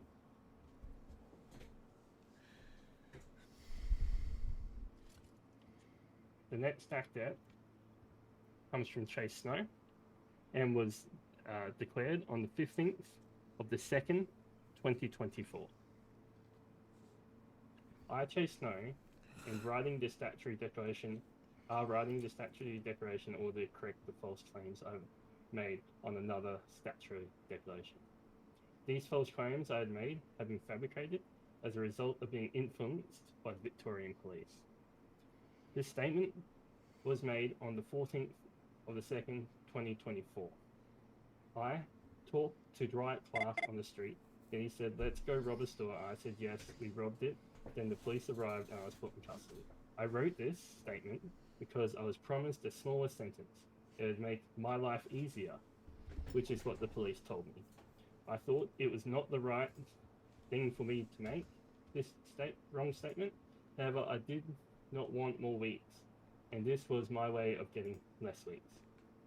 I was only charged with 30 weeks and attempted armed robbery. It was going to be worse if I did not make this false evidence for the police to have. The truth is that neither Dwight or I robbed the store. We were just in the wrong place at the wrong time.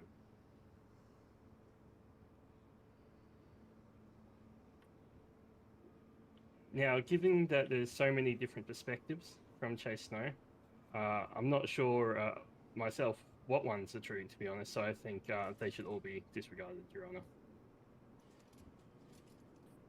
Saying both stat decks should be stricken from the record? I think, yeah, all stat decks from Chase Snow should be stricken from the record. I just don't see how, Well, we don't know what one's true and what one's not, Your Honour. Prosecution, anything to say to that? I mean, I'd like to keep them in evidence so that I could use them if I need to. Alrighty, that'll mean that the courts will have to conduct an independent review of both stat decks and come to a decision on which one is held as truthful regarding the circumstances in which they were both signed and made, as well as any deals that may have been made regarding the stat decks, but they'll be conducted at a later time, but after the defense's case. Mm-hmm. The next point of evidence, I'll just gloss over it, is the receipt, which we went through before. I'm not sure if there's any questions revolving around that, but if not, I'll continue to move on. Go ahead. Am I asking questions? Are you asking me? I was just pointing it out there whether any more clarification around the receipt was needed. No, I mean, I think that your client has said that workers are unable to manipulate the ledger, but owners can, so it's fine. Okay, so the next point of evidence is from the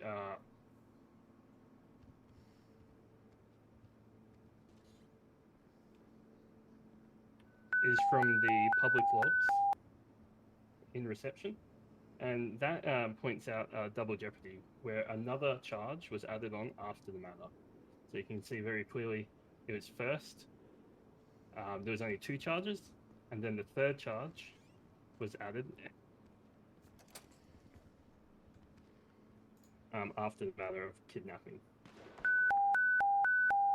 He was already charged, so I just thought I'd bring that up.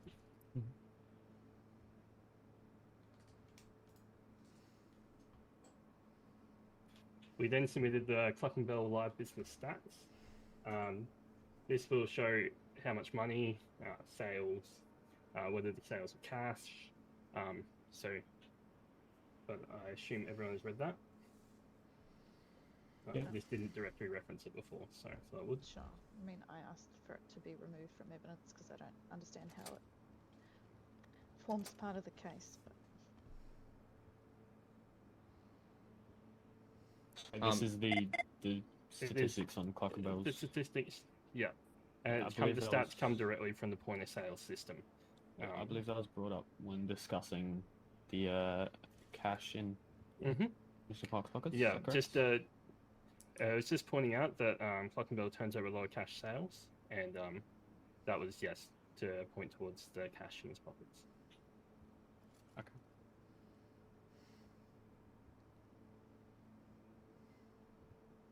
Okay. Your Honor, would I be able to bring up a point? If you wish, yeah. Yeah. Look, I know it's not very common for me to bring points, the defense points up because I have my lawyer here. But I would like to let the court know that both myself and my lawyer has been working very hard on this case. And I, many years ago in this city, back in 2021, I did work as a private legal solicitor. relevance? Objection. So the reason I'm bringing this up is just so the court can establish some credibility before I bring up a few defense points. Make it quick. Okay, perfect. Well, look, in my time, I've worked in the legal space quite a bit, and I wanted to bring up one precedent case law. So this is a previous case heard in the Supreme Court of Victoria. This is public records, and the case is very similar to this matter here. And the reason I'm bringing this up is because I'd like to show the court, explain to the court what happened in this case and how it's relevant to this case. So the case law I'm referring to is DPP v. Hamilton 2011, 244 CLR. In this case, paragraph 4, where it lays out the material facts, this case revolves around 2 police officers who were called on scene to a restaurant, and one of the workers in the restaurant has alleged that to the police officers that there were 2 people who dined, and then. Objection narrative. Can we just get to the point, please?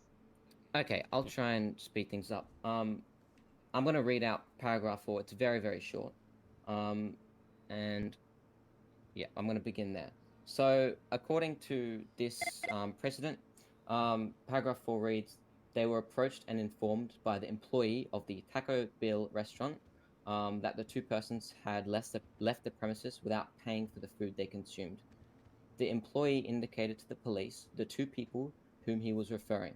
Senior Constable Gibson aligned from the police vehicle and spoke to the respondent and another person who was with him.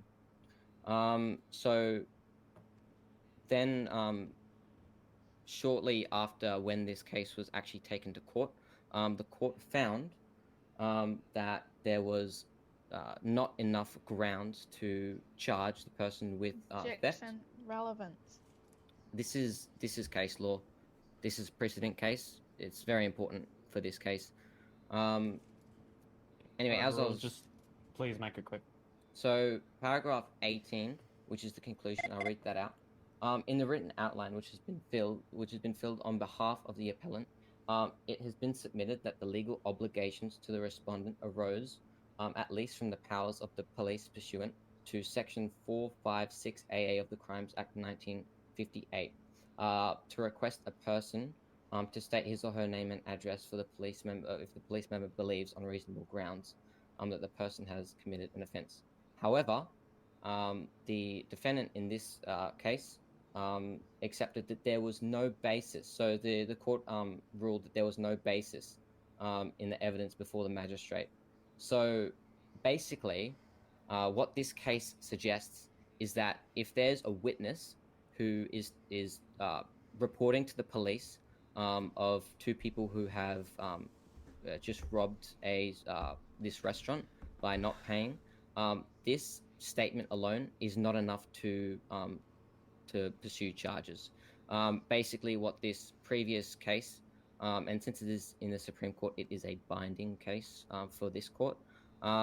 What it is suggesting is that while this information that the police had is enough to begin an investigation, it is not enough to bring charges towards a person. And I think that's very important for this case because here, the police officers received an alert from their system. And from this alert, they moved to the store. And when they should have began their investigation, they decided to charge the 2 individuals closest to the store at the time. So this is quite a breach of the procedures which the police must carry out, which is why I think this is very important to consider. This case is very very persuasive, and here it confirms that the mere presence of an alert is considered he said, she said, and is not sufficient to pursue charges.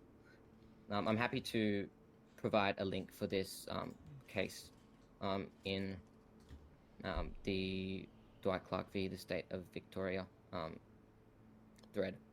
I've just put that already there for Okay, Internet perfect. sex. It is in the public domain. Oh shit. Yeah, so it wasn't part of Discovery.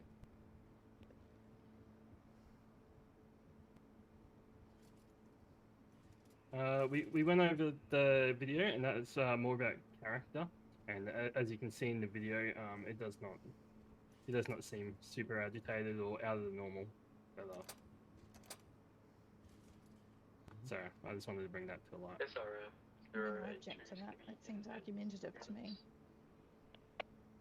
Sorry, can you just repeat what you said, Defense, just a second? I said How many that people his, do we have downstairs character at the was moment? not out of the normal. You got myself, J. Michael, and Miles Jackson. It is perfectly normal Go get to question one of you when upstairs, you're in the please. cells and ask for IDs and why you might be there. And Yeah, one would Roger. expect the police would provide that. Would you information like to I'll send someone Jackson that up? you're looking up. Yeah, just anyone, just to help, say, guard the door. So that video objection just overruled. That's reasonable. So it just shows his character, and that he wasn't losing his mind. You know, he wasn't swearing and smashing stuff. So. So F092 will be heading upstairs. Alright, anything else Thank to add you. for your case defense? I'm done, you man. You're on. Could I bring up one more thing really quickly? Super quickly. So for the charge of kidnapping, as my lawyer has already shown the court, this was a charge that was placed upon very late. And I did testify earlier that this was about 5 minutes before I arrived in the MRC. What I wanted to bring to attention is that this, the charge of kidnapping is breaching the fruit from a poisonous tree doctrine, which is the American legal principle, but it is valid in Australia under the Evidence Act, Section 138, where it says that any evidence illegally obtained cannot be basically administered. And the reason this is that the lack of grounds to charge. Objection. Just let him finish, please. So the lack of grounds for the charge of armed robbery, what that sort of shows is that the kidnapping charge was just placed upon myself at the end, because I was charged with armed robbery. There was an assumption. The police officers made an assumption that in order for me to rob the store, I had to have kidnapped the store clerk. But because there's insufficient grounds, then yeah, this evidence would not be Jackson, sufficient. Your Honour, when you are robbing a store, you are actively holding someone against their will, and that is classed as kidnapping. What I'm saying I is believe that is too broad of an assumption to make for every circumstance, and it'll be up to a case-by-case basis for the prosecution to prove that the defendant was indeed holding someone hostage.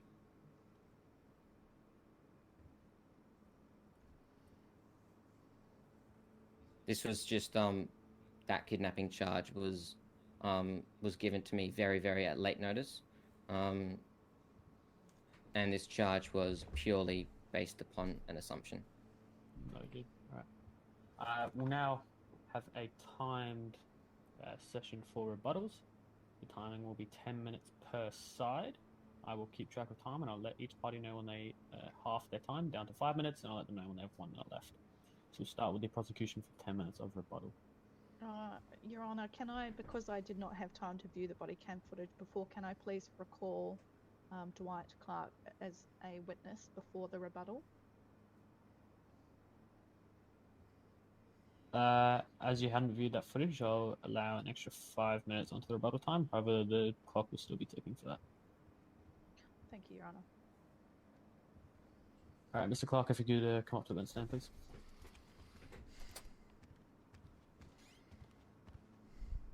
Alrighty, Mr. Clark, you're still held under the same oath that you proclaimed earlier today. Is that understood? Yes. Alrighty, prosecution, your witness. Thank you, Your Honour. May I approach the witness bench? Yes, you may.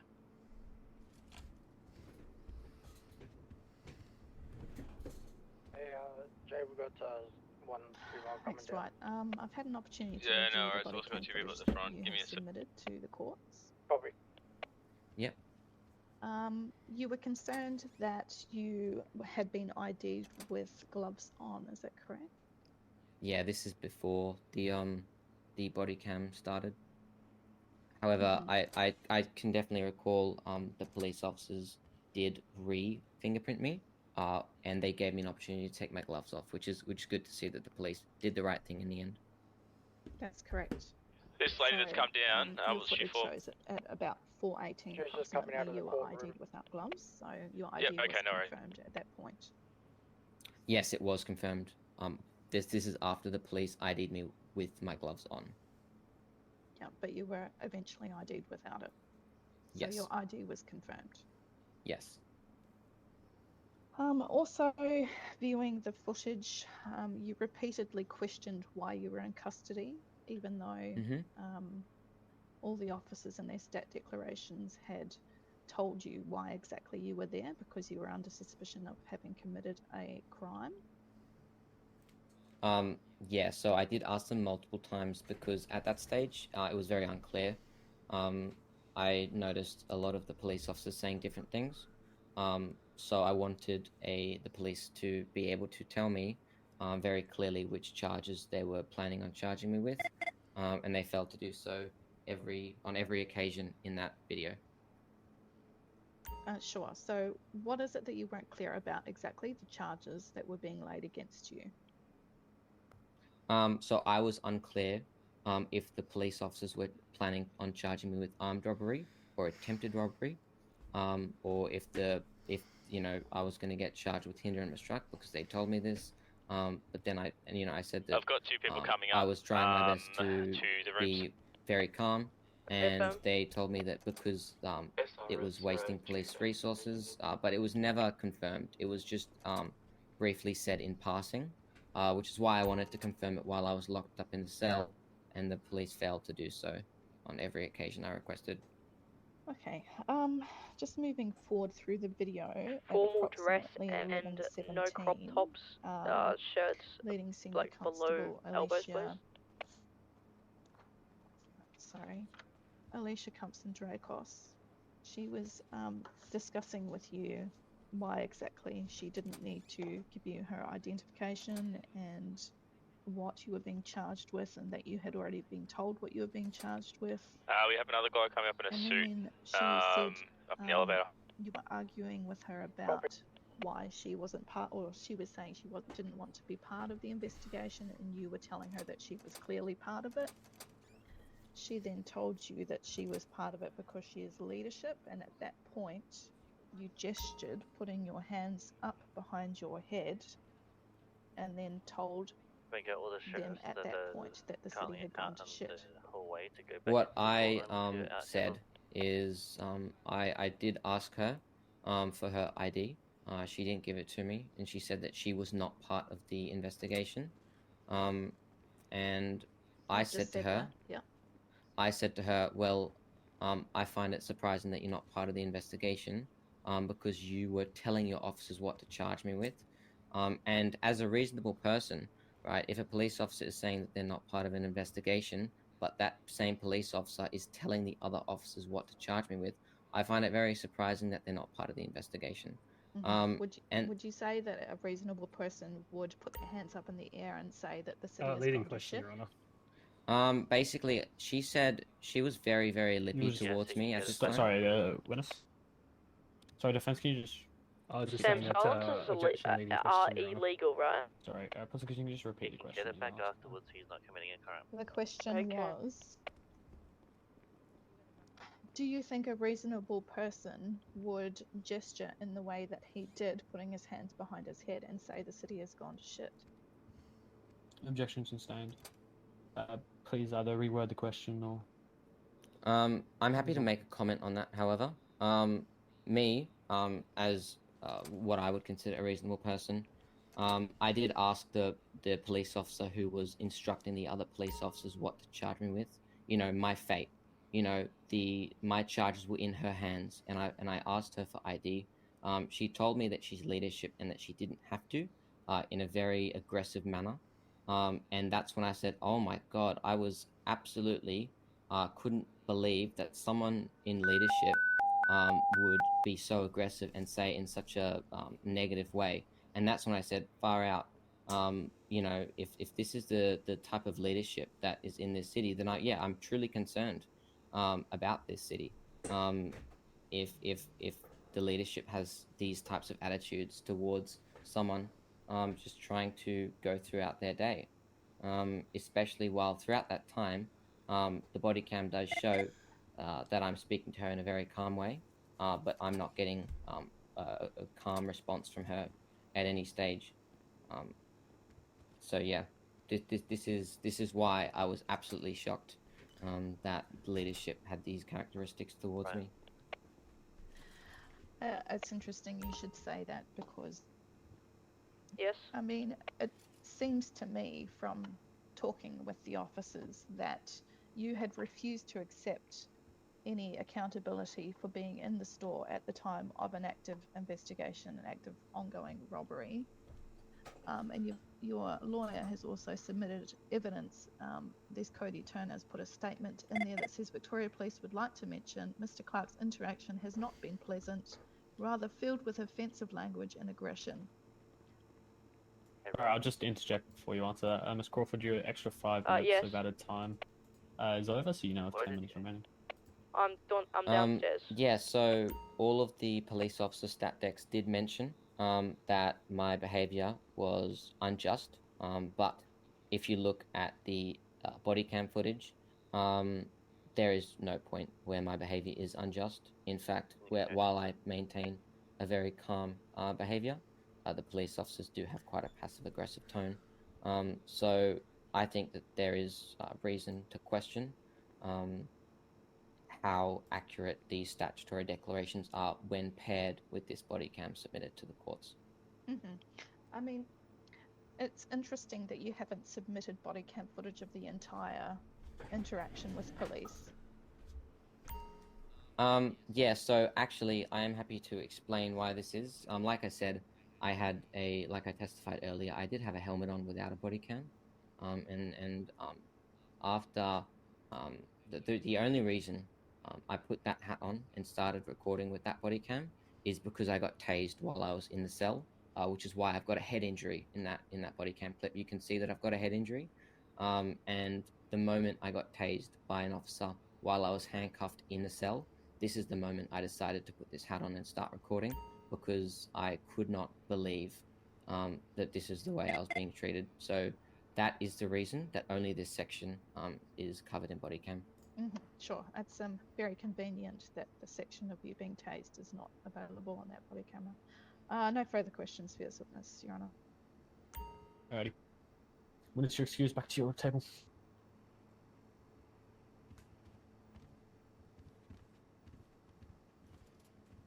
Alrighty, Miss Crawford, you have 9 minutes left exactly of your rebuttal, so please continue.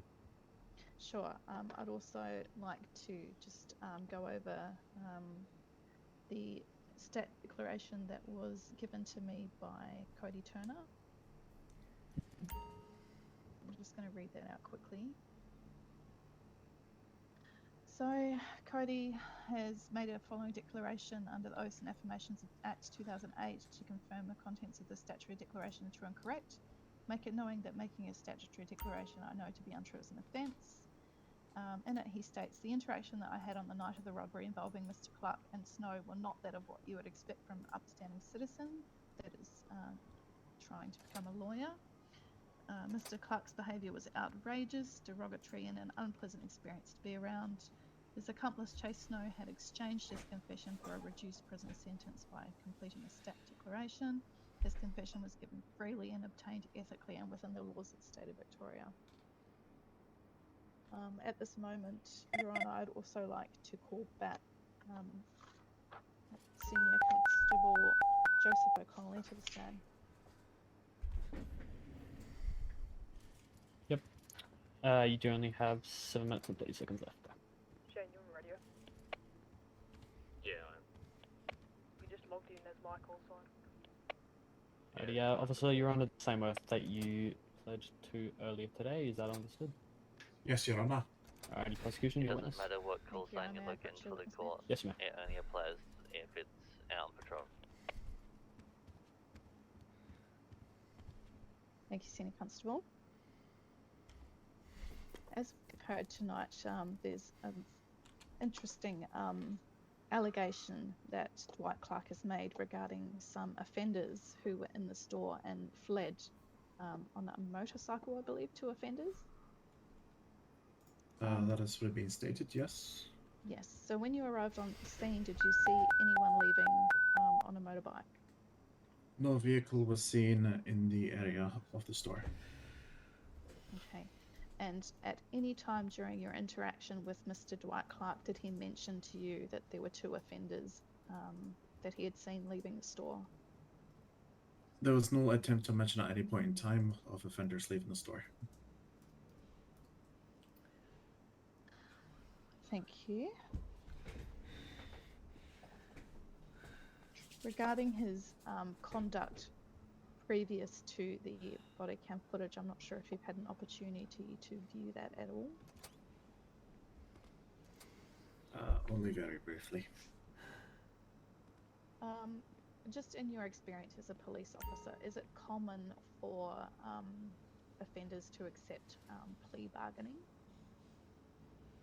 There's definitely offers that have been made previously in the past. Such pleas bargaining is ethical and allowed within Victoria Police. It is to help us crack down to the source of what has truly happened. Sure, so it's not uncommon for, say, one offender to receive a lesser sentence if they provide evidence that something has happened. Definitely. It is a. I would have a classed as an uncommon occurrence. Does not happen on the daily, but it's not unheard of.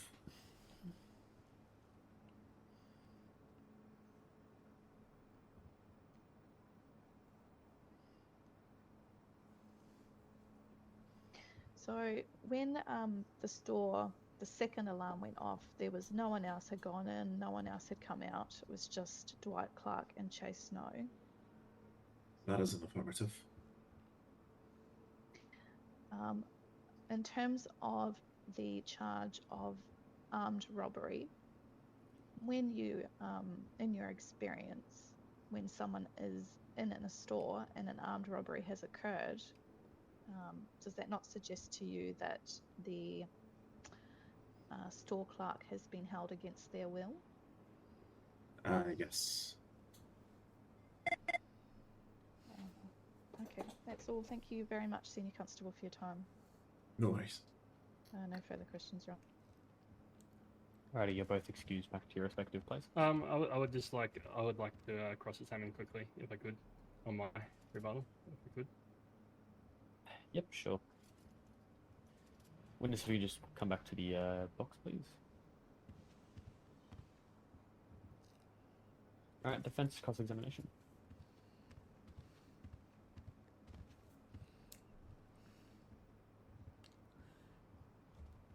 So, you said that they're normally guilty. Was that the terminology that you just used? Could you rewrite that for me, please?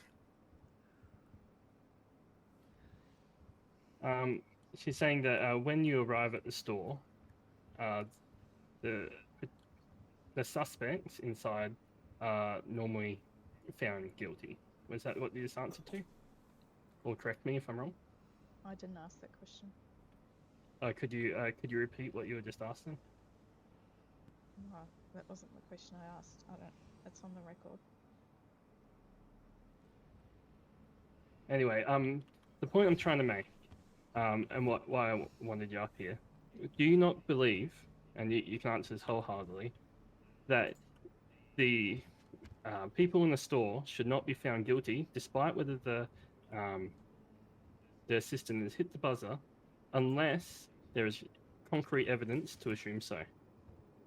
Because that buzzer could be bumped. There's a myriad of things. What is your speculation on that? With the evidence that was provided to me at the time of the alleged offense, I believe that I had enough grounds to give the defendant their charges.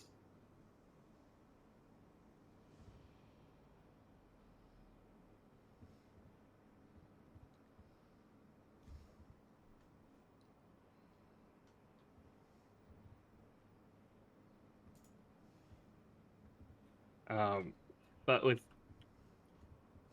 you can't say that, are they not innocent until they're proven guilty?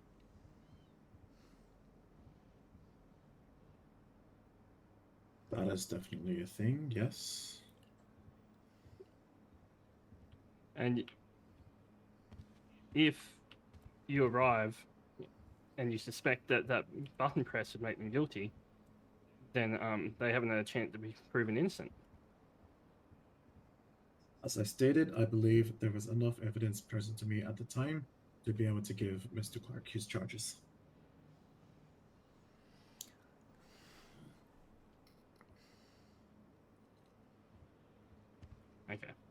Thank you. Alright, witness, you're excused.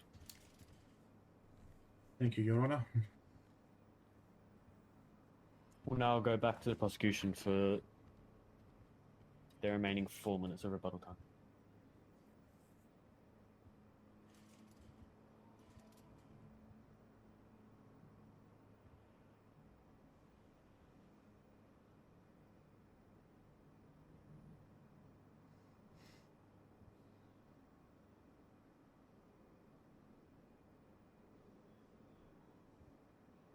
Prosecution? Yeah, sorry, I'm just trying to have a last look at this evidence that I have in front of me to see if there's any other questions I have. Alrighty.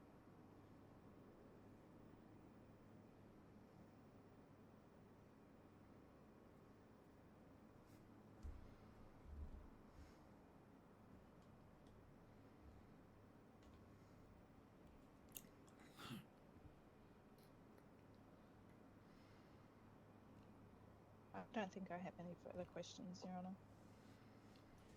Would you like to use up the rest of your rebuttal time?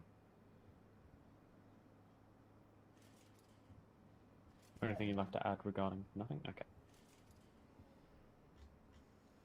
Defense, you have 7 minutes remaining of rebuttal time at your disposal.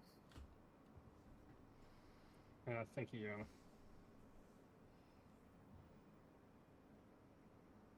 The defense, is there anything else you'd like to add regarding anything the prosecution has said or anything else? I'd like to bring up the most recent stat deck, which I believe was signed yesterday, which they submitted. I just want to draw attention to the date of which it was attained, and the date of which all the rest of the evidence was attained. It seems very late for a stat deck, and I feel like accounts of the event may have faded by then, given the large amount of time between when it was written and when the event took place. Objection, Your Honor. Yep, on more grounds. I'm sure the events of the police officer are no less faded than that of the accused. Noted.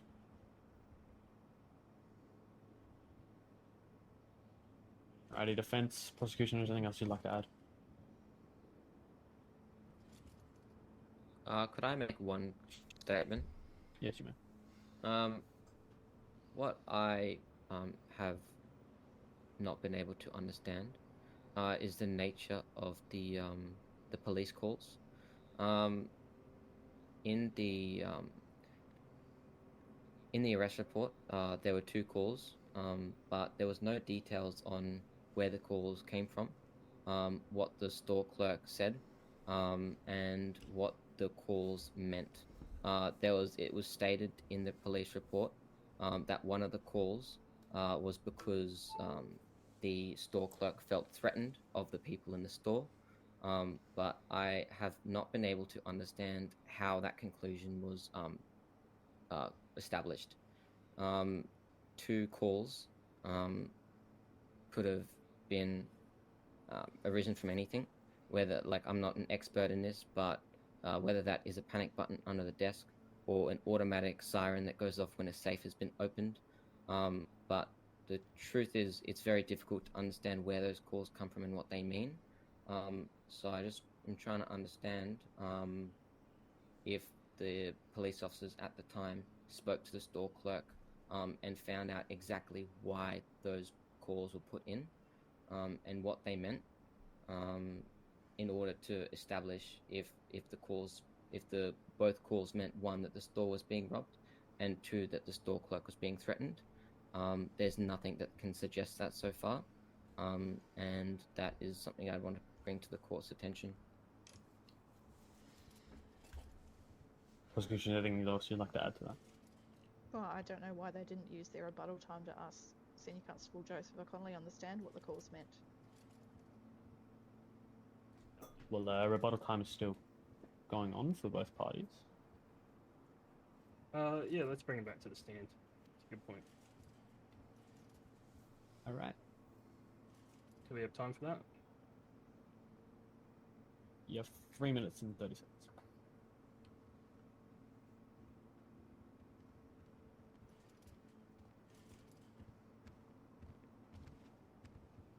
Alrighty, still under oath. City Constable and your witness. Defense. Okay. Would you please explain what this emergency Sam, I don't know alerts? if you know about this. Someone Me? with a warrant has just come up. It's a sheriff warrant. Do we call Victor to come sort him out once he exits the building, or would you? Would you be able to explain what those calls meant? Stand by. So when it comes to Right, he's already up there. 450s, He's also wearing the known as beige shirt and the stores, suit. when specifically when it got comes to His name's stores such Jake as Carmen. LTDs or liquor stores, there are two different types of calls that come through. We want to of which we are detain able him. to Like, what do we ascertain want what to the do? proper situation is. We do have specific calls for when the safe is being actively attempted to be broken into. Okay. I would like to up point. in the courtroom Sorry, at the moment. I just want to but do we want to specify a detain bit him and closer sort the warrant because out, we're or lacking time. If that's call okay with you. Victor? Mm-hmm. Okay, in your report you say the following, I quote, panic button being pressed by the clerk behind the counter, result of being actively Hey, threatened on by the suspect on the inside system, store. how do you know if the My warrant's question been to you is, actioned or how not? can you 'Cause it confidently still just comes say up as a warrant that under due his to the criminal panic button history? being pressed, this Hold on, equates give to me the a second, people inside If are the guilty warrant's like or been threatening actioned and of someone's done threatening the something clerk. about it, Big Paul remove it. It's that guy Can that be that with the reworded beige for me, shirt there. please? From the report, I believe, if I'm not mistaken, please correct me if I do. You get panic button being pressed by the clerk behind the counter. It was in your report, so I imagine something like that comes in over the logs. But how can that equate to the people inside being guilty of being threatened by the clerk?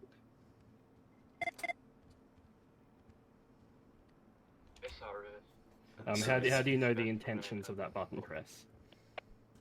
So we have two very distinct calls that come through for Code 15s, as I've tried to explain. The first one, which is the one that was initially being responded to, was a call regarding the safe being broken into. And the second call that comes through is distinctly worded differently through our CAD to let us know that the clerk behind the counter is being actively threatened. Minute left. And would you say that it is common for the clerk to be taken hostage? I Yes. haven't heard of that personally. Yes, it is I very wasn't common aware that was a for. thing. Yes, it is very common for clerks to be taken as hostage for store robbery situations. Okay. Thank you. Alrighty, witness your excuse.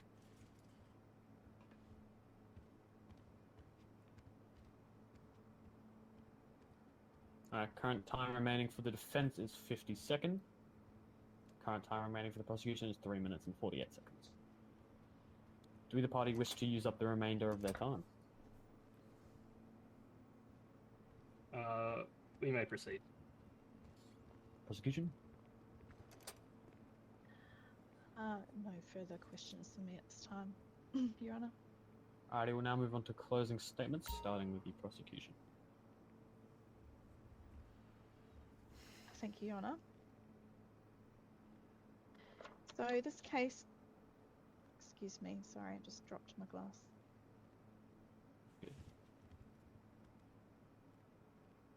This case comes down to a few important facts.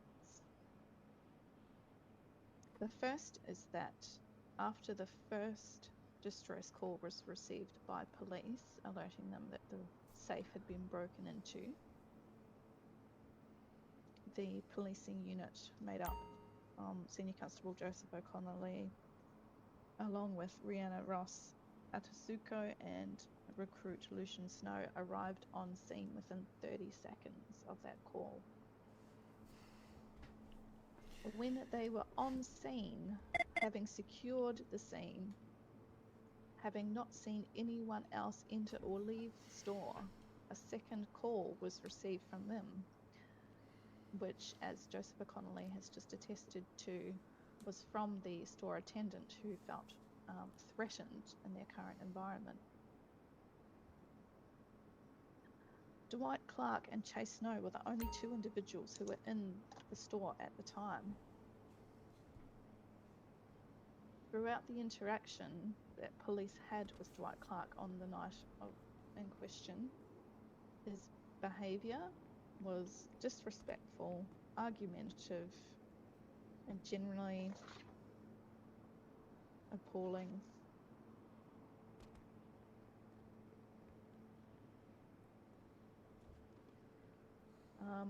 We have proven that the torch heavy duty can be used as a weapon, and it is that of the opinion of the OPP that that was the weapon used to threaten the attendant in the store. We've also proven that Dwight Clark had cash from the store in his possession in a brown paper bag. They were marked bills, and the bills were traced back to the convenience store. Mr. Dwight Clark will have you believe that he had that amount of money on him because of a transaction that occurred at Clerkenwell store on the night in question. But he also admitted under oath that while staff cannot change the ledger, he has the ability to do it.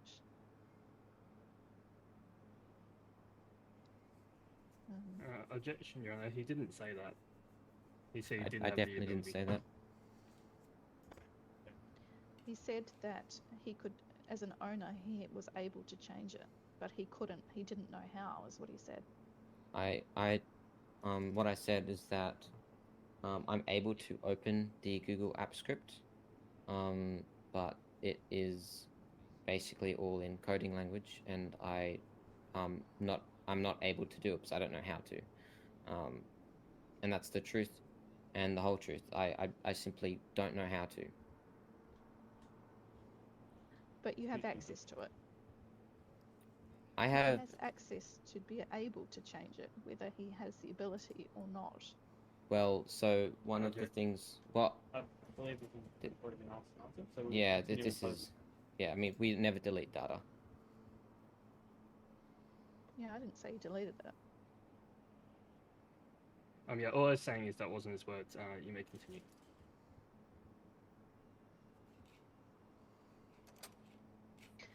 Throughout the entire interaction with Victoria Police, he failed to mention the fact that there were two offenders who allegedly robbed the store before the police arrived. And as we have heard, Senior Constable Jasper Connolly can attest to the fact that he did not see anyone in store nor heard the defendant discuss any individuals during an active police investigation. It's for these reasons that, and the evidence collected, we believe that Mr. Dwight Clark is guilty on all charges. And the prosecution rests, Your Honour. Thank you. Defence, your closing statement, please. On Sponge 20 for offence. As we come to the end of this trial, I urge you to remember that evidence and testimony is presented over the past few hours. My client, Dwight Clark, stands accused of armed robbery, kidnapping, and hindering and obstructing police, but the prosecution has failed to provide substantial proof of his involvement. The prosecution's case is built on shaky ground. They have not provided any direct evidence linking my client to the crimes. Instead, they rely merely on his presence at the scene. Well, there is evidence. That's up for me to decide after. Sure, but he's being argumentative, saying there's no evidence. He's well within his rights to say that. But please continue. Presence alone does not equal guilt. My client was in the wrong place at the wrong time, and for that he should not be wrongfully convicted. The grounds for his arrest and the decisions made by the police on the night of the incident breach Victorian state law. We have heard a number of points tonight, such as witness statements. We have had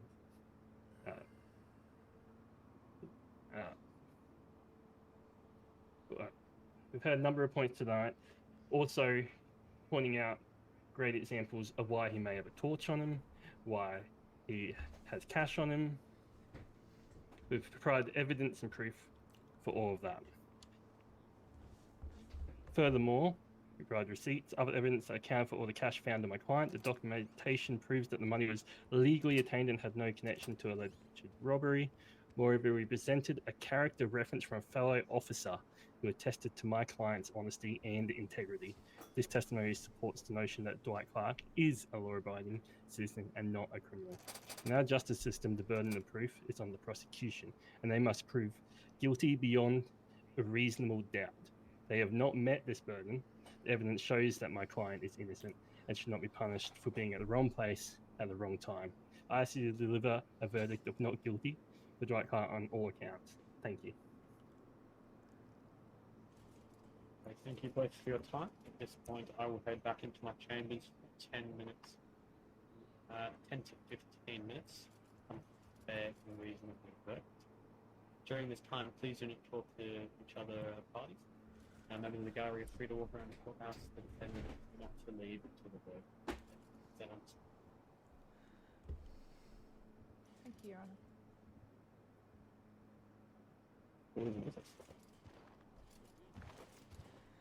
Oh, I know your voice box is playing up, by the way.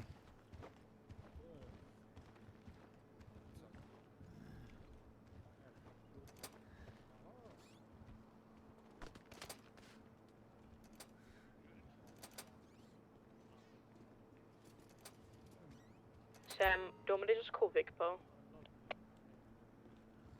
Just... Yes, please.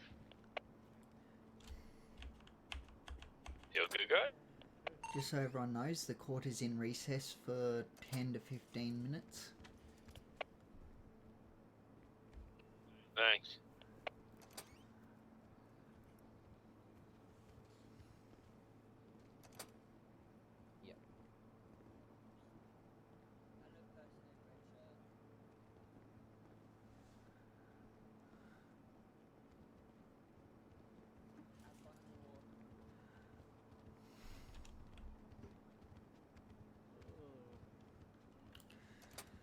Oh dear.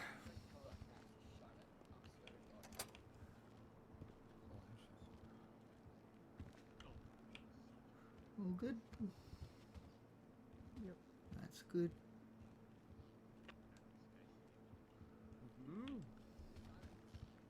Excuse me? What?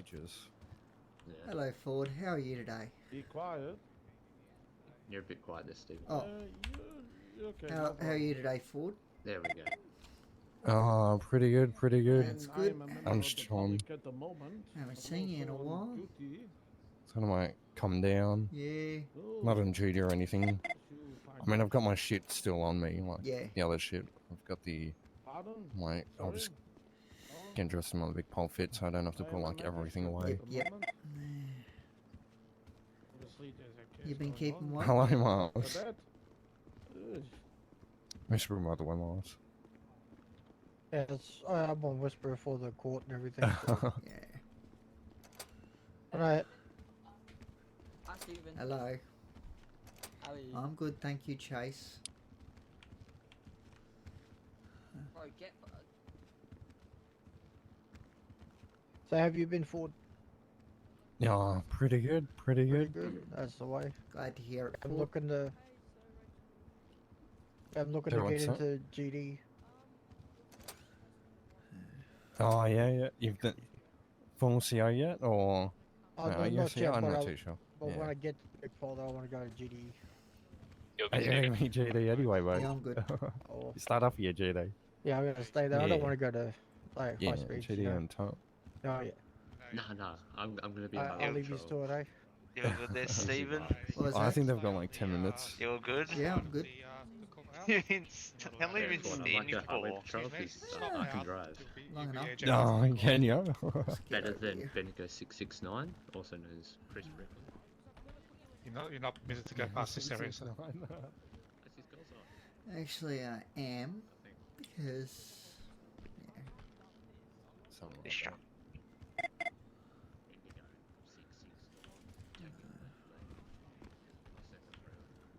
Straight to approximately 140.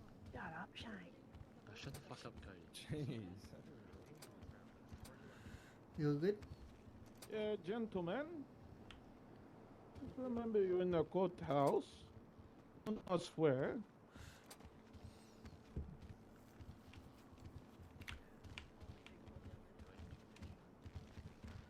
Hey, I've got the police officers coming up to you. Is that right, Sam? Yep. Okay, they're in the court, so we'll see you in a minute. Alright. How you going, John? Doing okay? Yeah, I'm okay. That's good. This has been a very long case. Yeah, I saw you shaking your legs. Yes. Yeah, been sitting on my bum all day, you know. Yep, yep. Yeah. Yeah, you got to get that blood you moving Mr. through your Bums? legs. Oh, yes. Yeah. How you been? Oh, yeah, all right. Yeah. Ah. That's why you got to have a lot of stamina for this job. Oh, yes. Yeah, my apologies, Stephen. I didn't know you were talking to me, but yeah, I'm doing good, Yeah, mate. How are it's you? good. I'm good, thanks. That's the way. Oh, sorry, sir. I'll move up for you and. Thank you. No problem. About that. It's okay. Learning anything, John?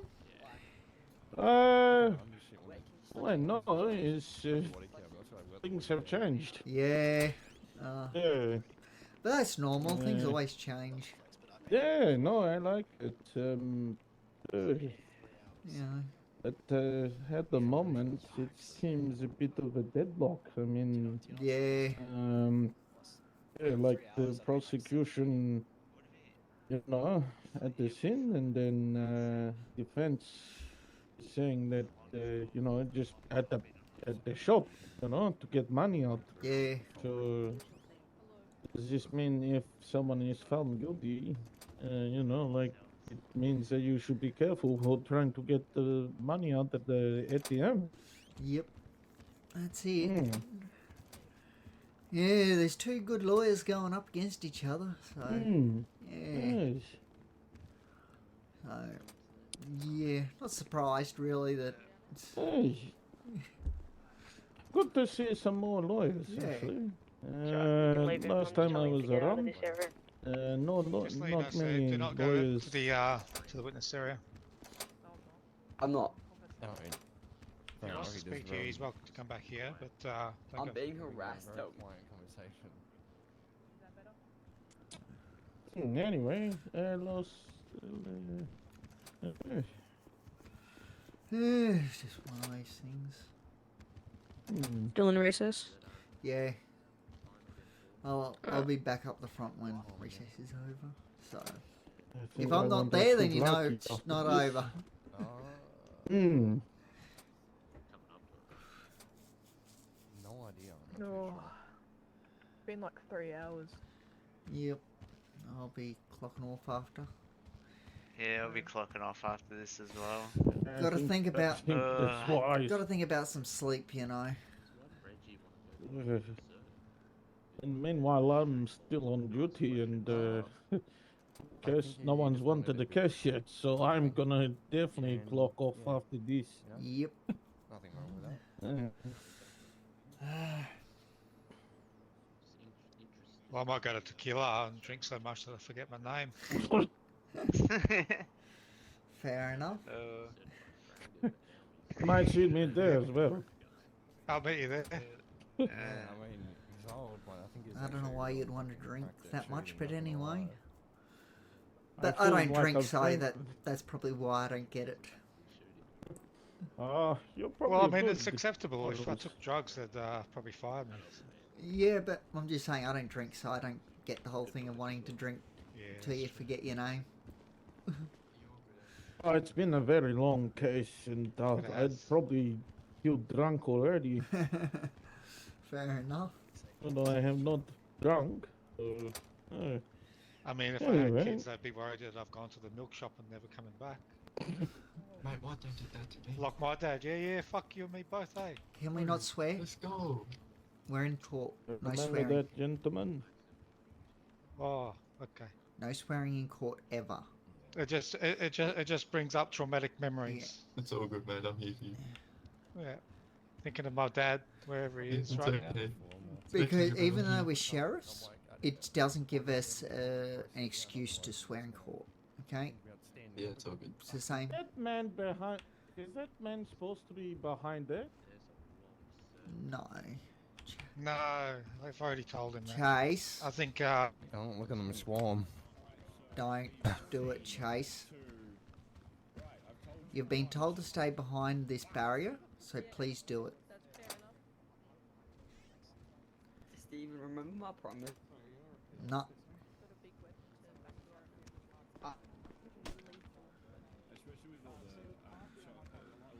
Almost fell for you there. Is that Reggie though, you know? Lots of people make was promises a to bit me, tricky. including that they're going to shoot me when they see me out of the MRC. Yeah, that was my promise. Okay. Did you hear that, Yeah, Ford? but when are you allowed the MRC? What's that? Did you hear that? He apparently wants to shoot me. There you go. So you know if I get shot, who did it? To be fair, we need a bit more evidence than that. Yeah, true. Yeah, but- and you just said I'm a lots of witness. people want to shoot you, so. I know, it was just a joke. Yeah, you don't Yeah. need more evidence.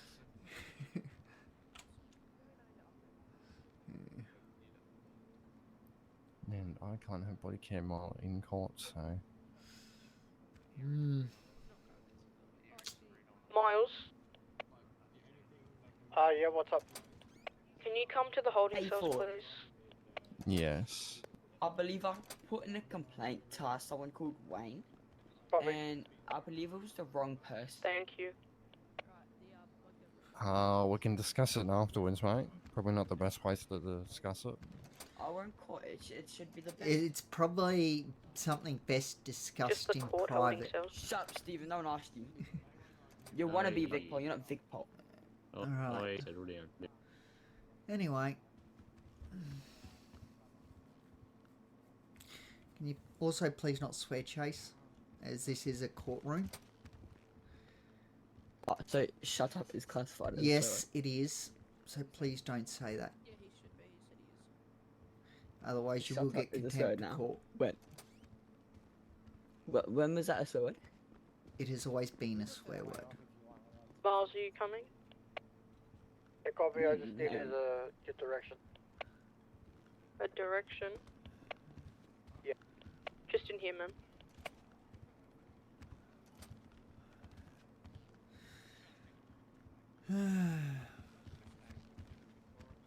You okay, Mr. Palm? Yeah, just Chase. Mm, Sounds about right. He just wants... Apparently he wants to shoot me. Just like, okay. did he say he wanted to shoot you? Yep.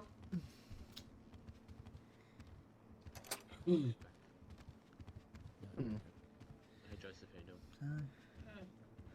It's a threat I receive very often, actually, from various people. You shouldn't. You should not deserve to put up with that. Yeah, well. People reckon once they see me out of the MRC, they're going to shoot me. Hmm. I don't know why people want to shoot me, but anyway, I better go up front.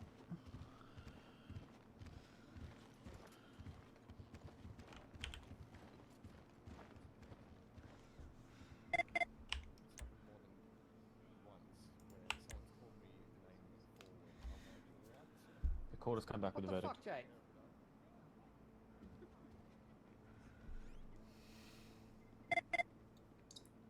I gotta do my job. Can the people in the cells please be quiet?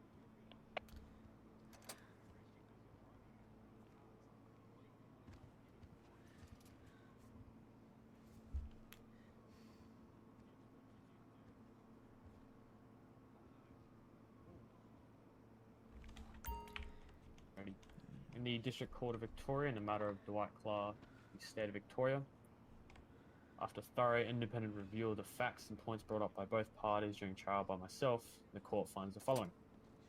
The court acknowledges the claims made by the prosecution, finding that the interpretation of the events is Can we get reasonably Chase assumed to be that of a criminal off nature. his iPad? That being said, the Victorian gone police off officers it. were well within their rights and abilities to conduct the investigation as they did. Point 2. The officer's behaviour while the defendant was in the cells was found to be unsatisfactory and did He's not still reflect floating his hand. that explained by the prosecution. Take it off him. Furthermore, the same can be said regarding the defendant's behaviour while being held in custody of Victorian Police. The statements made by the prosecution's witnesses and the prosecution himself has been found to be misrepresentative of the average person's reaction to the actions of Mr. Clark. In terms of the reasonable doubt that Mr. Clark indeed committed the offences, there is significant doubt that the actions of Mr. Clark was criminal in nature. The point in that Mr. Clark was found with the money in a paper bag, alleged to be stolen, is acknowledged. However, the counterpoint made by the defence to the images of the Clerkenwell ledger and the receipts provides reasonable doubt that the money obtained from Mr. Clark's pockets was obtained legally from a paying customer. Attached to this point, the prosecution's witnesses and the prosecution themselves, when questioned on this evidence point, did not provide enough evidence to suggest that the mens rea element of the offences was applied. For the charge of kidnapping, the prosecution and its witnesses provided no evidence other than it is assumed that when someone robs a store, they have to take the clerk hostage. Can we get and that Chase is very off the common iPad, for the please? clerk to be taken hostage. This alone is too broad of an assumption to apply to every scenario regarding this, and more evidence would need to be shown to warrant the charge. Furthermore, on this charge, once again, the mens rea element was not mentioned at all by the prosecution nor its witnesses. For the charge of armed robbery, the prosecution has made a case viable of guilt. However, the defence has sowed significant doubt that Mr. Clark would even be the type of person to commit such offence. Secondly, the defence also provided doubt that Mr. Clark was the individual responsible for the alert from the store to Victorian Police. They also provided case law which dictates that the presence alone of an individual inside an area where an alarm/notification was given to police was not sufficient enough alone to provide guilt beyond a reasonable doubt. As such, the court finds Mr. Dwight Clark not guilty on all charges, and as such, the following shall be applied. The charges listed against the appellant are to be removed from their record. The appellant or their legal representative is required to formally request this reduction from the government attaching this order. Number 2. The appellant is entitled to compensation in the sum of $800,000 for compensation of the charges and standard compensation chart, as agreed upon by the court. A request for this compensation should be submitted to the court at the appellant's earliest convenience. Number 3. This order is to be recorded as part of the official court records. Any deviation from the terms of this order is subject to court review and possible sanctions. And finally, any questions or queries regarding this order should be directed to a judge or registrar of the District Court of Victoria. This order is authenticated on the 30th of June 2004 at approximately 11 o'clock.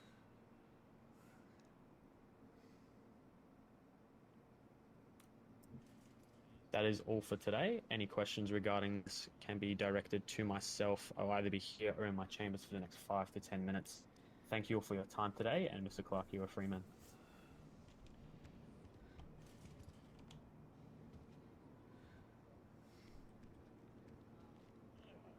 Thank you, Your Honour. Thank you. Also, please note that order in its entirety will be submitted to the case file for your viewing and for submissions.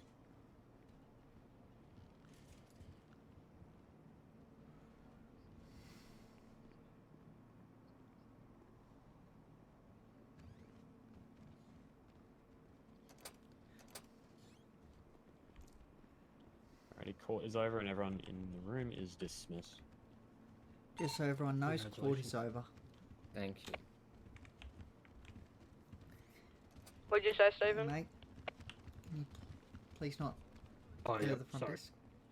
Yeah, I'll wait.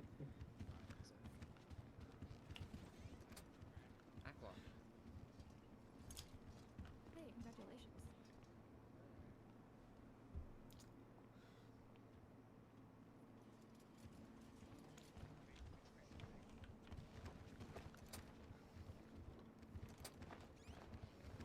Alright, I just had one quick question regarding legal fees. Can we apply for the prosecution to pay, or you didn't mention? Highly unlikely. It is rarely ever given to anyone. Okay. Yeah. Oh yeah, I just wondered that. Yeah. All good. Oh well, you did fairly well. Judge, can I have a chat with you?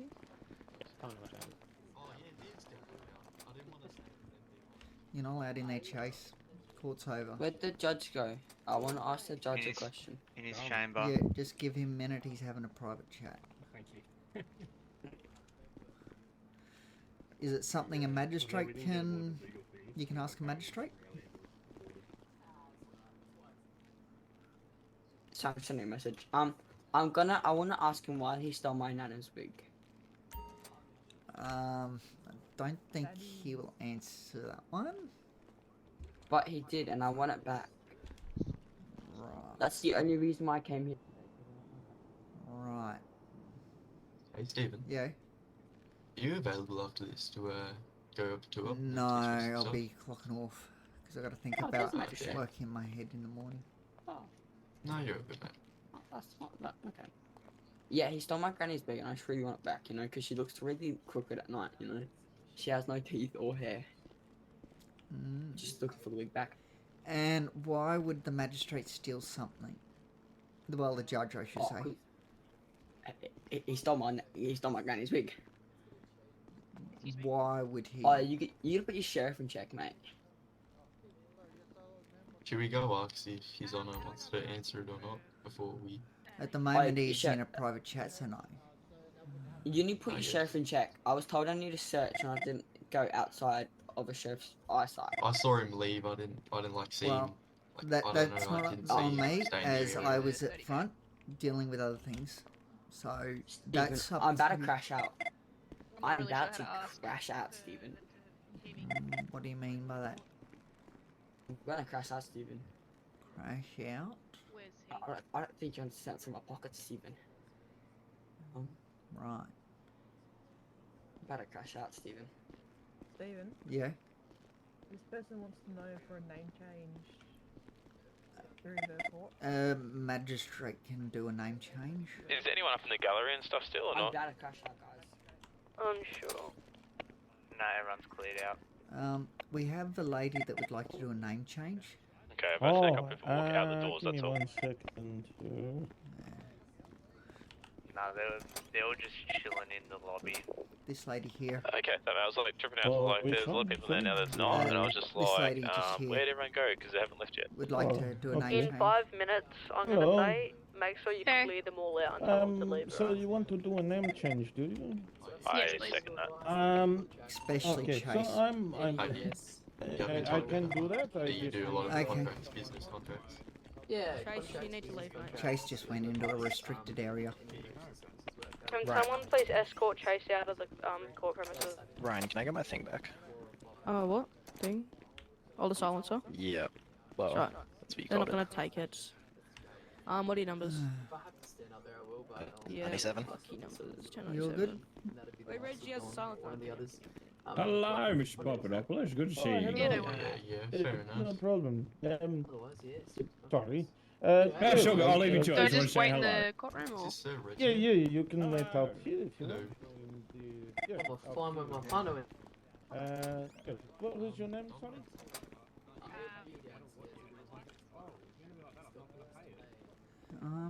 Why do we have a big pull officer here with weapons?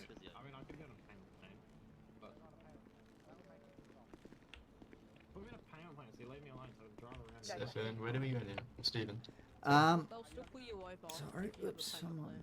Give me a sec. So you can go. When we pull you over, Um, they check the emails. Just make once everyone has left. You can go back to your normal duties or do whatever you like. Yeah, no, too easy.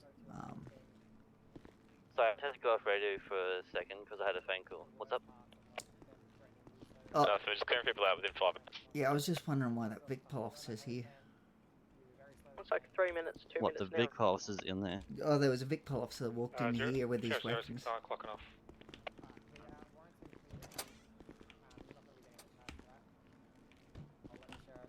Because there's a warrant being served. Oh. Warrant being served. That's why. Okay, all good.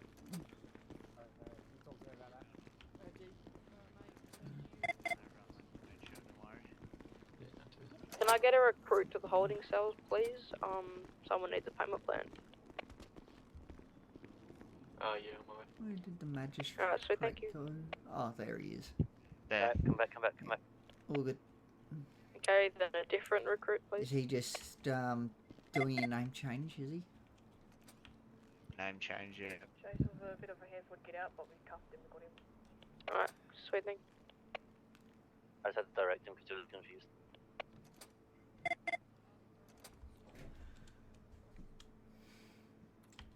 Just so you guys know, Chase has threatened to shoot me at some point.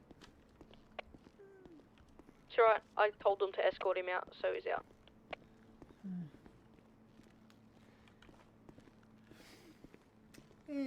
Don't like Chase much. No, he's got a little bit of attitude on him. Yeah, he's one you got to watch if you do pull him over. He likes to pull guns all the time. Yeah.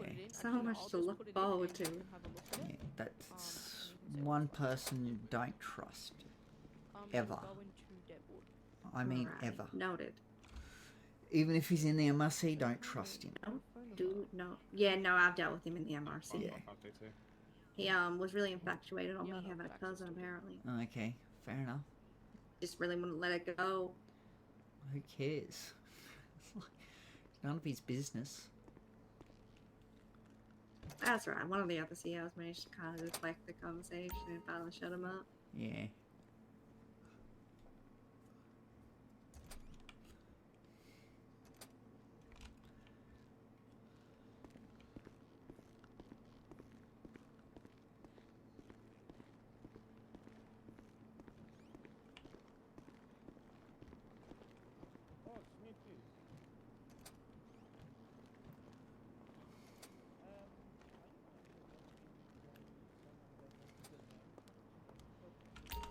Oops. Sorry, Beck. I'll let you out now. Thanks, Steve. Oh, worries. Sammy, Yes. what a fucking disaster. Yeah. Yeah, I know.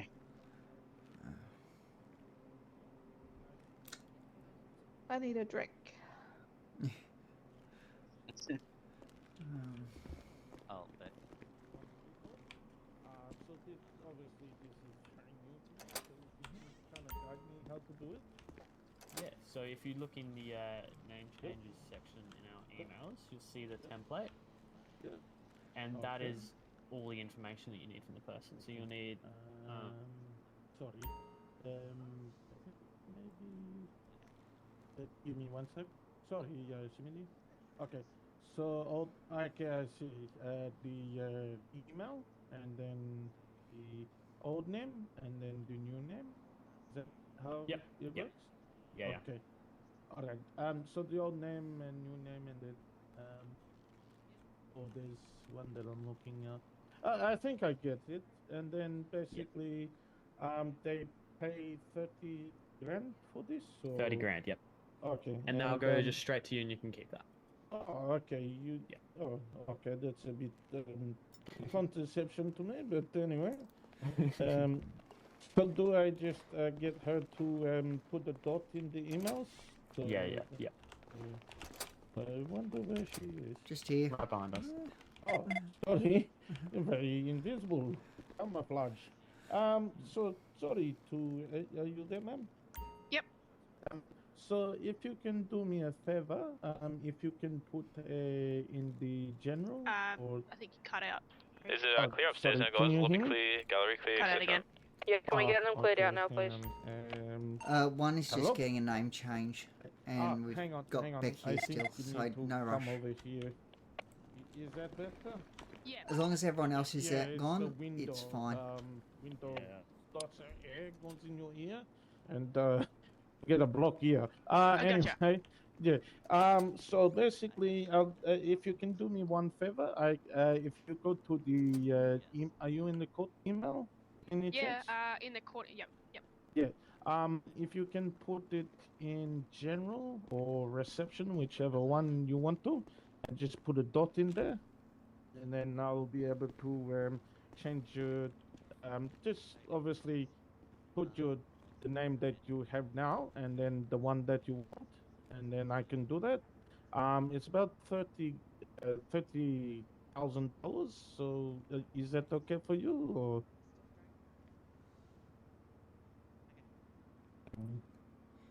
Okay, and Hold on one second. no problem. Sorry, this is very new to me. Hey guys, am I still needed or can I head off? I got some stuff to do. You're right to head off. I've got this.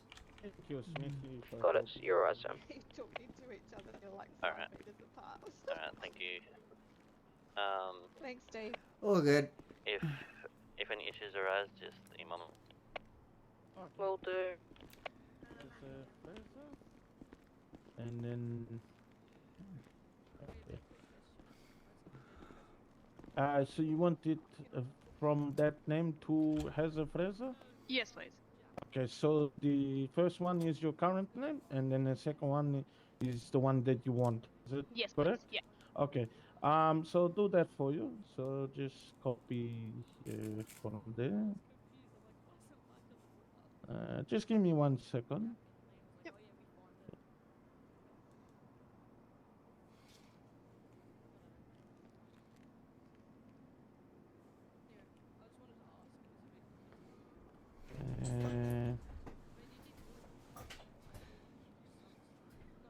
All right. I'll do that right now for you. Smithy, do I need to put this on like a F10 paperwork? No, there's nothing you need to do on City. Oh, okay. All right. Name change.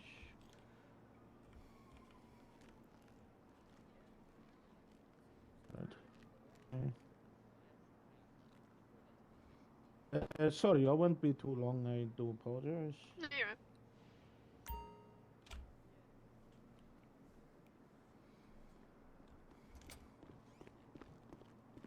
Don't mind me, just putting my gun in my holster. No problem. Mr. Smitty, how are you? I'm very good. How are you? That's good, I'm good. Thought you were just a chief magistrate. Did you get promoted recently? Mm-hmm. I did, yeah. Congratulations. Thank you very much. Thank you. Have a good night. No worries, have a good one.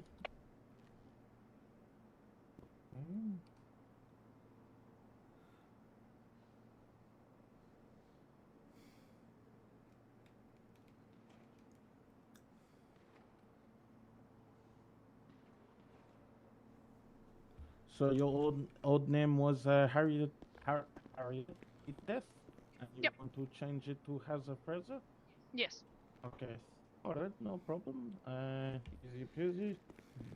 How you doing, Stephen? Yeah, good. Just had chased. It's good. Um, Oh, yeah, no, I asked him to escort him out because he was being well, he was just obnoxious. He was trying to run in here all the time. Thanks, Sam. Have a good one. Yeah, he was trying to go. Might see if we It's a can, restricted area, so he shouldn't be trying to go. Yeah, I in. know. That's why I didn't let him. And he was also saying that he wants to shoot me. Give me 30k. Yep. Was he? Yeah. Thank you. I'll give you my. Oh, We okay. could get him blacklisted. I think it's I don't know. 2. We'll have a chat after this. Yeah.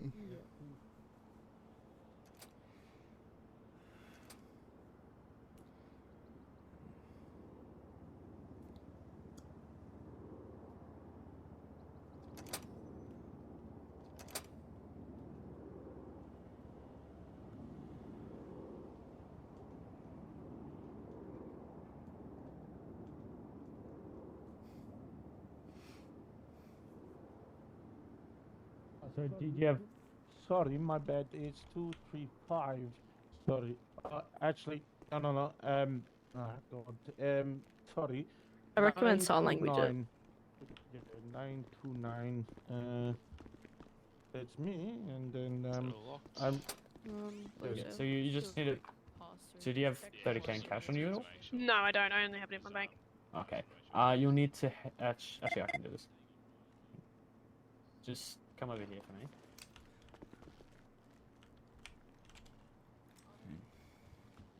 I think there was a couple. I think someone was asking about FTOs as well. 11:50, 11:45 because my cousin's got a shift at Galaxy. Oh yeah, no, that's fine. But I can do a look. I can do a quick. Can you guys just step back? I'm just about to get this. Oh yeah, sorry. Sorry. Yeah, okay, no, I think it's... So you put it in the convenience. Ah, thank you. Done. Okay. All done then. Hey, Jay. The Yeah. name should be. Are you looking to become an FTO? Yeah, I am actually. I would love to. It's been Yeah, submitted, just come back so up here. I'll put it in government your will line. get to it when they can. It should take about a week or so. Oh yeah.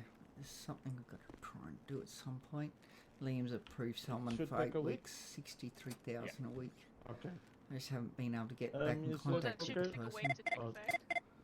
Yeah, so government wants to change it manually, so that takes about a week for them to get to it. Yeah, but it should just come in automatically. Just check your ID every now and again. That's your ID. Well, thank you. Sorry, I just saw a really weird flash outside. Flash? What the hell? Anyway, have a good one. Thank you. Yep. See ya. Thanks, guys. Alrighty. Is anyone still downstairs? We can chat with about. I'm gonna the help this. I'm individual. gonna help this lady out. Alright. Yeah, that's me. Yeah.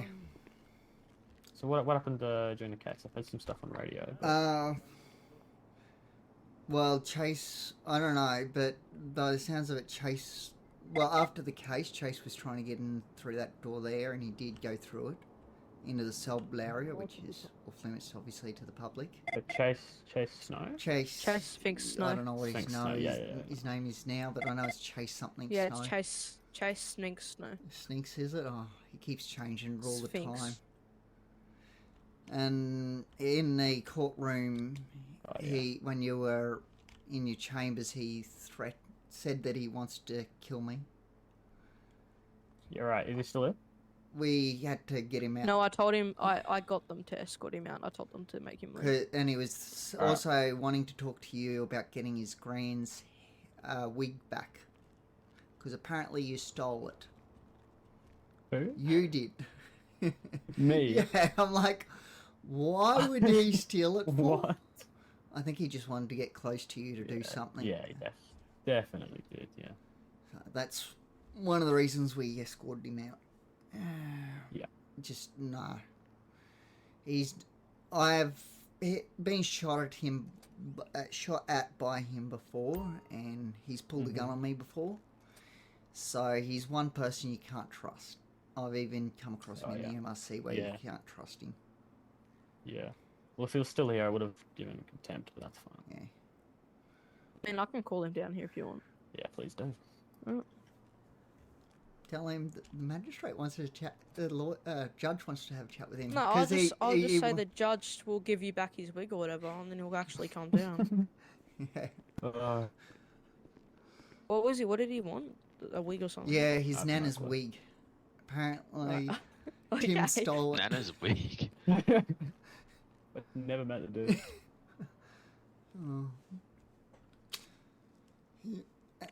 He might have flew out. And he was also the one they were talking about in the case. Yeah, I assume so. Oh fuck! Sorry, Jay. Oh, Jesus Christ. My bad. My bad. Yeah, I Broke saw your him jaw. being a bit of a nuisance for Yeah, I have to go to the surgeon now, mate. That EOI's him, by the way. Oh, thanks, mate. Oh, Appreciate it. goods. Yeah, I think he might have flew out and he's not answering.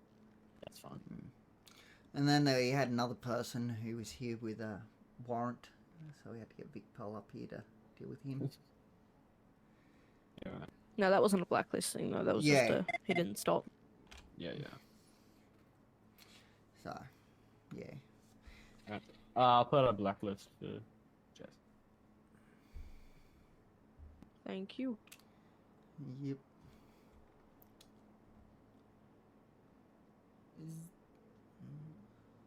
I know there is a. Would you say so? There is. We do have a list of people that aren't allowed. The to no entry list. Yeah. Yeah, that's what he'll add to. Okay.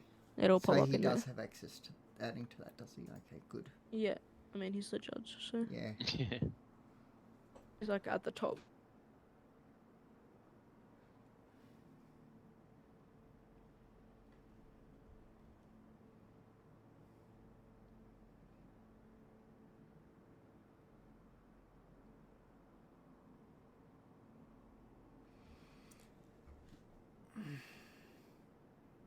Well, I might go take these. I might go with a couple of recruits just to go a bit of a patrol. Yeah, no. Have fun.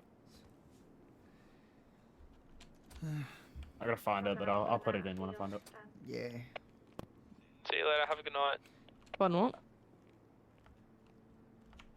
Just the blacklisting. No, Oh, true. yeah. So he. It's with clerk John yeah. Smith. I think you do it through. Yeah. Alright. So just to be clear, he came into the courtroom, threatened Stephen, Mm. and then tried to go through into the holding cells. Yep. I think he tried going into there multiple times. I only saw him once, so. Yeah, right. I'll put that in. Thank you, guys. No. Also, thank you for sitting through the case. I know it's a long one. Oh, it's but- all good. It happens. Yeah. That's what you get with the DCV one, so it's fine. Yeah. I mean, I was expecting it to be around 2-3 hours. Yeah. Anyway. He was waffling a lot. It's pissing me off. But, Yeah. You know, Yeah. Well, they got somewhere. If it it's not worked, guilty. yeah. Yeah. Alright, I'm a flyer and put that thing in. Yeah, I'm Thank you, guys. gonna have to fly out too. I might just go Have downstairs. a good so I one, don't do guys. Yeah, you do. it. Have a good one. Just guys. realised how high up we were. Yeah. On the 57th floor. What makes you think that? Because I think that's what it says in the elevator, if I'm not wrong. Okay. SRF 192 is unavailable. Code 2.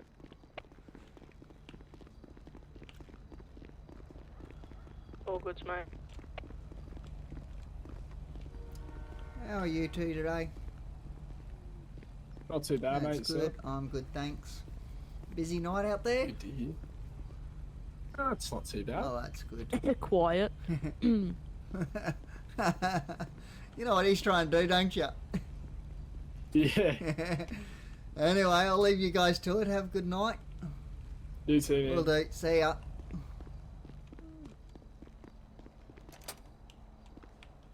Uh, 016 is going to be clocking off for the night. Sheriff 149. Pay forward. See you guys later. Have a good one. There's Steve.